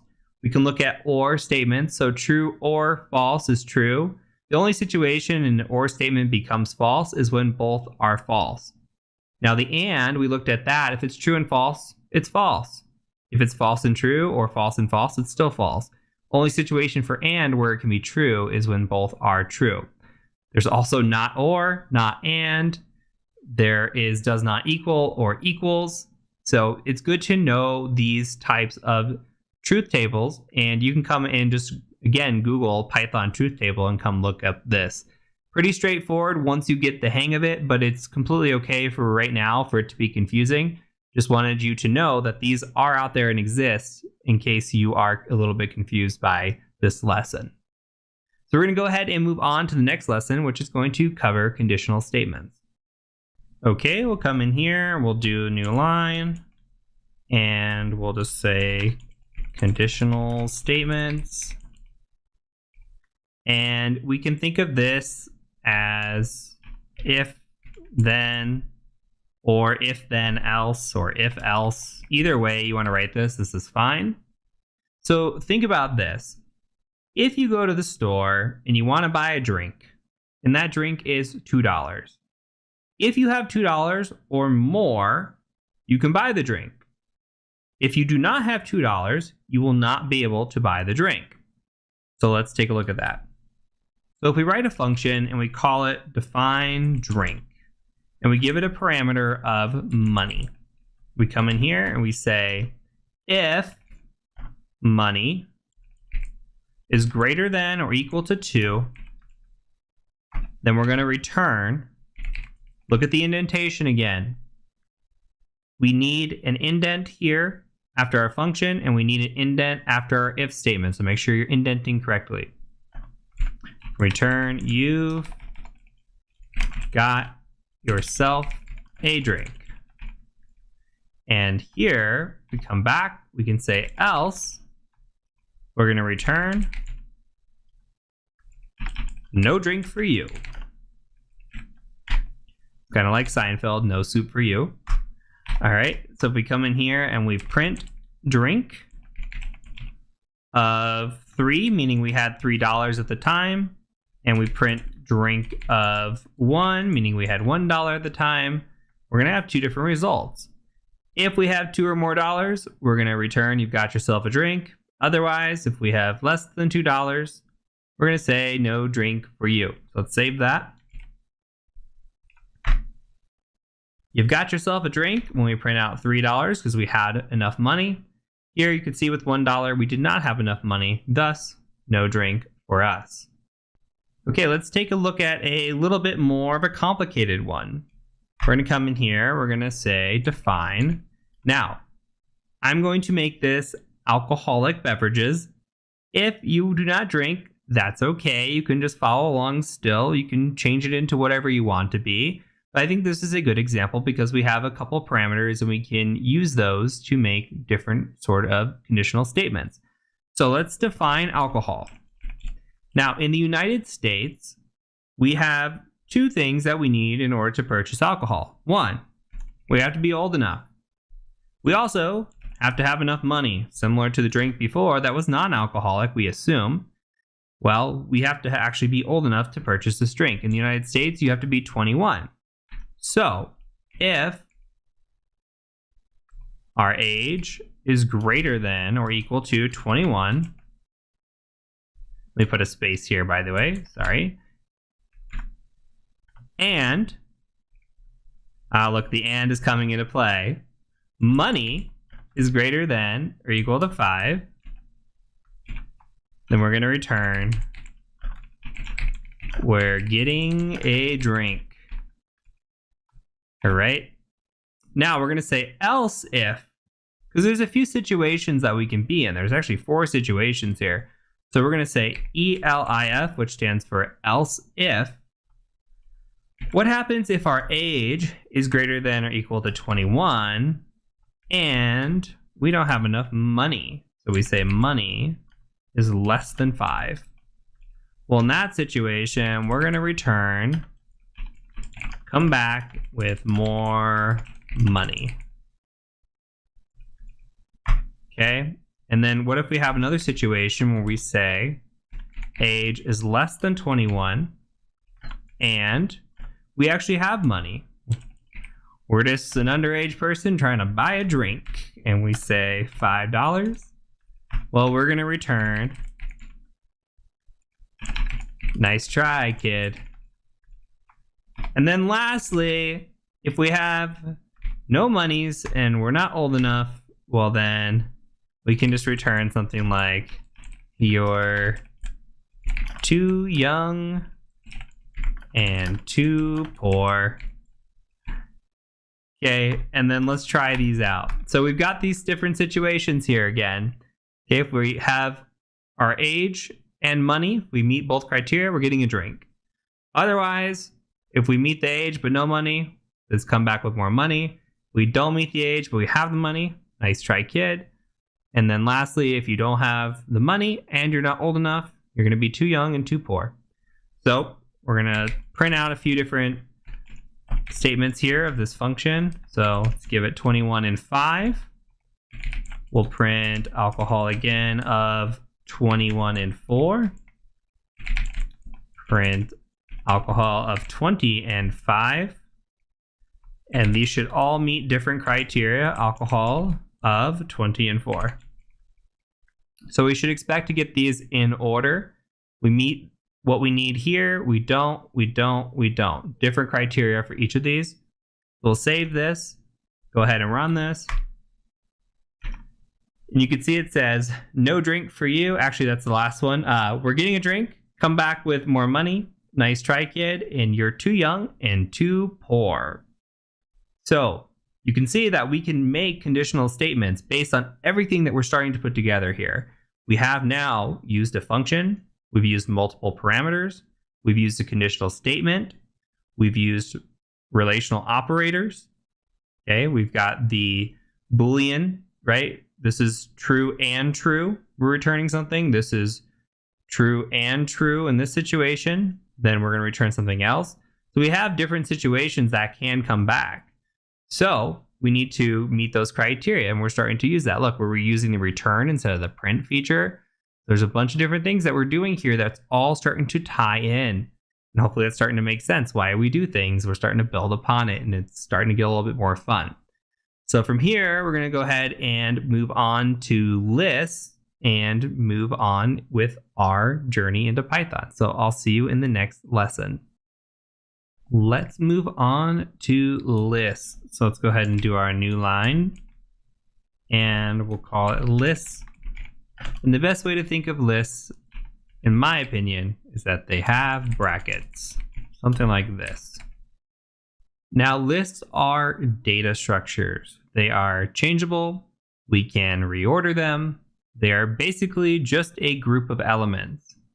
Now, everything within a list is called an item. And as I mentioned, the best way to think about lists is that they have brackets. Just like a string might have quotes around it, lists will have brackets around it. Now, again, we need to remember these are changeable. We'll talk about something here in a little bit that is not changeable, which is called a tuple. Now here, let's go ahead and declare a list. We're going to say movies.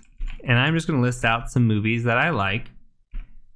And we can do a bracket, and I can say when Harry met Sally. We'll just give these as strings.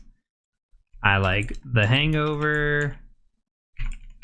And I like The Perks of Being a Wallflower. Now you can add whatever you like here.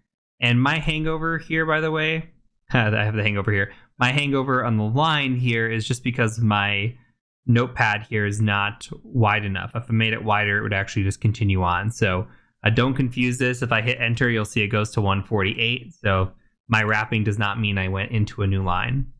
And lastly, we'll just say The Exorcist. Okay, and we'll close the list off with a close bracket. So if I wanted to print the first movie in the list, if I wanted to print When Harry Met Sally, I come in here and I print movies, and I wanted to say 1. Do we think that would print the first item in the list? Go ahead and hit save, print, and you're going to see that it actually prints The Hangover. So what am I doing here? I am calling an index. And our index actually starts with the number 0. So when we look at an index, we need to think of it as 0, 1, 2, 3. Always count starting with 0, not 1. Otherwise, you can return the wrong numbers, and this can get very confusing. Let's make sure we add a note to this. Returns the second item in the list. Okay, we're looking at the second item with the index of 1. If we printed, for example, movies, and we gave it 0, then we would see that this will return the first item in the list. Okay, we'll save that, take a look real quick. You could see that the first item is When Harry Met Sally, and that's exactly what we're getting returned, which is what we want.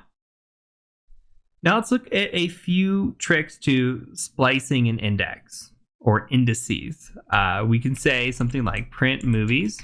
And if we printed movies 1 to 3, what would happen here? Well, what's going to happen is it's going to return the first item given. So this is going to be index number 1, which is item 2. So first index number given right until the last number given. It's not going to include the last number. We'll even say, but not include the last number. So, no, that's a lot. Let's just print it out. Take a look. So 1 to 3 will print The Hangover starting at 1, and The Perks of Being a Wallflower, which is 2, it will not print 3. Okay, so make sure you understand if you go 1 to 3, you're only going to include 2 items, not 3 items. Now, you can also do 1 to 4, which would print all of those. If you wanted to print everything from the beginning of a number, so say we wanted to print movies 1 and we wanted to go all the way to the end, we could just do something like this.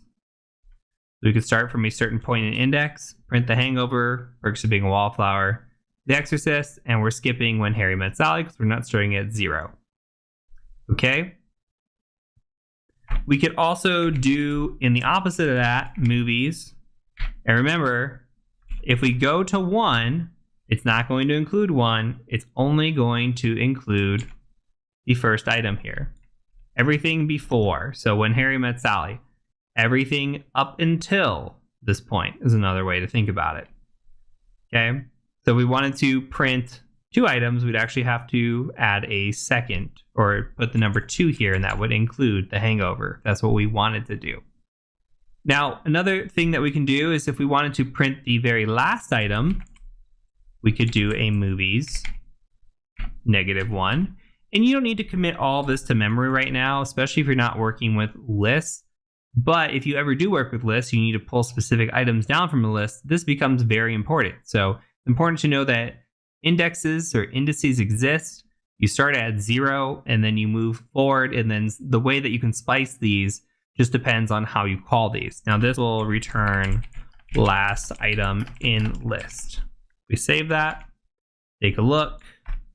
You'll see it'll return The Exorcist here. Now we can apply methods to lists, just like printing length of movies. We'll count the items in the list, right? In the list, and we'll save that. Just take a quick look. I never closed this, sorry. So you can see it tells you your mistakes, and even I make mistakes. Come in here, try it again. You can see that we have 4 items within our list. All right, so, and that is true. We have 4 items in the list. We can also add to the list. So we can use something like movies.append. We'll add to the list. And if we wanted to add the movie Jaws, we could. And if we printed movies, you'll see that this appends to the end of the list. Let's go ahead and save that.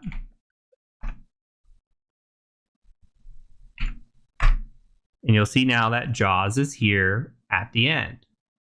Now, we could also insert a movie into the list. So if we did movies.insert, and we wanted to put in a specific spot. So say we wanted to put it in index 2, we could say 2, and then we could give it a movie, Hustle, the movie I just watched recently and really liked. And we can come in here and print movies now. We save that. You can see that we can actually insert Hustle here into position 2 on the index. So pretty neat.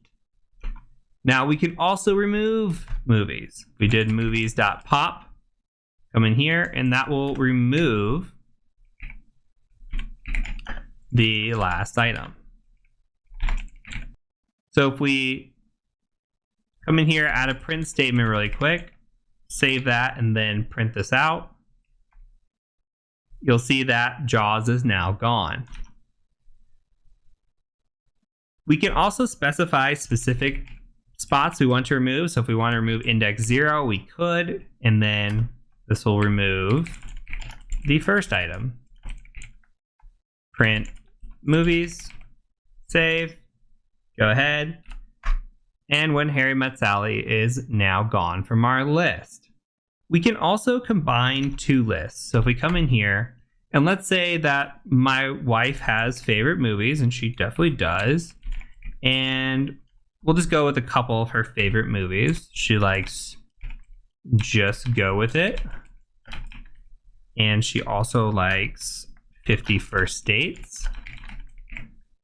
Come in here and close that off. Well, we can combine movies. Let's say we wanted to know our favorite movies.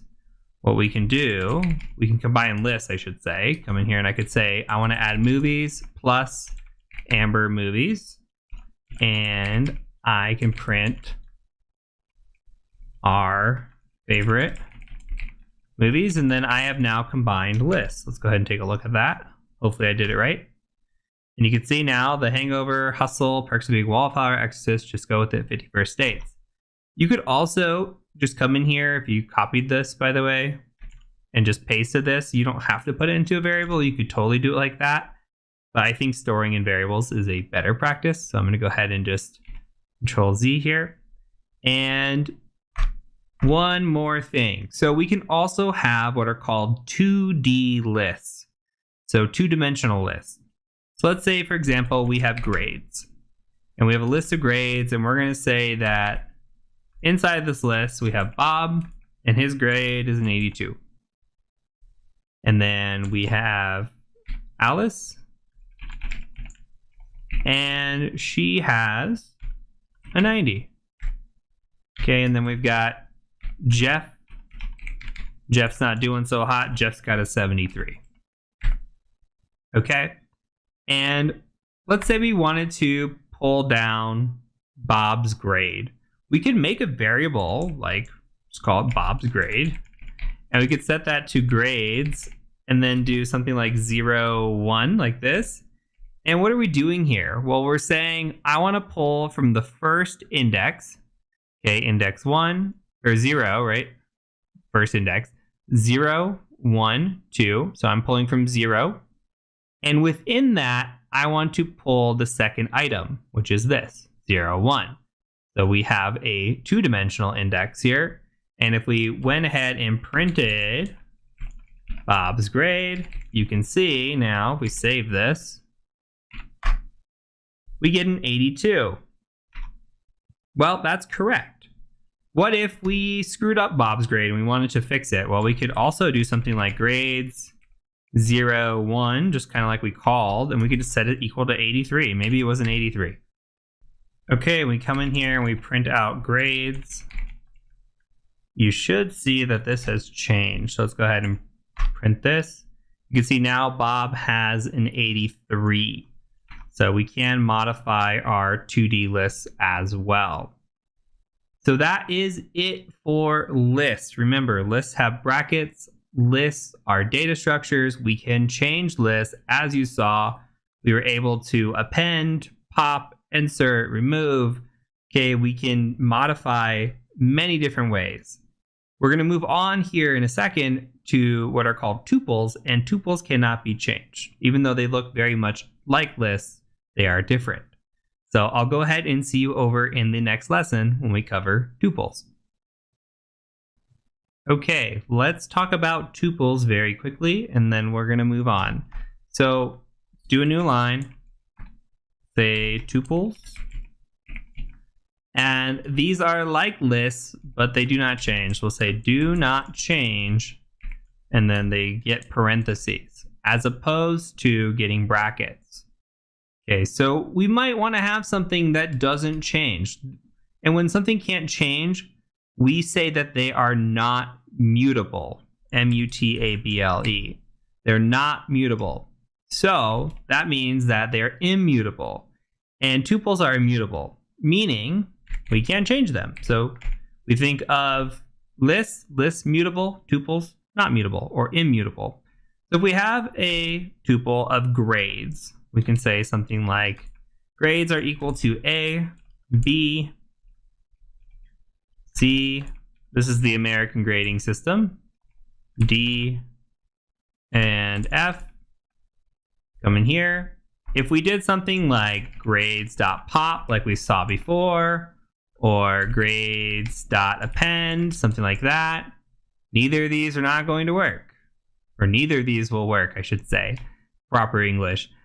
What's going to happen is they're not mutable. We can't change them. Once we have this and we store it, it does not change. So if we want something that is like a list, but we don't want it to change, it's better to use a tuple. We can set something in stone, like our grade letterings, and then we can call those when we need to. We can just say something like print grades and give it a 1 and save it, and we should get a B back. Okay, and we get a B back. So that's it. Just know the difference between tuples and lists, and that tuples do not change, but they are very similar in how they can function, and there are pros and cons to each of those. We're going to go ahead and move on to the next lesson, which is going to be looping. Okay, so let's come in here, make a new line, and we're going to call this looping. So we're going to talk about two different types of loops. The first type of loop that we're going to talk about is what's called a for loop. And for loops are start to finish of an iterate. And here's what a loop looks like, and we'll take a look. So let's go ahead and get a list. We're going to say vegetables, and you can put whatever vegetables you want in here. I'm going to go with a cucumber. I'll do some spinach, and then we'll do some cabbage as well. And now what we're going to do is we're going to come in here and we're going to write a for loop. We're going to say for x, and x could be whatever you want it to be. You could say for veggies. It could be whatever you want to call it. In this instance, I'm just going to call it x in vegetables. So for x in this list, we're going to go ahead and print out x. So what do you think this is going to do? All this is going to do is just loop through the iterates, start to finish of an iterate. So it's going to say cucumber, spinach, cabbage. Let's go ahead and give it a go, save it, print it. Cucumber, spinach, cabbage. All we did was go through a list, iterate through it until we reached the end of the list, and then it stopped. So that is a for loop. Another good example of a loop, if you want to think about it, might be trying to ping an IP address, so like a 192.168.1.1, or maybe you have 1.x. Maybe there's a whole slew of IPs that you want to ping. Maybe it's 1 through 254. Okay, if you wanted to ping all of those, you might want to do something like a for x in IP, and where IP is just equal to like a sequence. Like say IP is like a sequence of 1 to 254. And don't worry about this. I'm just logically writing this out. So if you say IPs 1 to 254 for X and IP, and then you want to do something, you might want to like ping 192.168.1.x. And then X will be 1, then 2, then 3, then 4. Okay, so you could write something like this for a ping sweeper. Again, it's a start to finish of an iterate, 1 through 254. We'll stop at 254 when the iterate is done. Now, another example of this, or another example of a loop, is what we call a while loop. We say while loops. These execute as long as true. I should probably capitalize true. So that way it makes sense that we're talking Booleans. So let's think about this situation. What about we set I equal to 1? So we've got a variable of I equal to 1, while I is less than 10. We're going to go ahead and print out I, and then we're going to say I plus equals 1. So what's going to happen? Well, while I is less than 10, so right now, I is equal to 1. 1 is less than 10. That is true.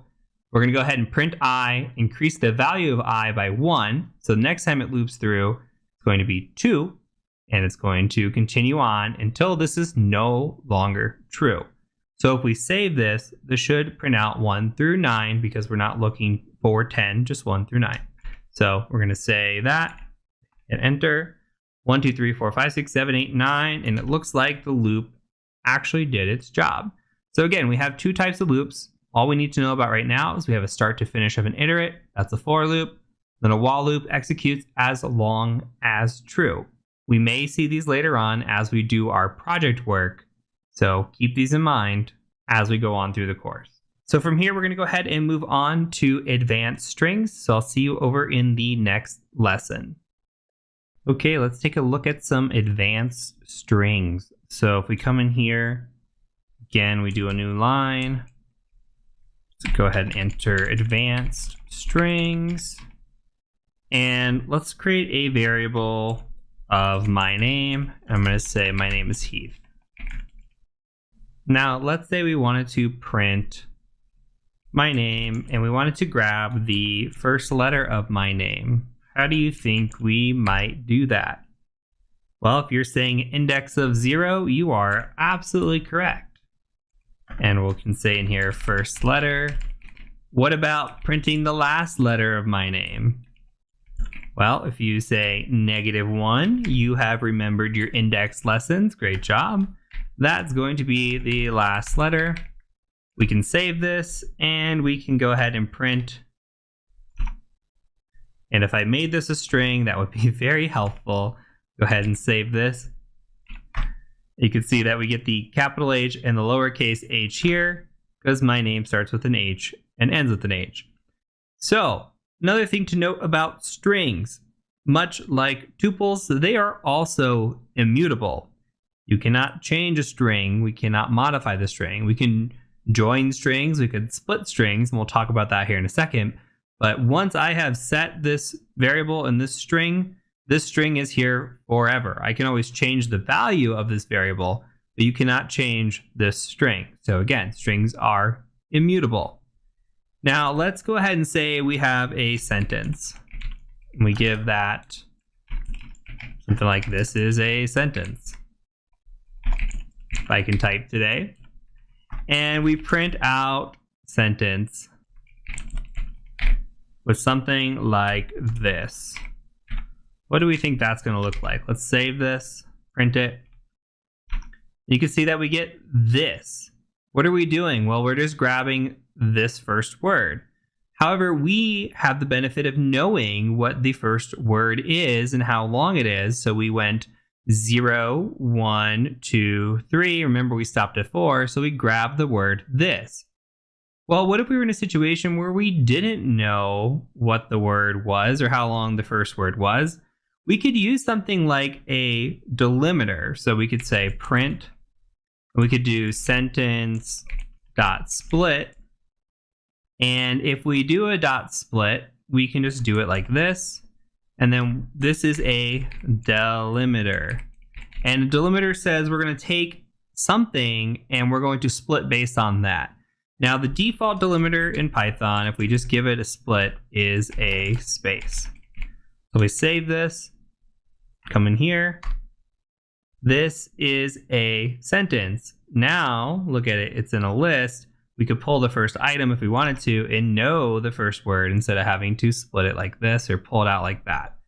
So We could do something like this as well. This is just a proof of concept that's a little bit fun. We go sentence, split, and we say that is equal to sentence dot split. Okay, and then we also create another variable and we call that sentence join, and we say that is equal to space. We're giving it a delimiter to join on. Actually, we're telling it what to add in between the different words that we're pulling out. So we're adding a space here. And we're going to say join sentence split like this. And if we print out sentence join, what do you think we're going to actually have happen here? I'm going to save it. Guess what? This is a sentence. So all we did was deconstruct this sentence based on the delimiter. It came out to this is a sentence, and then we joined it back together with a space. So every one of those got a space in between, and that's it. So that's just a nifty little way to show you that splitting and joining is possible. And again, this is still immutable. Even though we're messing around with the strings are immutable. So let's take a look at a few other things here. I mentioned in the beginning of the first lesson when we were talking about strings initially that we might have different ways of using single quotes and double quotes. And think about this, like what if we had a situation of quote and we wanted to say something like, he said, give me all your money. Well, with this situation, what are we going to do? What if we wanted to add quotes here and say, give me all your money? We do that because that is a quote. Well, it looks like it's kind of messed up. We're not seeing it in green. It kind of looks funny. What we can do in this situation is we can use single quotes if we wanted to, or we could flip this around, by the way. We could use single quotes on the outside and then double quotes on the inside if we wanted to use double quotes here. And I could save this. Let's print out quote just to show you, and then we can save this. Another thing that we can do, though, is we can say something like quote, and then we can just do he said, and we can do character escaping. So we can do give me all your money like this. And now Python knows that everything within these escaped characters is ignoring this double quote here and ignoring this double quote here. So we're escaping that, and then we can print it, and hopefully we did this right. Go ahead and print. You can see now it says he said give me all your money in double quotes, while we also use double quotes on the outside. So we can use character escaping if we want to. Just know that we'll have to use this backslash in front of each of the characters that we want to escape. Okay, let's take a few more examples here. So if we say something like a variable of too much space, what happens in a situation where we have, like, you can just add as much space as you want in here, it doesn't really matter. We have a string with a lot of space in there. Well, we can strip this out.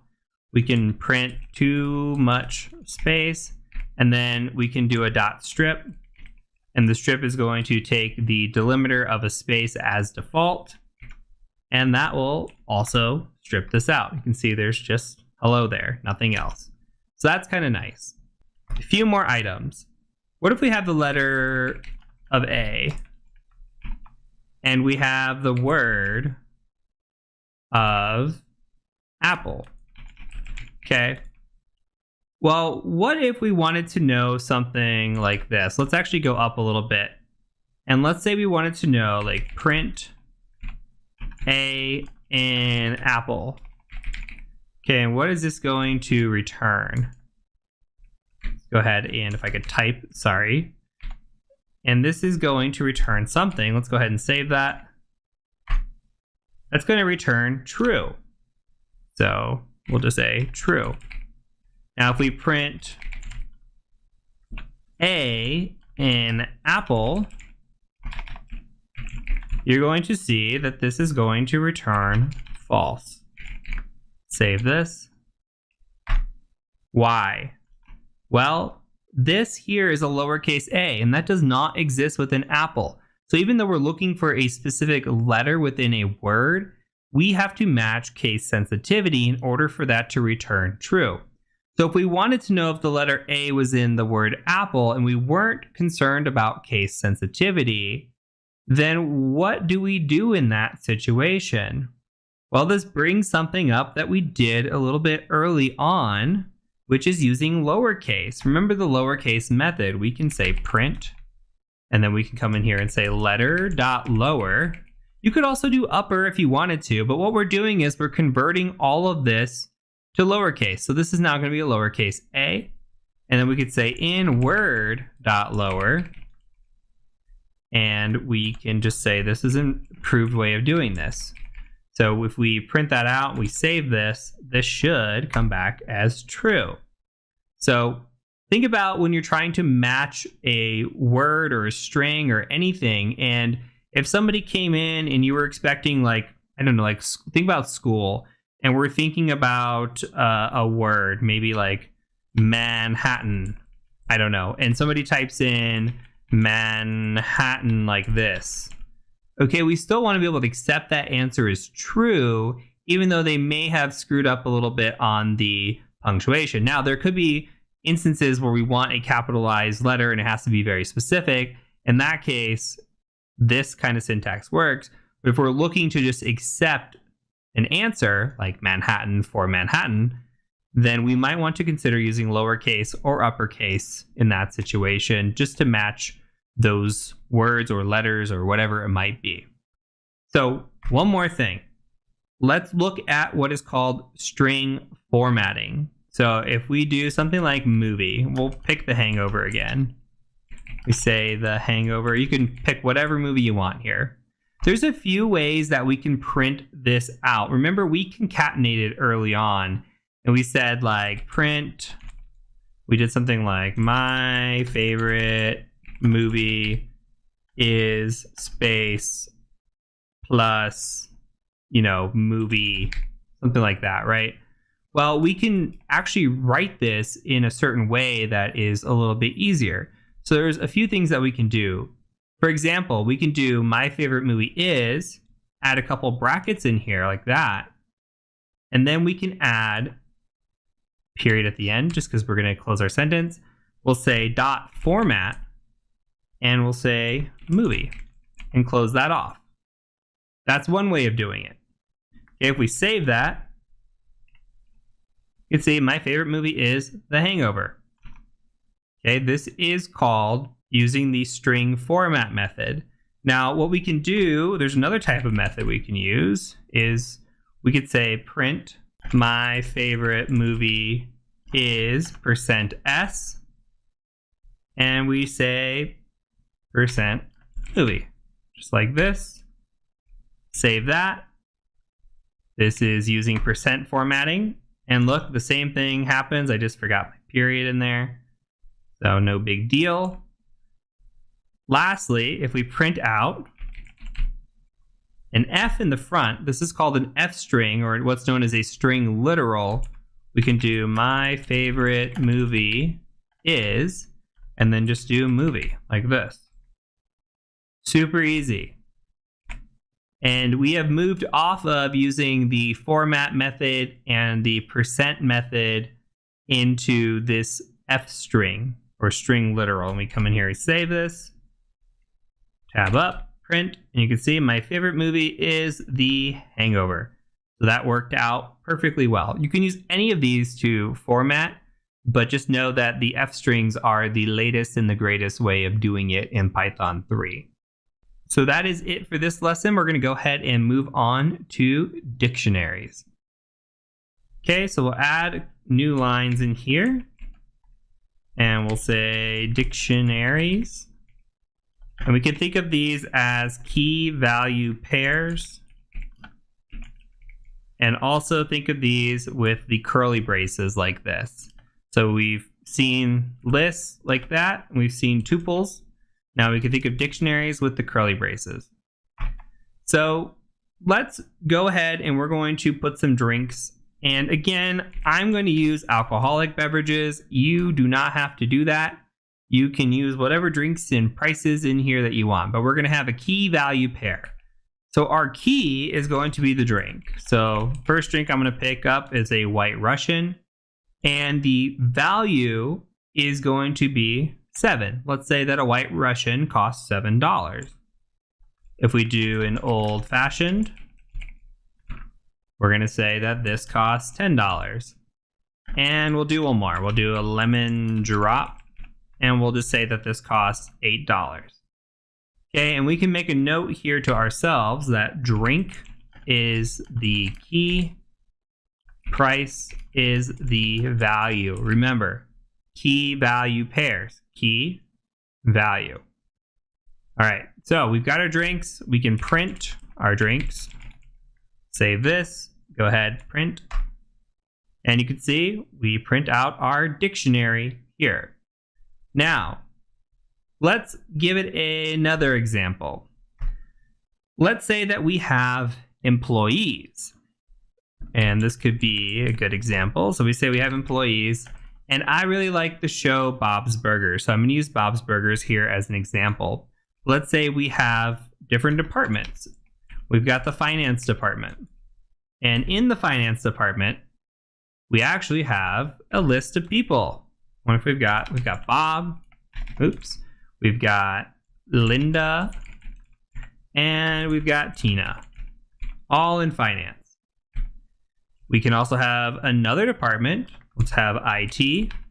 So again, that's the key, and the value is going to be this list that we're putting in there. So Jean, Louise, and we'll throw Teddy in there as well. And that one, and let's do one more. We'll do HR. So HR, and we'll put in here Jimmy Jr., and we'll also put in Mort. Again, you can put whatever you want in here, and if you need to pause, if you're trying to follow line for line, word for word, you need to pause and type this out, feel free to do that. I'm going to go ahead and print out our employees just to show this. Make sure I type this all right because this is a lot of syntax. And we've got finance, IT, and HR. Looks like we did a great job. Awesome. So let's say I wanted to add a new key value pair. I could do that in a couple of different ways. We can do something like employees, and we can just say something like we want to add a legal department. All right. And in the legal department, we're going to have just one person. We'll just have Mr. Frond. He's our legal team. Okay, we'll just say adds new key value pair. Save that. Actually, let's print employees so that way we can actually verify. Save, print. And you can see legal adds Mr. Frond. So we are adding to the end of our dictionary, just like we added to the end of our list. Everything gets appended to the end unless we specify otherwise. Let's go ahead and come in here. Another way that we can do this is we can say something like employees.update, and we can say something like give it a sales department. And in the sales department, we'll have Andy, we'll have Ollie. Close that off. We're also going to have to close off our curly braces, and we'll close off our parentheses. And if you have a decent notepad, it'll show you where your items are, so that way you know you're closing things off correctly. So we've got 3 different types of syntax going on there, and it sometimes can be hard to read. So here we could say adds new key value pair as well. So just another way of doing it, we can print employees, and we'll see that Andy and Ollie should be added provided we typed everything correct, which we did. So here's sales with Andy and Ollie. Okay, one more thing. Let's say that we wanted to update something in our dictionary. We're going to go ahead and update a value. We're going to go back to drinks for this one. Let's say that inflation has happened, which it has, And with inflation, the price of a White Russian has now gone up from $7 to $8. We can do something like that, print drinks, and you should see that hopefully this has been updated to $8, which it was $7 before. Now it's $8. Perfect. We can also grab the value of that. So if we wanted to do something like print drinks.get, and then we do White Russian, we could totally do something like this and save, and hopefully it will return 8. And it does. So that is it for this lesson. We're going to go ahead and move into a new file here in the next video. So let's go ahead and save this and close this, and we'll prepare for the next video. So I'll catch you over in the next lesson. Okay, so I wanted to talk about importing.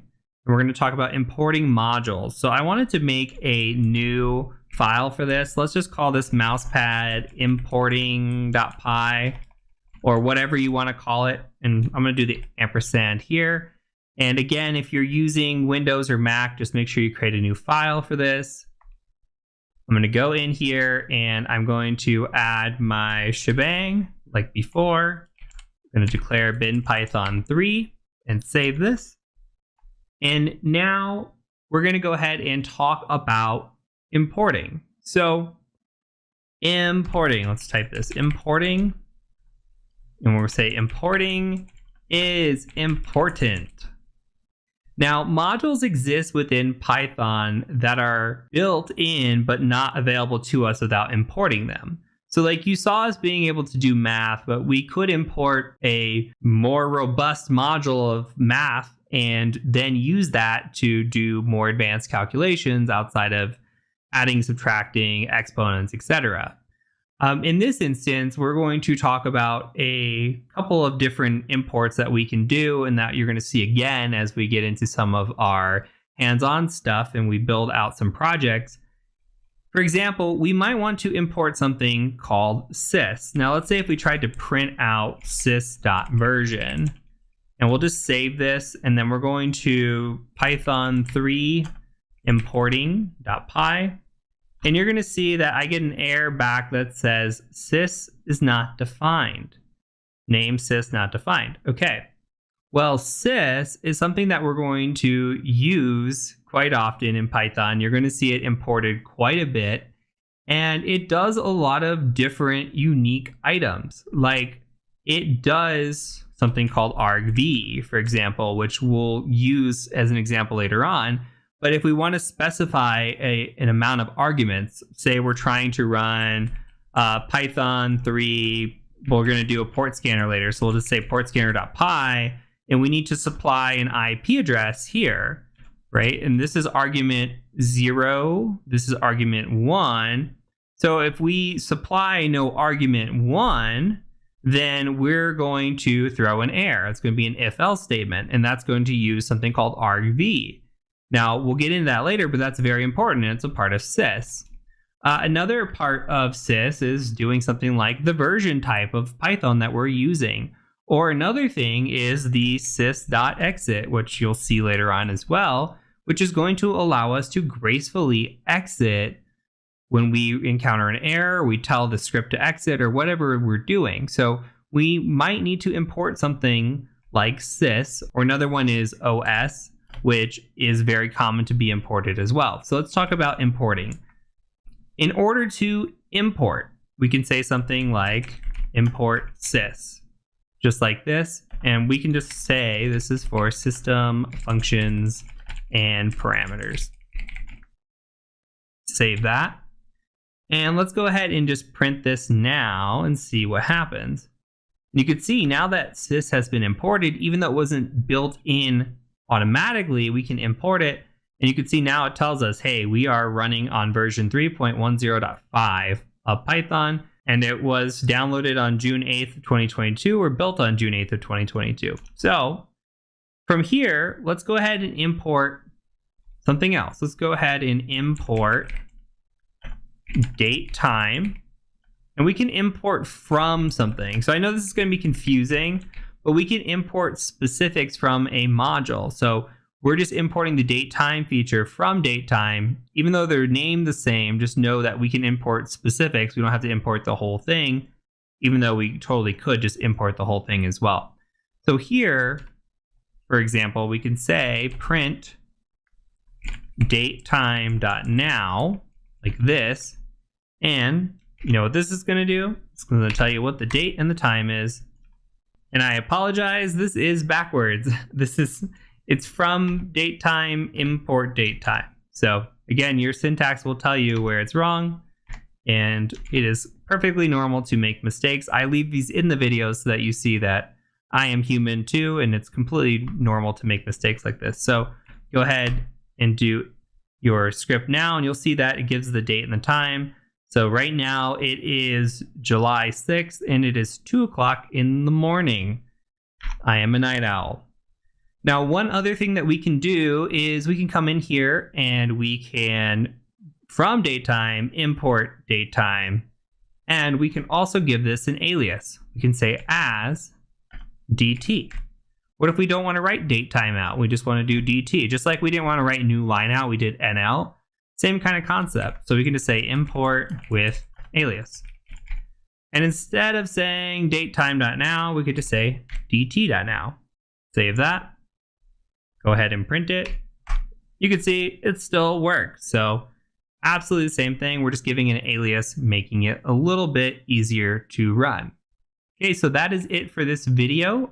Let's go ahead and close this out, and then I'm going to meet you in the next video when we're going to talk about sockets before we get into building out a port scanner. So I'll catch you over in the next video. Okay, so let's make a new file, and we're going to call this s.py. And again, create this however you want to. If you're using Linux, you can follow along like this, or just create a new file in Linux or Windows. Again, we're going to shebang this up here. I'm going to give this a bin Python 3. Now, this isn't incredibly necessary if you're running on Windows or Mac, but this is just best practice for me. This is the location of my Python. Even though I'm not actually calling it, I am calling it with Python 3. So this isn't incredibly relevant as long as you're using Python 3. Now, we are going to deal with sockets. So sockets. Now, sockets are what can be used to connect two nodes together. So we're going to use this to connect to ports and IP addresses. If you're unfamiliar with computer networking, that's okay. But what we're looking for is a port, and we're going to look for that port on an IP address. And on that IP address, if that port is open, we're going to make a connection to this. We're going to build a port scanner in the next video or later on in the lesson, and you'll see this in action. Right now, I just want you to notate, understand what we're doing, and then I'm going to demonstrate an example that you do not have to follow along with, and you might not be able to follow along with. So that's okay. But just know that sockets are used to make a connection between ports and IP addresses, and you'll see that here very shortly. So you do not name this, by the way, socket.py. If for some reason you came in here and you named this socket.py, this will break Python because we are going to import socket. So make sure that you come in here and you rename this if you named it socket.py. It's very easy to do that, but that will break the socket.py, which is what we're importing here. So with this, we're going to set a couple of variables. We're going to say host is equal to 127.0.0.1. And this is our loopback address or our home address. If you're not familiar with computer networking, I do recommend that you go take a class on computer networking because it will become very important as you get into Python development, especially if you ever work with nodes of any sort. So other thing is ports. So we have ports on our machine that we can connect to. We're going to be using TCP. If you do not know what TCP is or what the ports are, that's okay. You can still follow along, but know that there are 65,535 available ports. Some ports are very common in what they use, like port 80, for example, is a web server over HTTP. You have 443, which is HTTPS. 21 is FTP. There's a lot of common ports and protocols that are out there.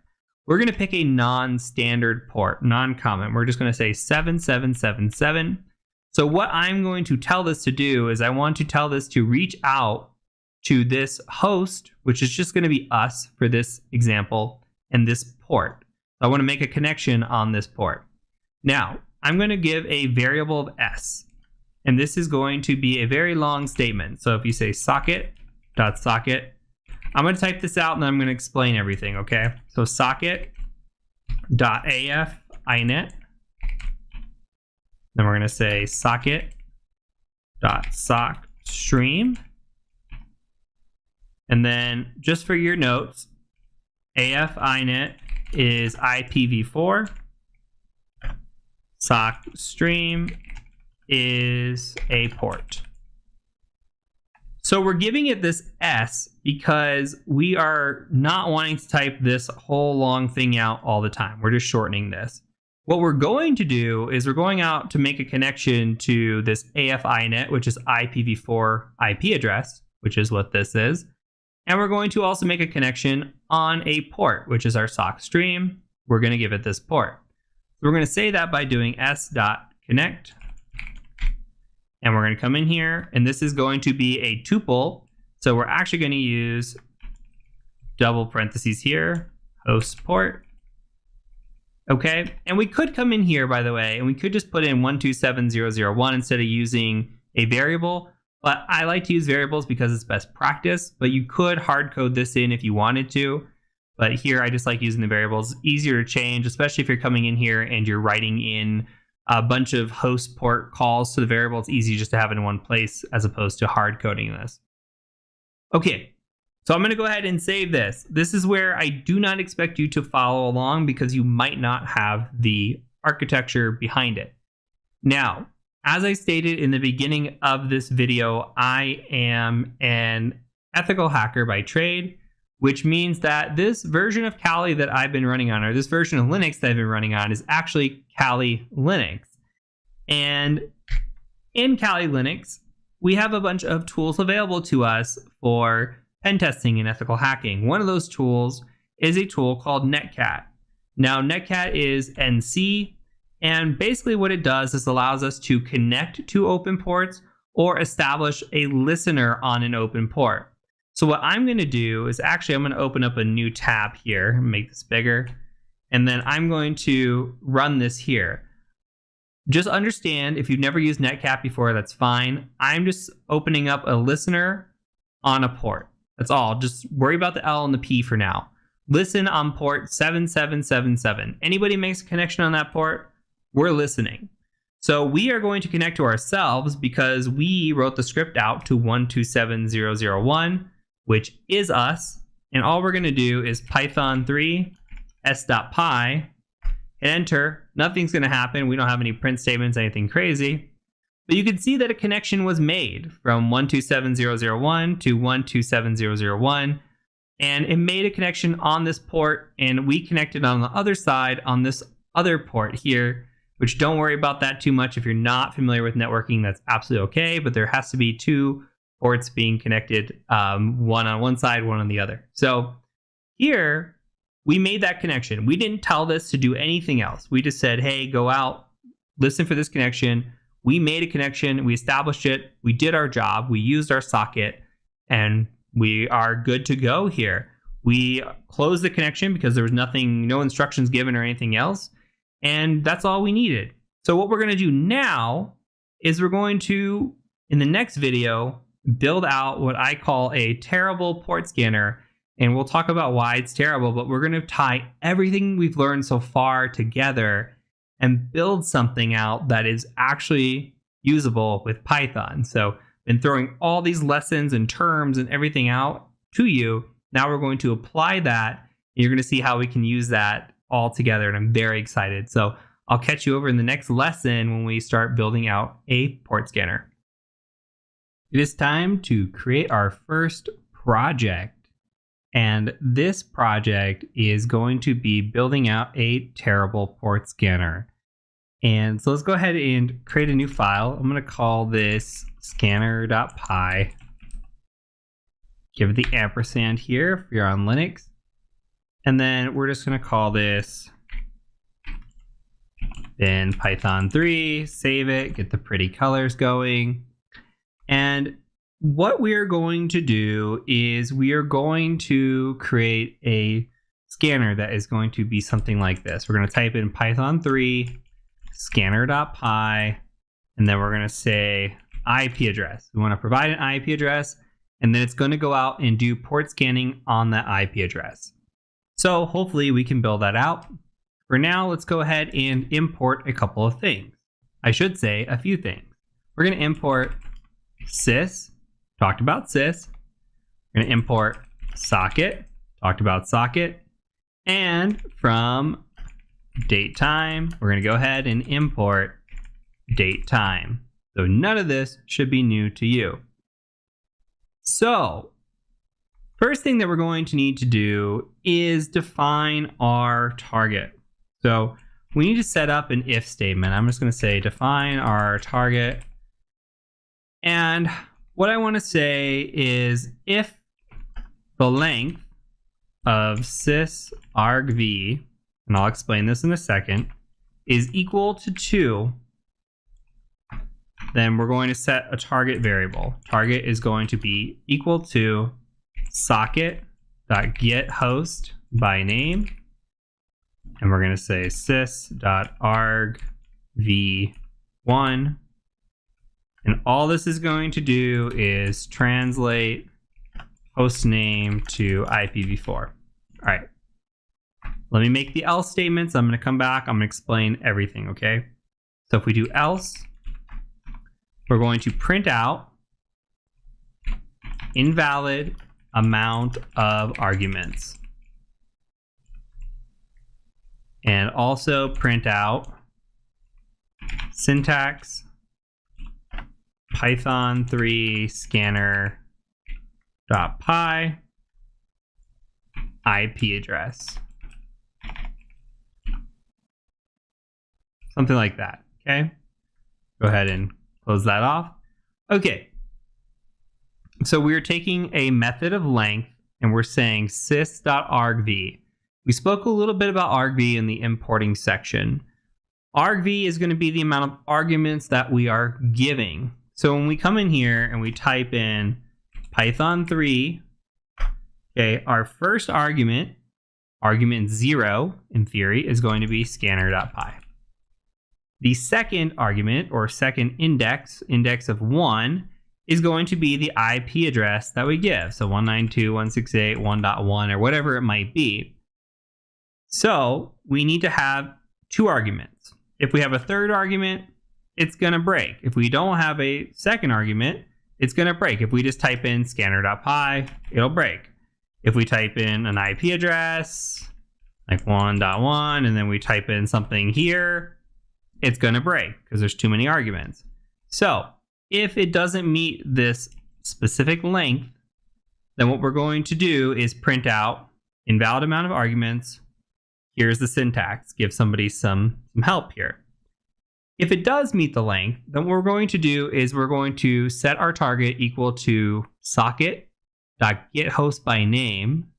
And all this is saying is we're going to get host by name of sysargv1. That's our IP address. Now this is going to translate a host name to an IPv4. So in case, for example, if you did Python 3 scanner.py and you had a host name like I have a host in my house called Punisher. Like if I gave it Punisher and my DNS knew internally that that translated to a specific IP address in my network, that's fine. This will translate. Okay, easy enough. But we could also just give it an IP address. So that's what we're looking for here. I highly recommend for this example using an IP address. In previous lessons, when I've taught this before, somebody has tried typing in a host name and it doesn't always go as planned, though we will talk about adding error exceptions for that here in a little bit. So right now, all we need to know is we're trying to set this up with these arguments. Now, this is not the best logic. This is something that will work for our needs because we are building this out. But if we're building this out for somebody else, this logic's not great. And this is why I call this a crappy port scanner, is because it's not the best. We're only doing it for proof of concept and to learn what we've learned so far. But think about this in another way. Think about if we're running 2 arguments. Well, I could give this an argument. What if I come in here and I say python3 scanner.py and I give it the second argument, but I give it like 192.1 or something like that. Well, that's not a host name. It's not going to translate to anything. That's also not really an IP address. So we should really add some other statements in here to say, hey, it needs to be a valid IP address. It needs to be like have 4 octets like we expect. And if we really wanted to get critical about this, we can make sure that it is a valid IP address, because IP addresses can start with like 256 dot whatever. So we could say it must be between each octet must be between 1 and 254 and get really refined with that and say, hey, that's not a valid IP address. Thus, we're not going to scan this. But we don't have to worry about that right now. I'm just saying the logic behind it, we need to start thinking about, well, how can a user break this? We know how to run it, but if we gave this to somebody else, how would they run it and how could they break it or how could they typo something? So these are things to think about as we go. So for now, we've added this in. We've got this in here. We could test this if we just save it. We come in here and we just say python3 scanner.py. We don't give it any arguments. You'll see that it says invalid amount of arguments, python3 scanner.py is the syntax. Perfect. Don't give it an argument right now because it's going to break if you don't have DNS translating properly. So from here, let's go ahead and add a pretty banner. So just add a pretty banner. And all I'm going to do is do a print command. And I'm going to just do a bunch of dashes. This is not really going to be that pretty of a banner, but it's still going to be a banner. And so when this kicks off, if we've got a valid IP that we're going to be scanning, we're just going to do scanning target, and then we'll just do a space. And you could just do a concatenation here of plus target. You could do F string if you want. Completely up to you on how you want to do this. So we just do scanning target plus target. This will say what the IP address is. We can do like scanning target of that, something along those lines. And then we could say print time started. And then we can give this something like a string. So we want to give plus a string of date time dot now. Remember, we can't concatenate numbers and strings. So we're going to go ahead and do this. And then we'll just print out this one more time. Okay, I'm going to save this. Let's go ahead and try running this with like, I don't know, 192.168.1.1. Okay, so this is what we get. We can see that we have scanning target. Okay, scanning target 192.168.1.1. Here's the time that it started. Perfect. We've got a pretty banner set up. So now let's actually start making it do something. So we're going to use what is called the try command. We're going to try something, and if it works, perfect. If it doesn't, we're going to have exceptions for that. So here's what we're going to do. We're going to say try for, we're going to do a for loop, port in range. Remember we talked about a range earlier. We talked about, well, what about a for IP in range of 1 through 254? We're doing the same concept here. Now we're just giving it a range. Now there are 65,535 potential ports. I'm not going to force you to scan all those. If you want to, you can come in here and say 65,535. This is not threaded. We are not doing any sort of speed runs here. This could potentially be a slow port scanner. So it is best, in my opinion, to do like a port scan between 50 and 85. And the reason I do this is because we're going to scan or attempt to scan our home router, and usually DNS is open on that, and usually port 80 is open on that. So I'm trying to look and see if we can find a couple ports that might be open. So for port in this range, what we're going to do is we're going to set our S equal to that lovely socket.socket, socket.afinet, and socket.sock_stream, just like that. And then we're also going to come in here and we're going to do a socket.set default timeout to 1. So if it responds back or doesn't respond back within a second, we're just going to move on. We don't want to stick to scanning a port, waiting for it not to respond back to us, and then the script takes long and longer and longer. So we just want to make sure that we set our default timeout to 1 there. And then what we're going to do is we're going to go ahead and set a variable of result. And result is going to equal to s.connect_ex. And I'll explain all this in a second. Target and port. All right. So what this is doing here, actually, let me type out the rest and then we'll go back. We're going to say if result is equal to 0, we're going to print out port. We can do is open. So now we can come in here, we can do a format port if we want to. You could use an F string here if you want to. So we can just use an F string. So I'm just showing you examples, but you can say port and just do an F in front of this. Okay, port, whatever is open. And then we're going to close the connection. All right, let's read through this. Make sure we understand what's going on.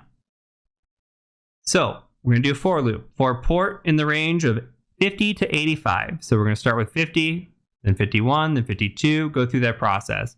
We are setting a variable of s equal to this because we're going to gather the IPv4 address and we're going to gather the port that we're trying to connect to. Now, our IPv4 address, here's our tuple right here. We are saying I want to connect on target and port. Target is going to be supplied by us. We're going to use argv1. So we're going to supply the IP address and the port is going to be this range here. So for port in range, we're declaring port here. Now this s.connect_ex, this is an error indicator. So if a port is open, the error result returns 0. If a port is closed, it returns a 1. So if the result is a 0, we're going to say, hey, this port was open. If it's not, it's going to close out and we're going to close this. Then we're going to go back to the loop and come through and try it again. So we're going to close out our socket connection on that port, come back, try 51, 52, etc., etc. Now, before we run this, there are some exceptions that we need to consider. So the first one, we're going to try this, but we need exceptions. So except, what if we have a keyboard interrupt? So we'll say keyboard interrupt. And that just means what if we hit Control-C while this is running? We can stop this on our own. So we're providing an exception of a keyboard interrupt, and we're going to say exiting program on a new line. And then we're going to sysexit. Remember, I talked about sysexit, and we're going to allow us to exit gracefully. We can also do an exception of a socket.gai error. Now this is what happens when the hostname does not resolve. So what if we say hostname could not be resolved? So if we typed in a bunch of mumble jumbo up here, we say like Python 3 scanner.py, and we just typed in something and that doesn't resolve to an IP address. Well, guess what? This is going to throw an error now, and we can exit. We got to cover all of our bases. Lastly, what if we have a socket.error? So we have an error when we're doing this, and we print out, hey, we could not connect to the server. It's just not online. What if we try to connect to an IP address and it doesn't talk back to us? Could not connect to the server. So something to think about there. Again, we'll sys.exit. So let's go ahead and save this. Now, you're going to need to run this against something. So I'm going to show you an example of mine. Okay, so in order to run this, we need an IP address. Now, if I type in ifconfig, I'm actually on a virtual machine right now. So 192.168.138.140 is not my true IP address. I'm actually going to bring up my Windows machine that I'm on. And you can see here that I have a default gateway of 192.168.4.1.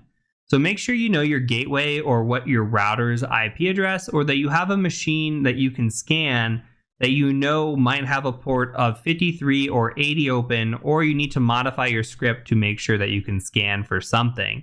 But I'm going to go ahead and scan my 4.1 because it should have some stuff open.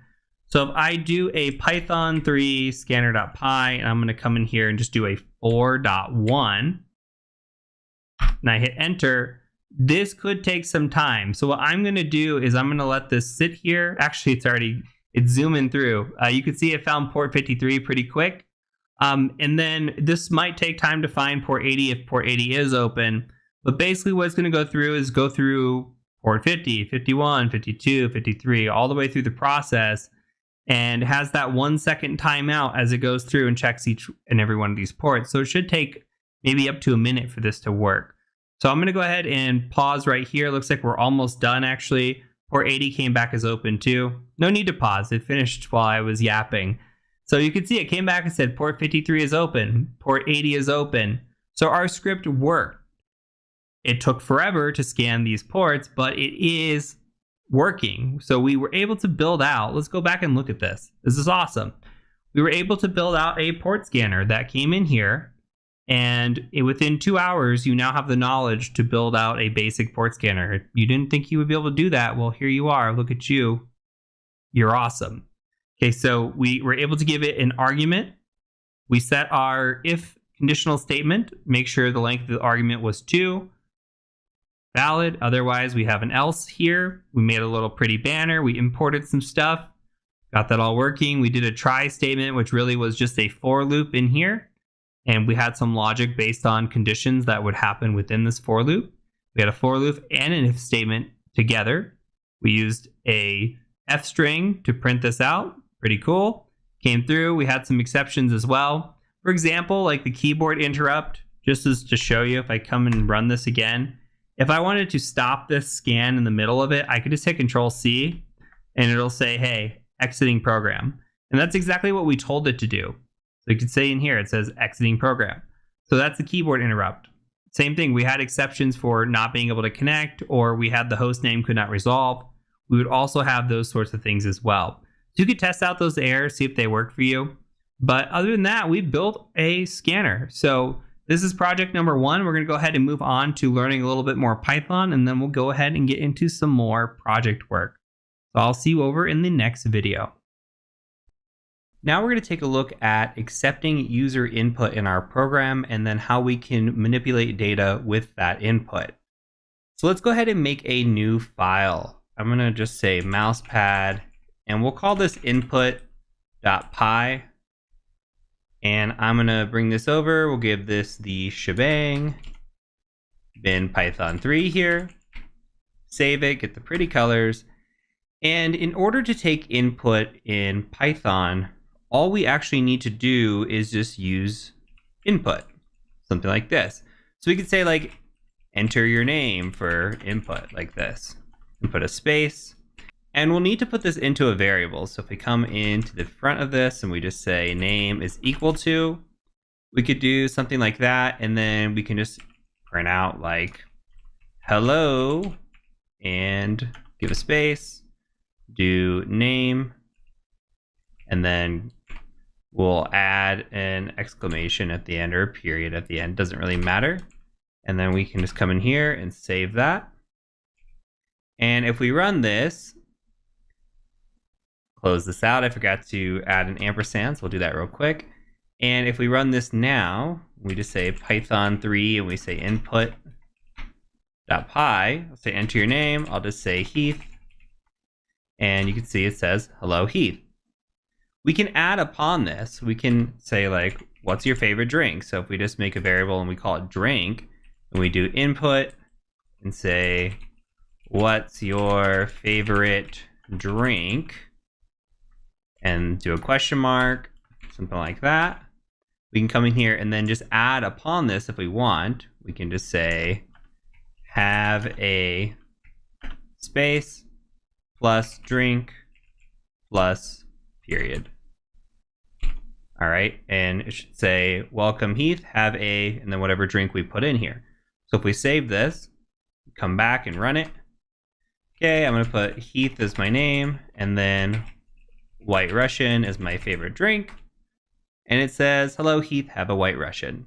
So we can easily accept input like this. So let's think about if we wanted to build out a calculator. I'm gonna go ahead and delete this. What if we wanted to take input and make a mini calculator? We could definitely do that. So what if we had two numbers and we've been taking X and Y? So if we said X is equal to input, and we'll just say, give me a number, and then we'll do something like that. And then we can also do Y and also make that input give me yet another number. You put whatever you want here, by the way.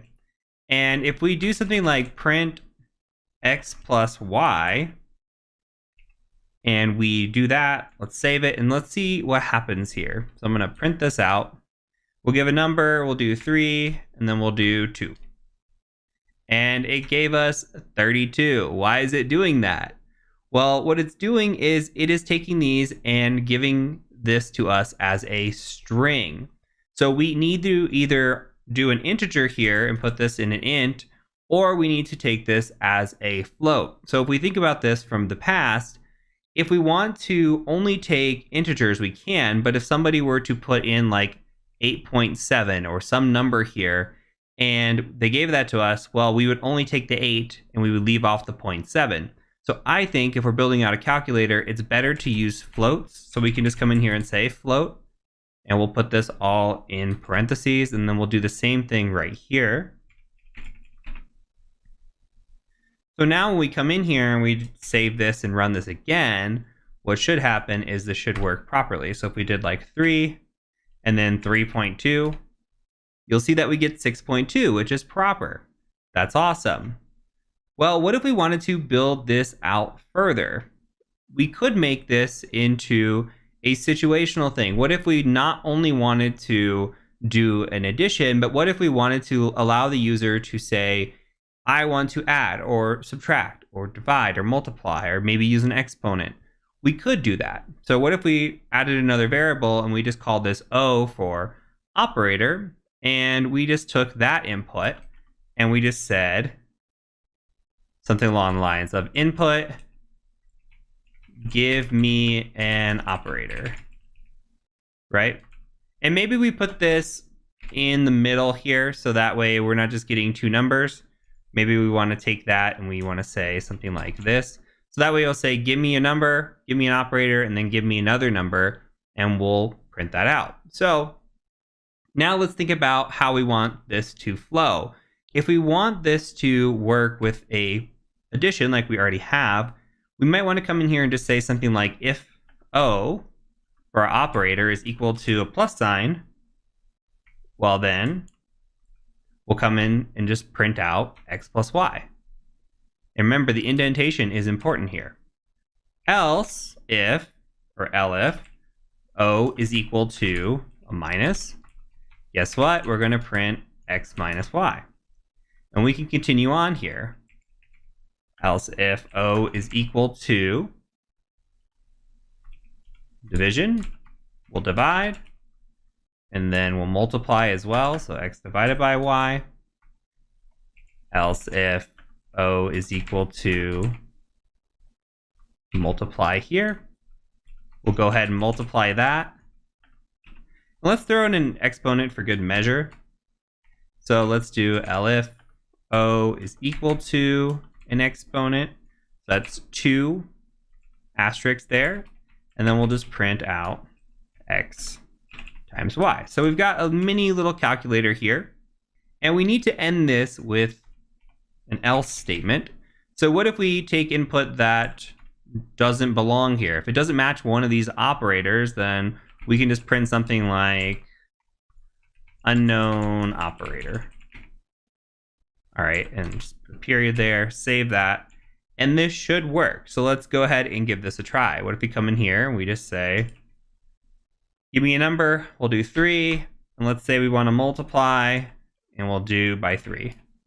And we get a 9. We can do it again. We can try something like, we'll do 4, and this time we'll do an exponent, and we'll do 4. So 4 to the 4th power is 256. So we have just quite easily built out a little calculator that we take input from a user and then utilize that to calculate that expression given what is given to us by the user. Now, let's think of something else here, just as an aside.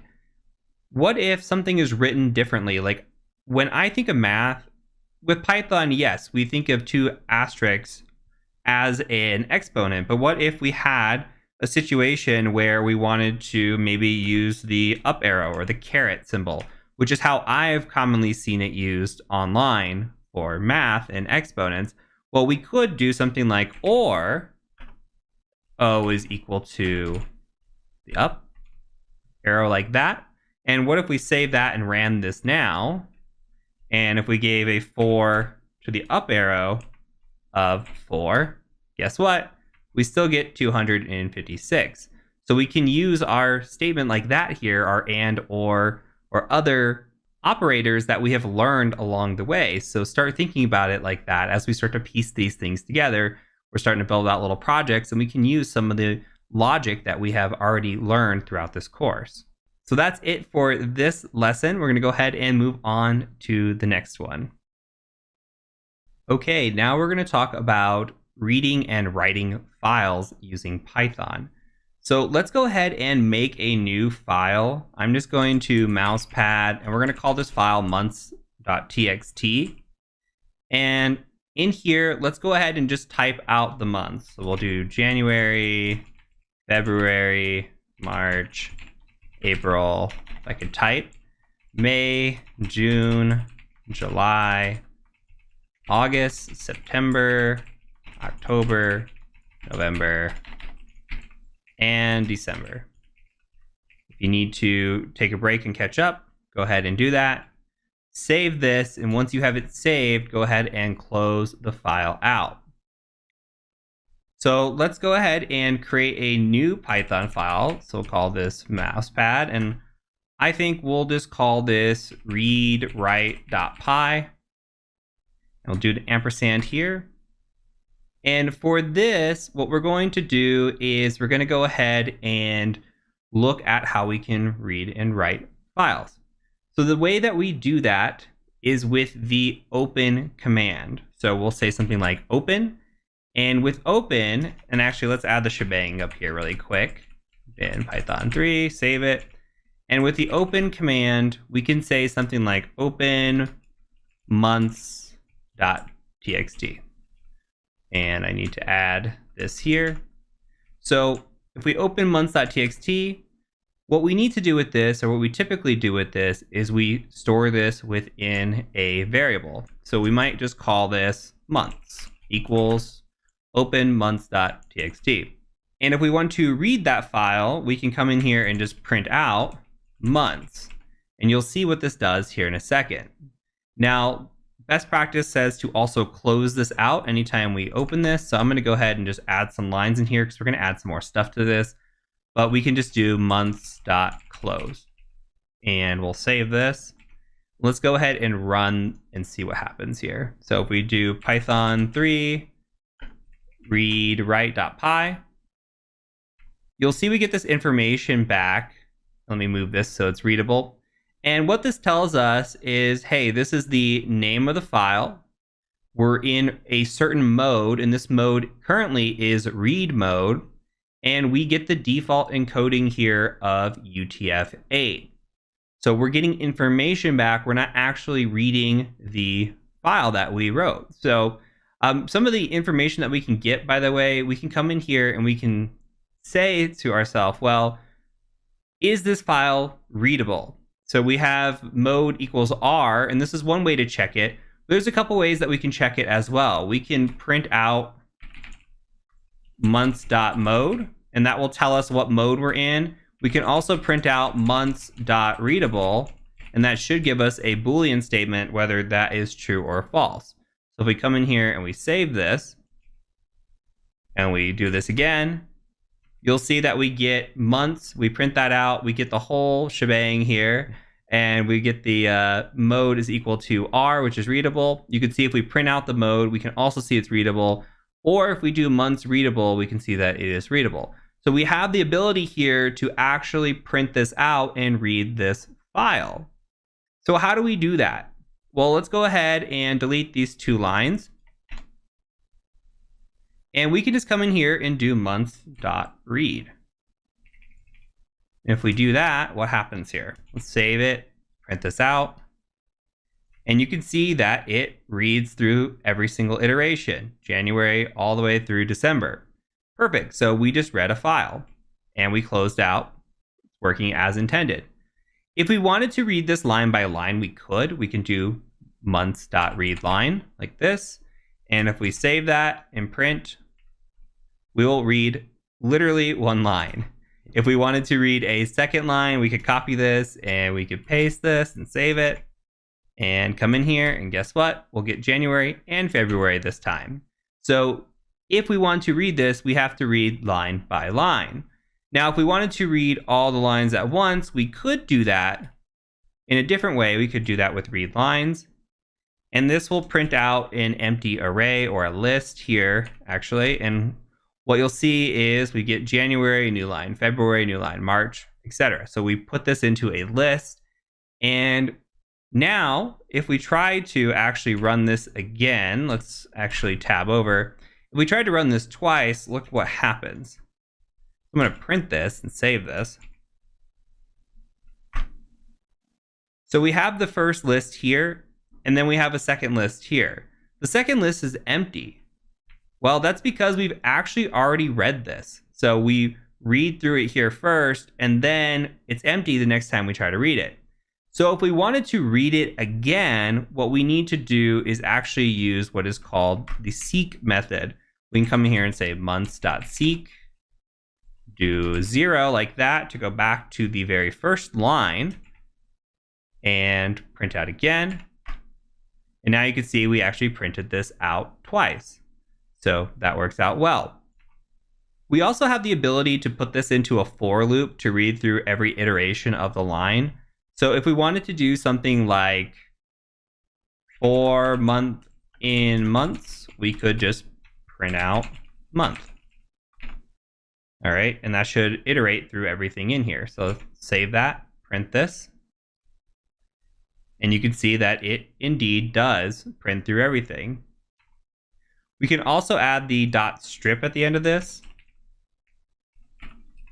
Save that, print, and you can see that we strip out any of the new lines that are in there. So you saw we got some spacing in here, it's a little funky. So if we came through and we just added the .strip, that makes our for loop a little bit better. So again, remember, what we're defining here is whatever we want. We can call this for X in months, make this an X, and it's the same thing. But logically, it's just easy to call this month in months, and then we can just print those out. So we can iterate through this.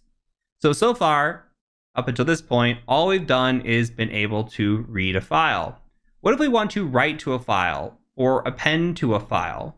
Well, we can do that as well. So if we wanted to, for instance, open a file, let's open a new file. Let's do something we haven't created yet. Let's do days of the week. So let's do open days. And if we try to do this, let's change months to days.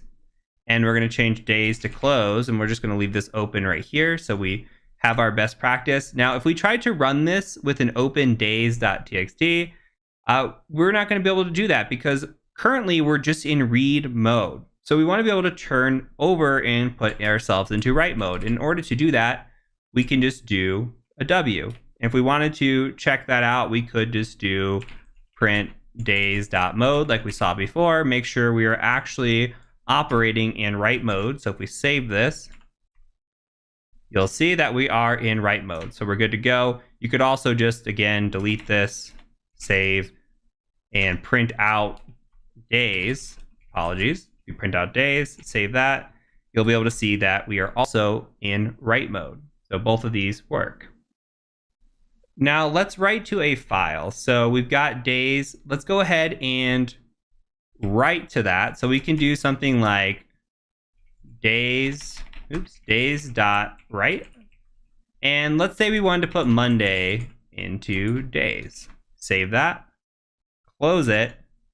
And if we go ahead and execute that, nothing happens. But if we go ahead and cat out days.txt, you'll see that Monday has been put into days.txt. Perfect. So now what if we wanted to continue on with this? Let's put Tuesday in there. And we're going to need a new line. So let's go ahead and do a new line with that. And we'll do Tuesday. And hopefully when we write this out, we'll see Monday and Tuesday. So let's save that. Print this. Sorry, let's run the script and then print this. And you'll see we have the new line in there and we have Tuesday, but we actually overwrote it. We don't have Monday anymore. So what's happening here is we're actually writing to a file, which is overwriting the file. We're not appending to the file. So if we wanted to append to the file, what we need to do is change this W to an A. And we can come in here and we can write in Wednesday if we wanted to. Save this. And now let's run this and run that. And now you can see we have Tuesday and Wednesday. So understand the difference between R being read, W being write, which overwrites, and A being append, which allows us to append a file instead of overwriting a file. So that is it for this lesson. I'll go ahead and see you over in the next one. All right, let's talk about classes and objects. So Python is what is known as an object-oriented programming language. So pretty much everything in Python is an object. And we can use what is called a class to be what is like an object constructor. And we can use that to help create objects. And this is a little bit easier to explain once we actually demonstrate this. So we're going to create a couple of files in this lesson. And the first thing that we're going to do is we're going to do a mouse pad, and I am going to create a file called employees.py. And in this, we're going to go ahead and declare a class. I'm going to save this here. So let's do class employees, save it. And we're going to go ahead and hit enter and just tab over. And we're going to do this define and 2 underscores, init or init, 2 underscores again. And we're going to put some parameters inside of this function. And we'll talk about what the init function is here in a second. Let's go ahead and let's think about having employees. So the first parameter we're going to define is called self. And then for our employees, we might want to know the employee's name. We might want to know what department they work in. We might want to know their role in that department, their salary, and maybe the years that they've been employed. So we'll do years underscore employed. And just like a function, we'll add the colon here at the end. And we're going to go ahead and tab. And then we're going to define all of this. So let's go ahead and say self.name is equal to name. So we're creating methods here, which you'll see us use in just a bit. We're going to do self.department equals department. And you should get the gist at this point. Self.role is equal to role. Self.salary is equal to salary. Self.years employed is equal to years employed. Okay, so let's save that. So all classes have a function called the init function, and this is always executed when the class is being initiated. So we're going to use this init function to assign values to object properties. So what we're doing here is we're creating these parameters within this function, and we're also building out methods that we can use once we import this class. So let's go ahead and close this out, and we're going to open up another mouse pad, And we'll just call this something like our employees.py. You can call it whatever you want. And I'm going to go ahead and do my shebang at the top. We'll do bin python 3, save that. And from here, I want to actually import the class that we just built. So what I'm going to do is I'm going to import this, and we're going to say from employees, import employees. All right. And we can make a couple of employees here. So let's set a variable of E1 for employee 1, and we'll just do employees. And I'm going to stick with the Bob's Burgers theme from earlier. We'll just say we've got Bob. Remember, we're declaring Bob's name. His department, we'll say he works in sales. We'll say that his role within that department is the director of sales. And we'll say his salary is $100,000 a year, and that he has been employed for 20 years. And we'll do another employee, and we'll say that this employee is Linda. She is an executive. She is the Chief Information Officer, or the CIO. She makes $150,000 a year, and she has been with the organization for 10 years. So we can do some stuff with this. We can go and say like print e1.name. Let's save this, make sure everything works. Come in here. Actually, let me close and reopen this because I forgot my ampersand on this. And we'll come back, and now we'll go ahead and do Python 3 our employees. And you'll see that print e1.name is pulling down Bob. So we're using the name method that we created with our class. So we define that within that class. So now we have the ability to pull down information based on the class that we built. So we can also do something like print e2.role, and we should get that role printed out for us. So if we see e2 role, we're getting that she is a CIO. So that is accurate statement here. Let's see if we could open both of these. Let's open also employees.py, and we have both of these here now. So it's a little bit easier to see. We've got our function, our init function here, and we have all of our methods that we've defined. Now we can build upon this within this class. So let's say if we wanted to make another function, if we wanted to say something like define eligible for retirement, and we just said self in here as the parameter. What if we said something like if self.years employed is greater than or equal to 20, then we return true, because if the person has worked with us for 20 years, then they are eligible for retirement. Otherwise, if they haven't, then they haven't earned their retirement yet. So we can look at an employee and see how long they've worked with us, and we can save this here. And then we can come in here, we can do something like print, and we'll say E1, and we'll ask if they are eligible for retirement. Okay. Save this, print this out, and you'll see that Bob is indeed eligible for retirement because he has been with the company at least 20 years, which is what we put here within the class. So just know what we're doing is we're building out our own class, and we're able to define these functions and these parameters, and these help us with creating our objects that we're using over here. So we've got our classes, and then we've got our objects. So this can get really robust very quick, and we'll build out a project to look at that here in the next lesson, and that way we can tie this all together. But this is a very important part of programming, and this is very much a one-on-one class, so we're just skimming the surface on what this is. But this is actually incredibly useful when we start building out classes like this to help with other things that we're writing and pulling information from. So that's it for this lesson. We're going to go ahead and move on to the next one. We have reached the final project in this course, and this is going to tie everything together that we have learned thus far. So I am a bit of a sneaker head, which means I really like shoes. And so what we're going to do is we're going to build a budget app using classes and objects, and we're going to see what shoes we can afford based on how much money we have.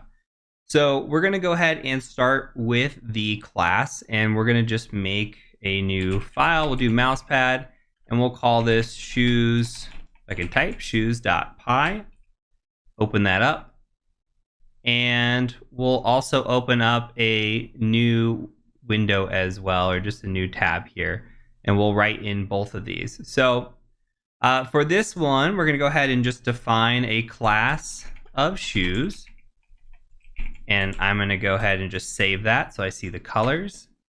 And here we're going to define our init statement, and we're going to just say self, and then we're going to have a name, our name of our shoe, and the price of our shoes. And within this, we're just going to define self.name equals name. This should all look familiar so far. And self.price is equal to price. What we're going to do with the price, because we'll run into an instance where this is going to be taken potentially as a string, we're going to go ahead and just give this a float. We want to make sure that we are assuming this is going to be a float of a price here. Let's go ahead and define a few more things. So I want to define a budget check, and I want to make sure that we have the budget here. So what we're going to do in this instance is we're just going to say self, and then we'll also add in budget here. And we'll come in here and we'll do a check first. We want to make sure that we are given an integer or a float here when we are asked for the budget. So we can say something like if not is instance.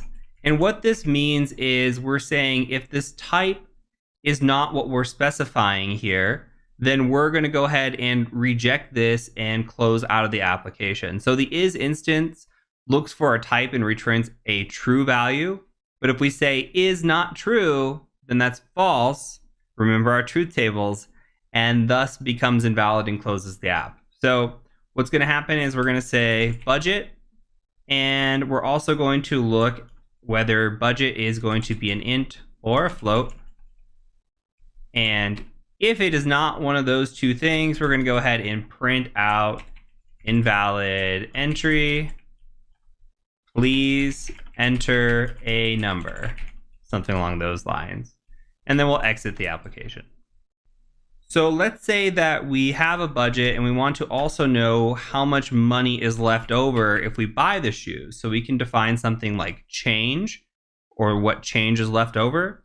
And we could say something like self budget on this as well. And we can just return our budget minus our self.price. So remember, we declared self.price up here. Now we're calling it and we're just saying, hey, I want to return the value of the budget that we have minus the cost of the item that we're purchasing. Okay, only a couple more things and we'll be done with our class here. So we also need to purchase it, right? So let's define buy, and we're going to do self budget again. And here we're going to do a self.budget check. And we'll check our budget. And what we'll say is if our budget is greater than or equal to self.price, then we're going to print out. We'll do an F string here, and we'll just say you can cop some, and we'll do self.name. So the name that we'll provide here. This will all make sense once we tie it all together. Okay, and then if our budget is equal to the self.price, then we're going to just say print out you have exactly enough money for these shoes. Otherwise, We can do else. Now we could go through this whole thing and give a statement and say, well, what if we had no money, or what if we didn't have enough money? But in this instance, we're just going to print out the situation of you can buy these shoes and have, we'll give a $sign here. We'll say self.change and we'll give a budget left over. So we'll say left over, just like this. All right, and then when we exit the application, we can say something like exit, and we'll just give a statement, thanks for using our shoe budget app. Now, this might not make any sense yet, and that's okay. Let me make this a little bit bigger. And so what we're doing here is we're defining our init, and in our init, we have a name, which is going to be the name of the shoe, and a price, which is going to be the price of the shoe. So self.name is equal to name, self.price is going to be a float because we're expecting, potentially, it could be our price of our shoe could be $2.99 or $100.99. It might not just be a perfect number, so we want to use a float. We have our budget check here. We're just checking the is instance. We could, in theory, add to this budget check and make sure we have enough funding before we come down and do the purchase. Would probably be the logical way to do this. But in this instance, we're just using really beginner logic, and we're just coming through and we're just saying, hey, if this instance isn't an integer or a float, like somebody types in a string, then we're just going to go ahead and reject this. We don't want any, we have no interest if this is no integer or a float here. Then we're going to define our change. So if we have money left over, like if we have budget minus the price of the shoe, then we're going to go ahead and give some money back. And then we're going to buy the shoe as well. So we're going to have our buy option. As long as our budget is greater than the price of the shoe, we can buy that shoe. And if the budget is equal to the price, then we have enough money. If it's not, then we'll actually have some money left over here. Unless it's the instance of not having enough money, and then it'll just exit the application because we haven't told it to do anything else. And then it'll also thank us for using the shoe app. So that's part one. We have defined the class. Now, could we build this out all in one thing? Yes, we could just write a script out for this. We could code this and make it into one easy script. But what this will do is allow us flexibility. This is where object-oriented programming comes into play, because we don't have to continue to repeat ourselves. And what we're following is what is called the dry approach, the don't repeat yourself approach. And so what we're doing is maintaining everything in a class here, and then we'll call that class and make it very easy on us instead of having one crazy long script that is potentially repetitive and a lot more difficult to go through. So here we're going to just open this up, and I'm going to call out a shebang on bin Python 3. I'm going to save this, and I'm going to call this shoe purchase.py. Save that. Now, we're going to import from our class that we made. So from shoes, import shoes. And let's define a few variables. So let's say low is equal to shoes. And for the low price shoes, we're just going to say we can buy some and ones. And we can buy those for $30. For medium price shoes, maybe we can purchase some Air Force Ones. And for those, maybe they're $120. And then for the high price shoes, maybe we're interested in purchasing some off-whites. And those might run us $400. And from here, what we're going to do is we're going to do a try statement. Remember, we've done a try statement before. And we're going to say try. And we're going to say shoe budget is equal to a float of an input. We're going to ask for an input here. So this is all tying together. We'll say, what is your shoe budget?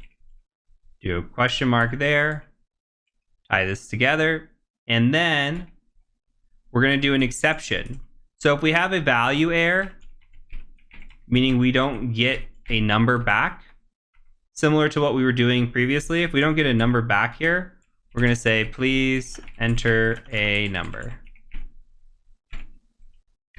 Now, we can come in here and say, for shoes in, and then we can just give this high, medium, low, like this. We can do a shoes.buy. And remember, we came out with this buy method over in our class here. So we're doing a shoes.buy. Going to go ahead and check all this for us. And we're going to say shoe budget. So we're going to take the input of shoe budget. What's the value here? We'll take that. We'll come in here and we'll see what our budget is.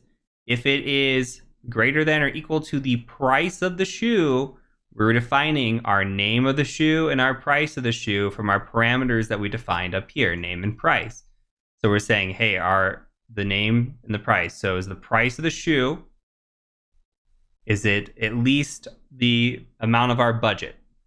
And if it is, we can buy that. And we'll check in the highest order and then go in the lowest order. If you flip these and you put in $400, it would just keep telling you that you can only buy the low price shoe. So you need to make sure it's in the highest to the lowest order in this example. And so it'll check, do we have enough money to buy the $400 pair of shoes? No? Okay, and then do we have enough money to buy the $120 pair of shoes? No? Do we have enough money to buy the $30 pair of shoes? So we'll go through that and iterate in this loop to see what we can or can't buy. So let's go ahead and save this. And we'll save shoes.py. And I'm going to go ahead and run this. Hopefully I have no typos. We'll do shoe budget. Shoe purchase, sorry. And run this. And I do have a typo. And so if I come back in here, I forgot to close off my F string. So let me save that. Now let's try this. What is our shoe budget? So let's give it a few different options. If we said our shoe budget was $30 exactly, well, it's going to say that we can cop some and ones, and we have exactly enough money for these shoes. Thanks for using the shoe app. What if we had $31? Well, we could still cop some and ones, and then we can buy these shoes and have $1 left over. All right. What if we had $450? Well, we can buy the off-whites, and we can buy those and have $50 left over for our budget. So hopefully this makes sense. I know this is a lot of information, and this, again, is just a 101 course. So we're just kind of dabbling in the object-oriented programming. And if you continue on with Python from here and you start getting into more complex material, then you could build upon what you're learning here. So try to think of something that you might want to script out like this or write out like this, and think of the logic behind it. I highly recommend going and doing coding challenges or programming challenges and try to increase the logic and the ideas behind what you're trying to build. And that just takes practice. All of this takes practice. It's one thing to watch and follow along with somebody. It's a whole nother game to go out and do this yourself. So start thinking of some things that you want to build. Really use your Google skills. Look at Stack Overflow and look at some Googling and some Redditing, and just try to piece together the logic that you have in what you want to build. So highly recommend building upon this. This is a great language to learn and very flexible, and I hope that you continue on with this. Okay, before we get hands-on, I have to give you a little bit of death by a PowerPoint, but it's for good reason. So we need to introduce the 5 stages of ethical hacking. These are the 5 stages that you will go through on every assessment. So before we do that, let's first make a big note. From here on, we are moving into the ethical hacking portion of our course. We're going to learn malicious things. Please only use the information learned in this course for ethical purposes. Do not attack your neighbors. Do not attack anybody that you do not have explicit permission to do so. You can and will get into trouble for doing that. So with that out of the way, let's talk briefly about the 5 stages of ethical hacking. So we start up at the top, and we actually start with what is called reconnaissance. This stage is also known as information gathering, and there are 2 different types. There's active and passive. Now, passive is saying like going out to Google and searching for somebody. Say you're given a client and you want to look at their Google, you want to look at LinkedIn, you might be looking for, I don't know, a picture of their badge or an employee's name or maybe an employee's Twitter page. That's all passive. You're not actually going out to the company's website and doing anything active against it. Now, active reconnaissance kind of falls into place with the second phase, which is scanning and enumeration. Now, that is active. That is where we go out and we take tools such as Nmap and Nessus and Nikto, and if you've never heard of any of those, that's fine. But we take those and we scan actively against a client. Now, what we're looking for are open ports, vulnerabilities, different items. And with what returns on these results when we do this scanning, we also perform what is called enumeration. Enumeration is just looking at items and digging into them to see if we can find anything of value. Say that there is a web server running on port 80. We see port 80 is open and it's running something like Apache 1.2, which would be really, really outdated. We would go out to Google and we would say, Google, do you know if Apache 1.2 has any exploits for it? And we would do research. That's the enumeration portion of it. So once we do our information gathering, we do our scanning and enumeration, then we move into the gaining access portion. This is also known as exploitation. We will run an exploit against the client or against the vulnerable service or whatever it may be to try to gain access into a machine or into a network, into an environment, etc. Once we have that access, the process starts to repeat.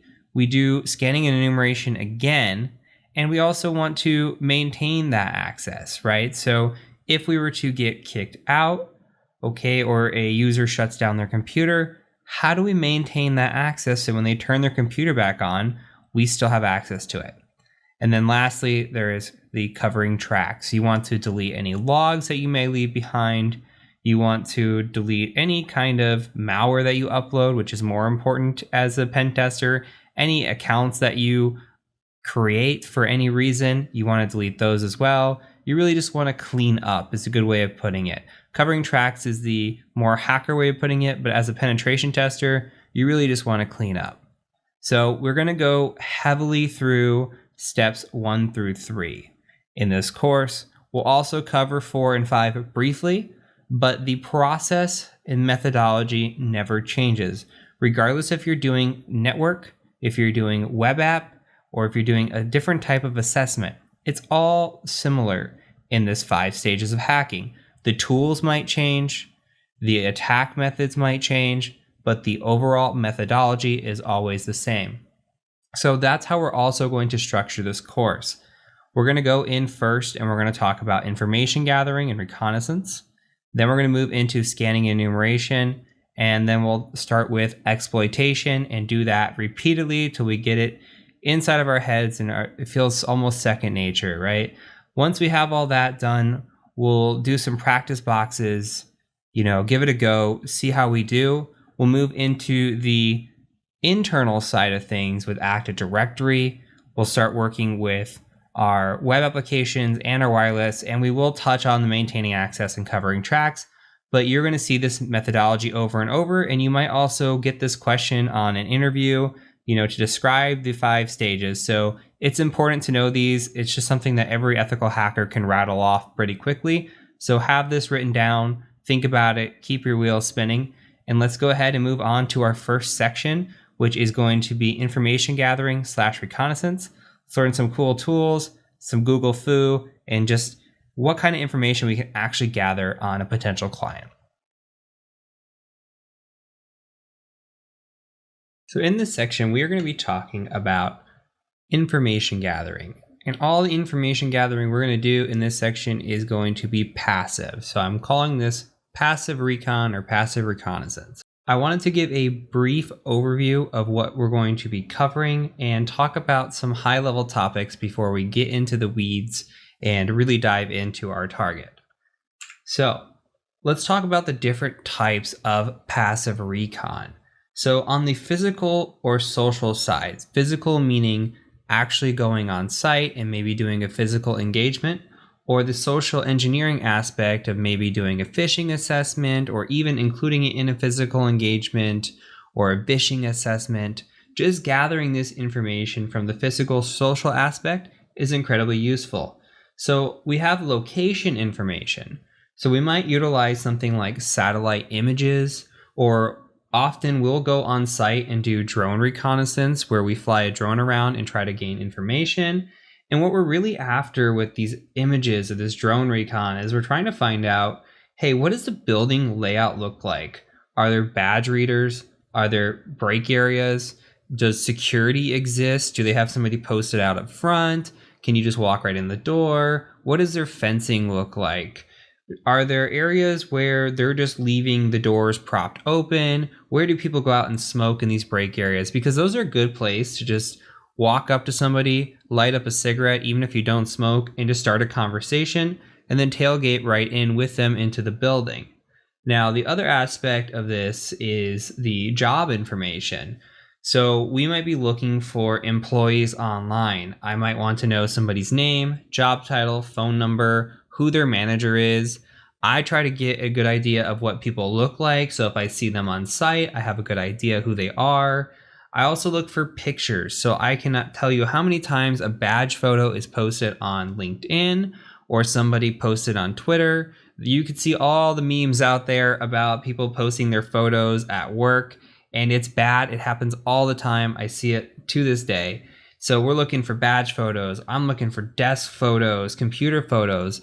I had a situation once where somebody took a picture of her watching a game at work. She was watching a basketball game at work, and the basketball game was on her computer, and on her screen there, it showed all the different tools that they utilized at work. She had a work application open in this photo. There was a desk in the background. You can see different things, and it just gives us information. And that's really what we're after. What kind of information can we gather? Now, this course is not a course on physical or social, so I kind of wanted to give a high level of what to expect. We won't really be doing a whole lot of this in this course with this type of information gathering, but these are the things that you should be looking for. So if you are tasked with a physical assessment, do go out there and look for satellite images, try to get a good feel of the building layout, and also try to get a feel for who the employees are, who maybe the IT manager is, in case you're going to say, you know, I work for IT. They might ask you who your manager is. You might need to know those names. And of course, look for pictures. If you can find a good badge photo and what that looks like, you can make a fake badge, go on site, and you'll be way more passable with that badge. But sometimes they don't even look. It could be drawn in crayon. So from there, let's go ahead and talk about what we will be doing a lot of, which is the web and host. So when you get a web or a host assessment, the first thing you really should do is what is called target validation. So we're going to be targeting something on bug crowds. We're not really going to focus on this, but what we're going to do in the real world is we would validate the target. Now, there are situations where a client will give you an IP address or a website, and they might fudge it, right? They might accidentally fat finger it, put the wrong number, put the wrong letter in the website, and then guess what? You're off attacking somebody else's website. And there, if you are a podcast listener, there's a good Darknet Diaries episode on this. If you don't listen to Darknet Diaries, go check it out. There's a great episode with a guy named Rob Fuller, aka Mubix, and he talks about getting the wrong IP address on an assessment and attacking the wrong people and actually gaining access to that machine, which is a really, really big screw up on both parts, right? So you should always validate your targets. On top of this, when we're doing our web and our host, on the web side, we're going to look for subdomains, and we'll talk more about that as we get into it. But we can do that with Google. We can do that with Nmap, Sublister. There's so many different tools that we can use, and we'll cover some of the tools and how to do it. Get a little deep into that as well, especially as we get into the website of things. There's fingerprinting. We need to know what's running on a website or what's running on a host. What kind of services are out there? Are they running a web server? What's that web server? Is it IIS? Is it Apache? What version is it? Right? Are they running, what ports are open on their machines? Oh, they have FTP open. What version of FTP is open?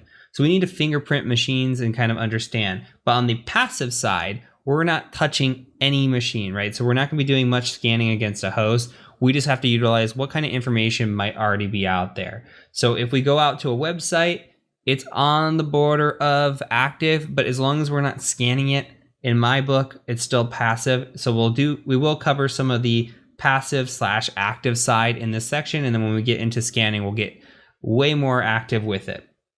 Lastly, we're going to hit heavy, especially in the beginning, on data breaches.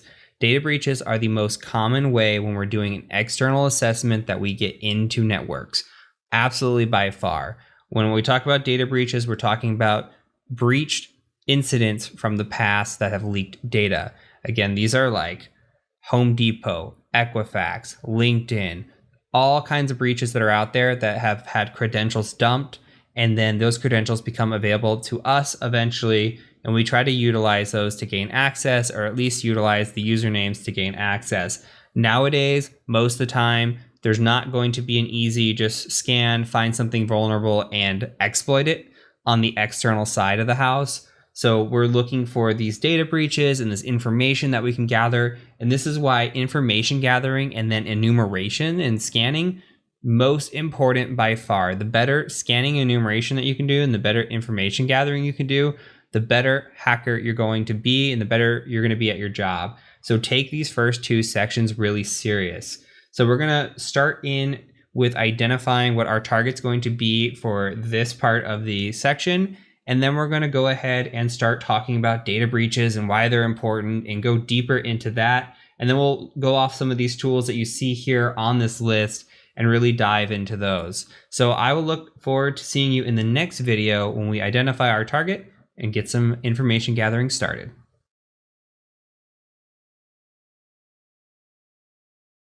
All right, before we begin doing our reconnaissance, we have to establish a client to attack. So for this course, we're going to be utilizing a client out of BugCrowd.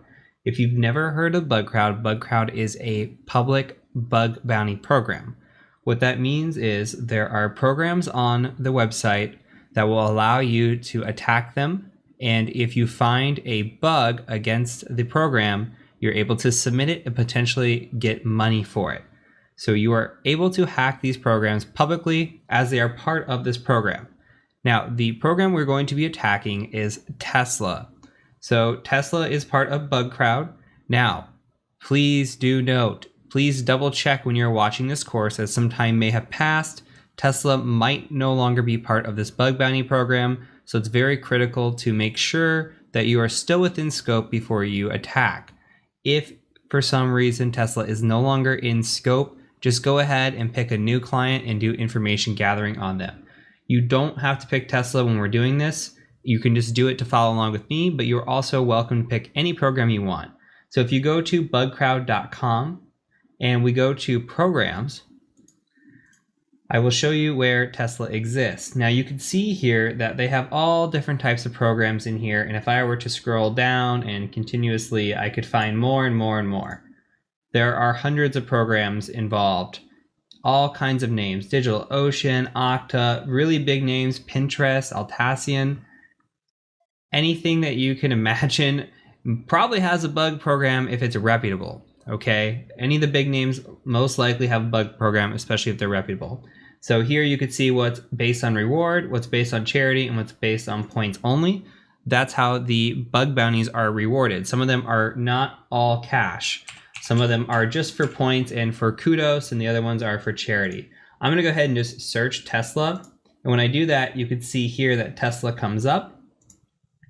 Now, this is your first lesson into rules of engagement. And we're going to talk about rules of engagement later, but it's super important to read the program details that you see here. And what we really need to do is we need to scroll through and make sure that we stay in scope when we're doing this. So we have a wildcard here. So this means that any subdomain inside of tesla.com is fair game, tesla.cn, Tesla Motors, etc. What is more important is that we stay within this out of scope. So we don't want to attack shop.eu.teslamotors.com or energysupport.tesla.com.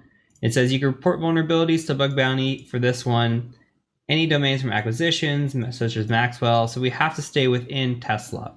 And there's a few more sites. We're not going to worry too much about that.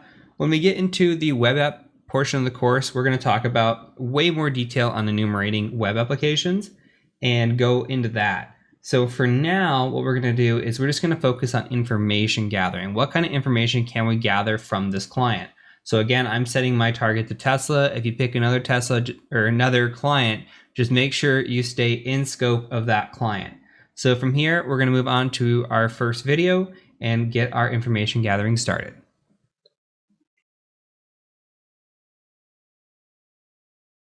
Welcome to the email OSINT section. We're going to talk about discovering email addresses. And this is something that I do on a weekly basis. So I'm going to show you the most common tools that I use to actually look up email addresses and try to find people, and what you can do to kind of verify email addresses. So I'll show you some of my favorite tools and concepts. And this is something that I do because not only for OSINT and doing it for investigative type work, but think about sales. If I'm trying to find a lead or I'm trying to find multiple leads within an organization, I have to figure out where the emails are, who the people I'm trying to email are. So maybe I'll Google them and say, who is the CISO or Chief Information Security Officer for this company? And I might find that it's Bob Jones. And we go look up Bob Jones and we say, okay, well, how do I get Bob Jones's contact information? Can I find it via Google? Maybe it's out there in the public, but maybe we have to dig a little deeper. Maybe we have to kind of do some guesstimation and see if we can figure it out. So that's what we're going to do today is look at the email addresses, formats, and try to determine if we can find some emails. So let's go ahead and move over to the Kali Linux machine that I've got. And the first website is one of my favorites. So hunter.io, you just come to hunter.io. You get like 50 or 100 free searches a month. I don't remember what it is. It's a fair amount. You can come here and basically just type in a company name. So like say I want to type in TCM security, TCM-sec, and you can see TCM security here. We get one result on the email address. So we'll click it and see what happens here. And looks like we have like an info@tcm-sec.com. It tells us, hey, there's 5 sources that identify this. So we see tcm-sec.com. There's an about, blogs. This is where they're finding it, okay? A better example, maybe something that has more users, like Tesla. Tesla has 468 users. If we come in here and we look, well, we can see that they have a pattern identified here. So their pattern they're identifying is first initial, last name at tesla.com. And that's really what we want to see. And then we can gather email addresses here if we want. But say like we knew Bob Jones. Again, going back to that example, Bob Jones. So maybe Bob Jones works at Tesla. Maybe his email would be bjones@tesla.com. So it's something to think about.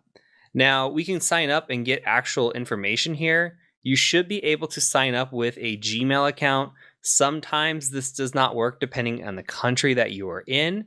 So be cognizant, you might have to use a different email address, but I just tried signing up with a Gmail account that I have on here and it worked just fine. So I'm going to go ahead and try to log in. I'm going to sign in with Google with what's already here. And just now I'm logged in. So we can go back now and try searching Tesla again. And you'll see that the results actually come back. So we get information here now. Let me make this a little bit bigger. We get information as to, okay, here's the vice president. This is the vice president's email address. Project development manager. Maybe you want to talk to somebody in human resources. So you can click here and go to human resources. And then here are the different human resources emails that are here. So, and then the sources that they found these email addresses. So this isn't a particular person in HR, but it's still human resources email addresses. So this looks like it's probably for Hong Kong. This is for Berlin. This is Gigafactory. So they have different email addresses based on where they are. Now, if you looked up TCM security here, you're really not going to find much on us because we don't have a ton of email addresses out there, but I think that we can find more in other ways. Now, so we only get so many usages here. We'll just keep thinking about this as we move forward. So hunter.io, great resource. They have plugins if you want them. I think it's a fantastic place to look. Phonebook.cz is the next resource I want to show you. This one is fantastic. Let's start with tcm-sec.com and see. So we're going to go tcm-sec.com and we're going to search email addresses here. So they do domains and URLs as well, which I think is awesome. But let's just search for email address. See if anything comes back. No results. Okay, that's okay. Let's try Tesla and see what comes back there. Okay, a lot more. So we get quite a few email addresses. We could see Elon Musk all over the place. We got Elon-Musk, Elon. We've got eMusk over here. And we get a ton of emails. Look at this. So what's nice about this is we can sit here and try to identify what the possible email addresses are. So again, first initial last name looks like it's showing up quite a bit. Outside of maybe like the Elon Musks of the world, we're getting a bunch of mostly first initial last names in here. So I think that's pretty spot on with this. The other thing that we can do is we could utilize this list. Say we're trying to do something called credential stuffing, which we'll talk about in the next section, actually, when we talk about breach credentials. But say we're trying to gather a bunch of usernames and test and see if we can log in with those usernames anywhere. Or maybe password spraying, not so much the credential stuffing, but password spraying, where we take all these usernames and we just throw it at a login form and say, hey, summer 2020 exclamation point. See if that logs into any of these accounts, and you would be surprised. It happens quite a bit. So this is valuable information, even if we don't know exactly. Maybe we're not just hunting for one email. Maybe we're hunting for an entire domain. This is a great way to get free entire domains with a quick copy and paste capability. Like we have the Tesla here, we can export the CSV from hunter.io, but you only get so many results that you can export into a CSV. Here you get a bunch. There's no guarantee these are all valid, but it's still information. Information is what we want. This is all we're trying to gather, is as much information as possible. So these are all potential email addresses for tesla.com. I think it's a great resource. Now, we could also use something like Voila No Bear. Now, this one, you can get 50 more leads for free. I'm not going to show you. It's the same kind of deal as hunter.io. They're showing you how to utilize it here. Basically, you can just search for people and see to try to find their email addresses. There is one I want to show you that I do use and I have quite a bit of success with, and that is called Clearbit. And Clearbit has to be used in Chrome. So I'm going to bring up this here. Clearbit has to be used in Chrome. So you can download the Chrome extension for Clearbit. And all you would have to do is go to Google. Let me log in really quick. And then I'm going to just select the free account. We get so many searches, 100 emails a month. So basically, you're going to search for Clearbit Connect, and you would just say, hey, Clearbit Connect. I'll put a link down below, by the way. But Clearbit Connect is awesome. You'll see why here in a second once I authorize this. Okay, we're going to come down here, acknowledge, probably give out our firstborn. And then now we're going to say, hey, I want to find emails. And here's all different kinds of things that we can sit here and search for. You can see TCM securities in here. These are some searches that I've done. These aren't any clients of mine. These are just searches that I've done in the past, maybe looking for information or looking for possible leads or anything. So if I come in here and I say, hey, I want to look for TCM security, you could type that in. I'm going to just click on TCM security. And look what it discovered that the others didn't. It discovered me. Okay, and if I click on me, look, it says heath@tcm-sec.com. Where did that come from? And then look, it has my LinkedIn right here as well. That's amazing. That's awesome. And it says here, you can email Heath. Just click this button. And then it's also got Rizwan. Rizwan's on my sales team. Look, it's got Rizwan@tcm-sec.com. What does that tell you? That tells you that we're using a first name basis for our email addresses. It's awesome. Now let's come in here and maybe we want to look at Tesla. Maybe let's try Tesla one more time. Maybe we're looking for the CISO of Tesla. If Tesla has a CISO. You could come in here and look. Like Elon Musk is right here, obviously CEO. But you could come in here and maybe go by role. And they have different roles in here. So CEO, let's see if we can find any sort of CISO. I don't see one, but I do see information technology. So maybe we can find somebody in the information technology department or IT department. And then here we go. We've got quite a few IT people. Here's a CIO. This could be somebody of interest that we might want to reach out to. And we could just scroll through this list and find people. So say we want to reach out to the CIO. Just click on this. We get first initial last name, just like we thought we would. We get this person's LinkedIn page. We get their location, website. This is awesome. Awesome, awesome. So I typically will start with a Google search. If I'm trying to hunt something down, I will start with a Google search. I will say, who is in this role at this company? If I'm looking for a specific person at a company, then I will go to phonebook.cz or hunter.io, try to identify the formatting of the email, and then try to find that person or guesstimate that.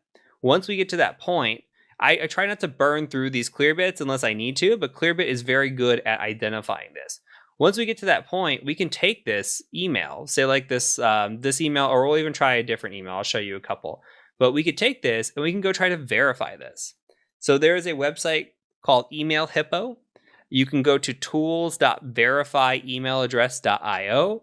And all you have to do is type in an email address here. Sometimes you can get false positives if they're good or bad. Here, I typed in this email address a couple of times and just got a bad result. This is an email address that does not exist. Now, let's try an email address that we saw, info@tcm-sec.com. See if it works. Result is okay. So it says, yeah, this email address works. So we're verifying that this is up. So say that you get somebody and you see that they have a potential email address, you can come here and try to verify it first and see if it works before you go fire off an email. You don't even have to fire off an email. You don't have to do anything or interact. So this is the benefit. Like if you're from a sales perspective and you're doing OSINT here, this is the benefit of not having to email, waste your time, get it rejected. You can come in here and just validate. If you're doing an investigation, you don't want to interact with the person or company that you're investigating. You want to come in here and just verify without any interaction. This is the way to do it.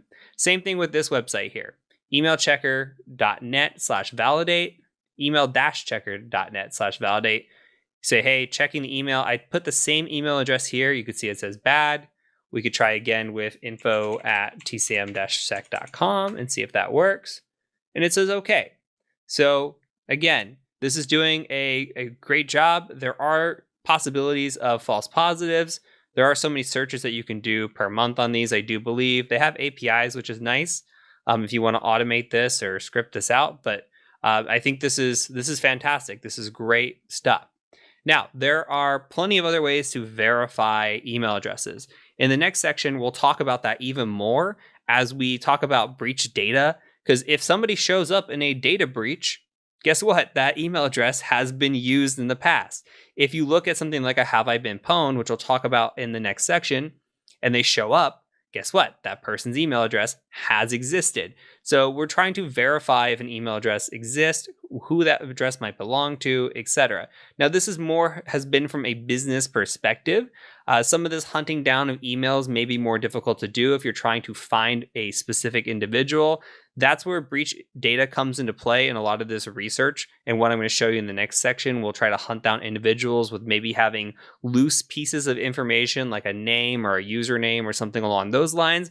Breach data can come in handy very, very well. So this is kind of scratching the surface. Now, there's one last thing I want to show you, one last little tip and trick. Do not underestimate forgot passwords. Do not underestimate them. Let's go to Google, for example. Right now, I am logging in under an account that is please don't hack me, sir, please. So it's please don't hack me, sir, PLZ, I do believe. I'm going to go ahead and try hitting next on that. Okay, so first of all, it said, hey, welcome. Hey, what does this mean? This means that we have a valid account here. That's great. This is validating that this Gmail account exists. Here's something else. We can use this to tie to potentially another account or help validate. Say we know that this email belongs to somebody that's harassing somebody else. We don't know who this person is. They're using this spoofed email, but maybe we have a hunch, or maybe we don't. Maybe we just want to try to get more data. You can come to forgot password, and it's going to say, what's the last password you remember using? I don't know. Let's try another way. You come down here and it says, hey, let me make this bigger. Google will send a verification code to H. And it says, look, it shows you the rest of the digits here, and then at TC here. That would give you a pretty good indication if you're tracking who your subject is, that this email could tie to somebody else. Look, this is Heath at tcm-sec.com. Okay, so this email belongs to me. This is tying back to me. Now you have another point here. So if you knew about this email address, and now you have the link, the connection to guarantee that this person, this is evidence right here. Say you were doing something, which we'll learn about again in the next section, where you're looking through breach data, you find a username that matches this email address and also matches this email address, but people can reuse usernames. There could be multiple people who use the same username. So you need to verify or some link. This would be a proof of a link between those, a pretty strong proof if you ask me. If you can say, hey, I identified 2 email addresses with the same username, I did an account recovery, came in here and saw that this had this same first character and first domain name, I think that's a pretty strong correlation. So things to think about, wheels to be spinning. Try to identify email addresses in any way possible. We'll cover this more in depth in the next section. And I'm really excited because password hunting is one of my favorite things. So let's go ahead and move on to the next section when we talk about password OSINT.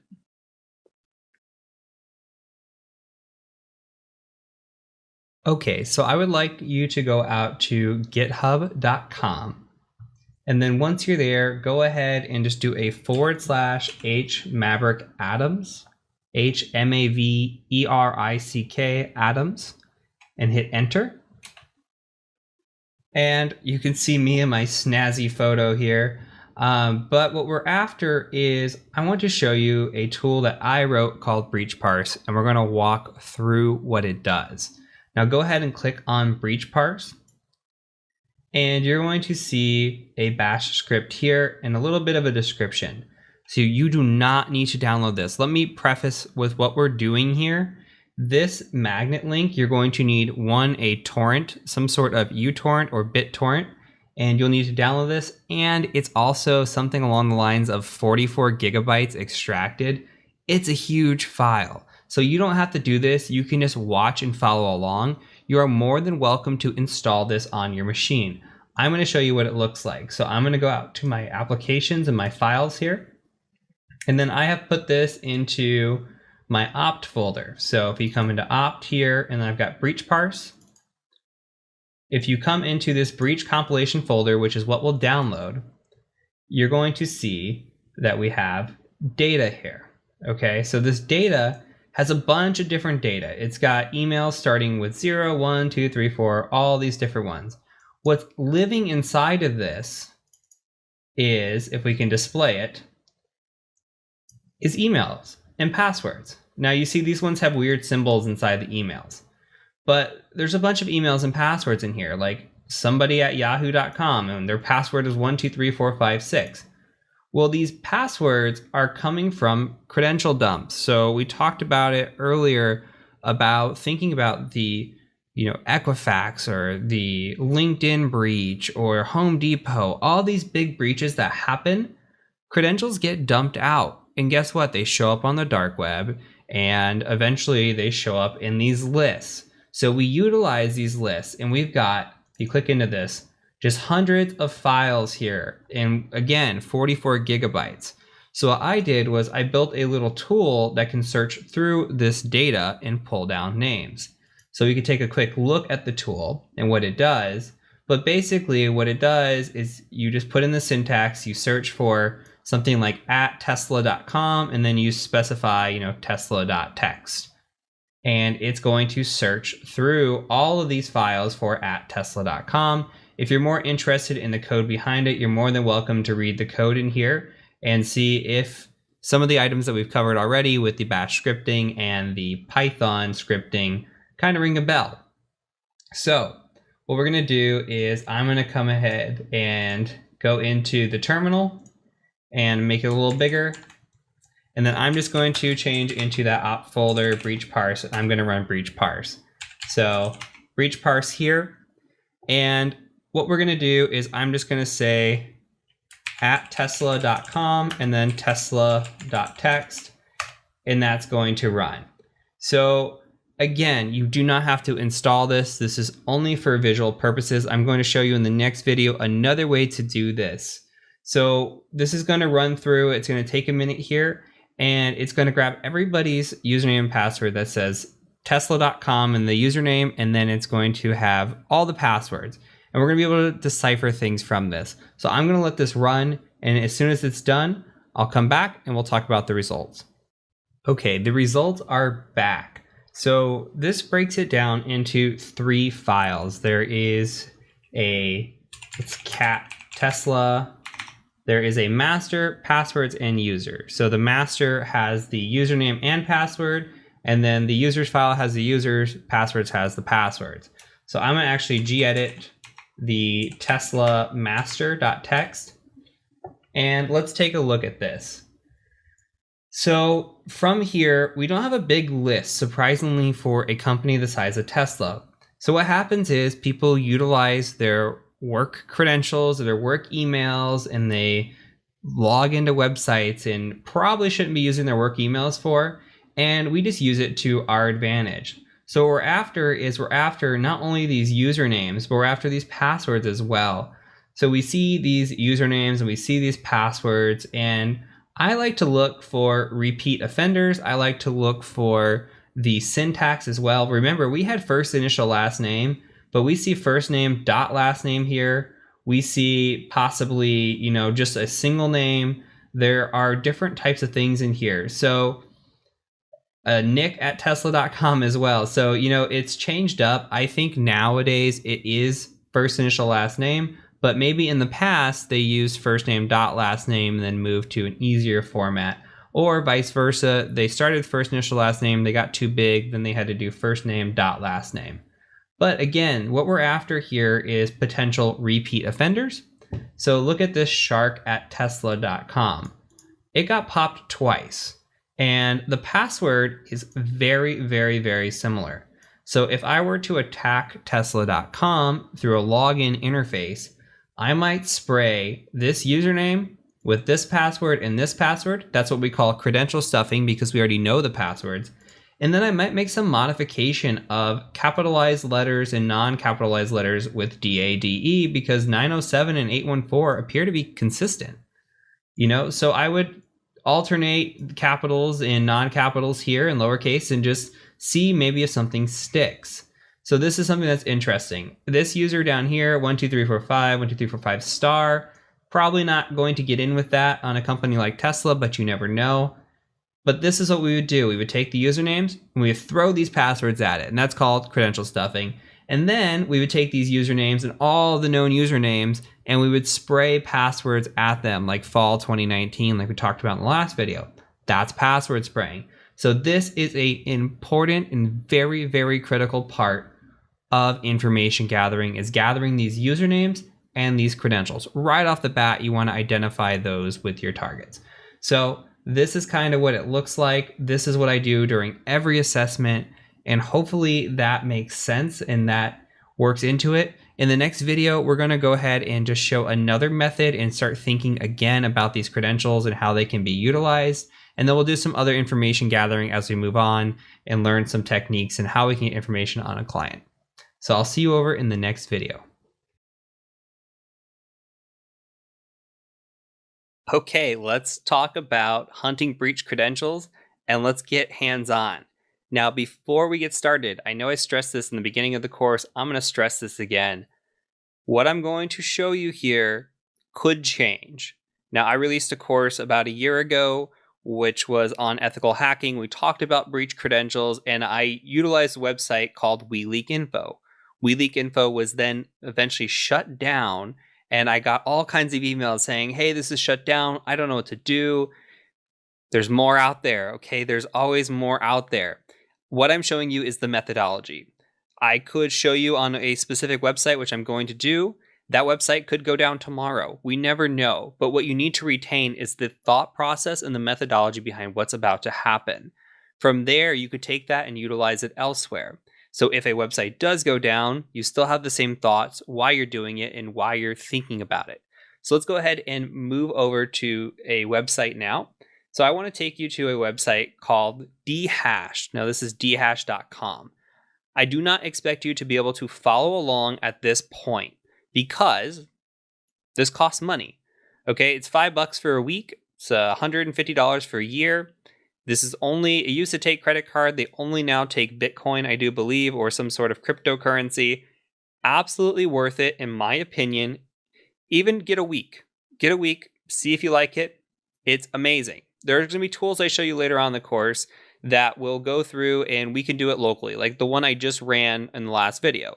I ran breach parse, right? This is something that I put together and set up, and it's free, but the database isn't maintained. It's a slow search. I don't get the results back as instantly, and I can't tie it to as many data points as a website like this can. I think this website's great. Now let's talk about what Dhash can do now that I'm logged in. We have the ability to search by, let me make this a little bit bigger. We have the ability to search by email, username, IP address, name, address, phone number, VIN. Okay, think about this. Say we know a email address. Okay, we know an email address. Say it's bob at tesla.com. We're not going to search this yet. We take Bob, and we know Bob, it has an account, and we're looking for him. We search him. Bob shows up, and we see Bob shows up, and we see maybe his name, like Bob Jones or something like that, shows up. Maybe something that he's been leaked in has his address. Or maybe there was an IP address tied to the client you're looking for or the person you're looking for. This can all be identified. What if Bob has a username? It's like Bob Rocks 123. Okay, well, we can search that username in here and see if that username has repeated itself at all, which is great. We could search by password. So say Bob's password was Bob Rocks 123. We could search that password, and if it's unique enough, then maybe we can actually do some advanced searching. Like if we go back to the example from last time, like this last video, we saw this 907DADE814. We could put that into a search engine and see if that comes back to something else. Maybe that comes back to a user that is not at a tesla.com, but maybe it's like Bob at gmail.com. And then guess what? Now we have Bob's personal account, or now we have Bob tied to another email account, especially if we search by name or something that we can tie them together. We need to start being able to relate other accounts to each other. We can do that with hashing. We could do that with passwords. There's a lot of things that we can do, and we want to start tying this together. As a real world example, when I am looking at an organization and I'm doing research on hashing, or I'm doing research on breach credentials, I'm trying to think, okay, first, if my client is tesla.com, I might come in here and search at tesla.com, and I might come see how many results are in here. Let's see what happens. Okay, here's George at tesla.com. George has been in a shared data, so there's no actual any details here besides a potential username, a name, email. Okay, same thing with safety. We'd have to scroll down and see if we can find something that, okay, here's Adobe. Now, Adobe will have there's actually a Bob at Tesla. Bob at Tesla has a hash password here. Okay, so now we could say, well, first of all, we can go see if we can figure out what this hash is, which we'll talk about in a second. We can also go and say, okay, Bob, does Bob exist anywhere else? Does this hash exist anywhere else on this website? Can we tie it to another account that maybe, even if we don't crack the password, then we can say, okay, this ties to Bob at gmail.com. So like I would note this down and I would take this and copy it. So from a real world example, I would take all the data that I see on this website. I would collect all of the passwords, all of the usernames, everything. So like Tesla 9, all of this. I want to know what the passwords are. I want to know who the people are. I want to know all the data. Because if I could start finding patterns, if I could start putting things together, maybe I can even relate these back to their personal email accounts like we're talking about. And then I could see password patterns there or other passwords and just start tying this down. Because my goal is to break into an organization. If I'm doing a pen test, my goal is to break into an organization. So I'm going to take that data, and if I can find other passwords related to a personal account, I'm not going to go attempt to break into a personal account, but I will take that data and I will put it together and maybe try to break into their work email account with those passwords of that information. This can tie to an investigation as well. If you're hunting down an individual, you're trying to tie them to other accounts, this is incredibly useful. If you can find their data in a breached database and have a password, and that password's unique, you can search it, maybe find them somewhere else. You find an IP address, you find a name. There are often IP addresses in here which we can tie to a location possibly. And see, here's that 9078 or DADE 814. We could take this and maybe search it and see if it comes back anything. Who knows? Shark at Tesla. Okay. Shark at mail.ru. Look, this is a new email address. We didn't know about this one before. And look, it does us a favor.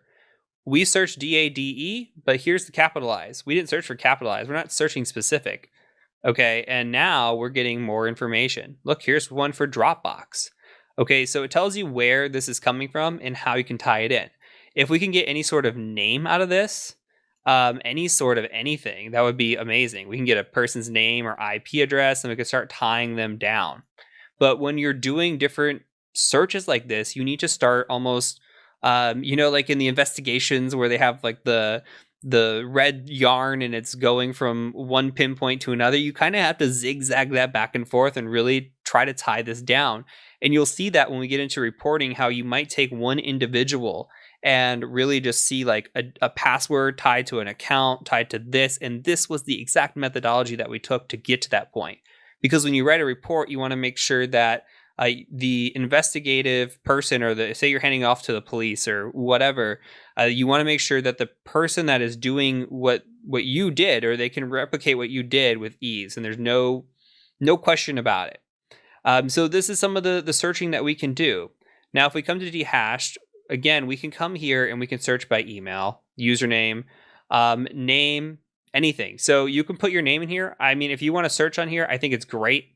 You can come through here and just search for your name. Let's go back. Let's search Tesla again. I saw a hash in there. The Adobe hashes are kind of interesting. They're not the easiest to pick up, but let's see. Let's find this Adobe hash. So let's say we get a hash like this.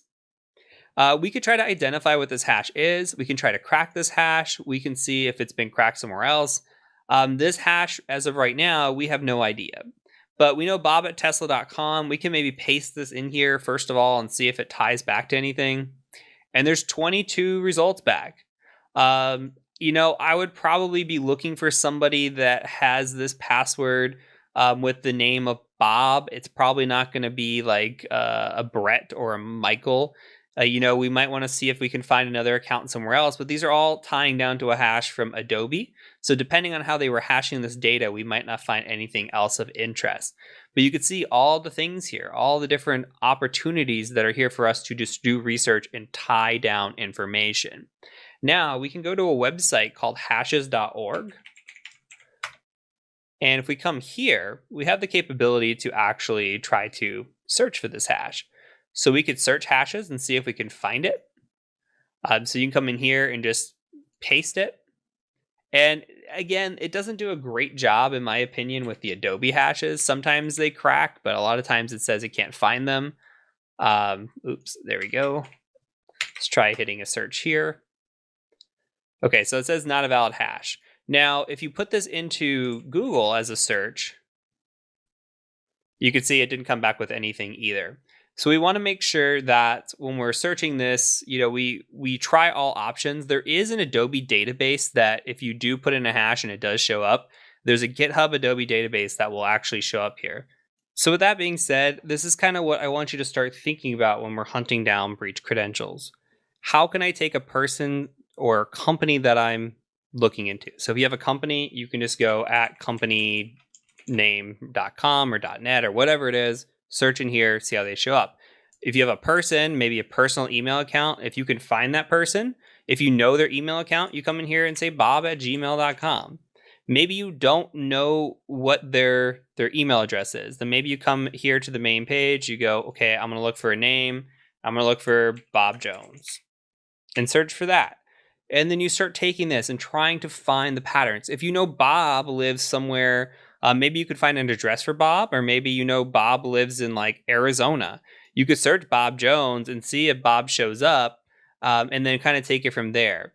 And there is some search operators that you can utilize. You can see Bob Jones is taking forever. You can put this in quotations and search it again, and kind of narrow down your results here. So if we click on this, you could see like, here's a name of, we got a lot of results, but here's the name of Bob Jones. This is a very common name. So, but you could see like, if we're trying to look this down, we can start searching and adding operators in here and trying to see if we can figure out to tie a username or something to them. So again, get your wheel spinning. Don't rely on just dehashed, but just rely on thinking about this. This is the thing you should be thinking about. Again, dehash could go down tomorrow. But if you're thinking about it in the way that the credentials and the information can be interwoven, remember that red yarn again, that's really what I want you to take away from this.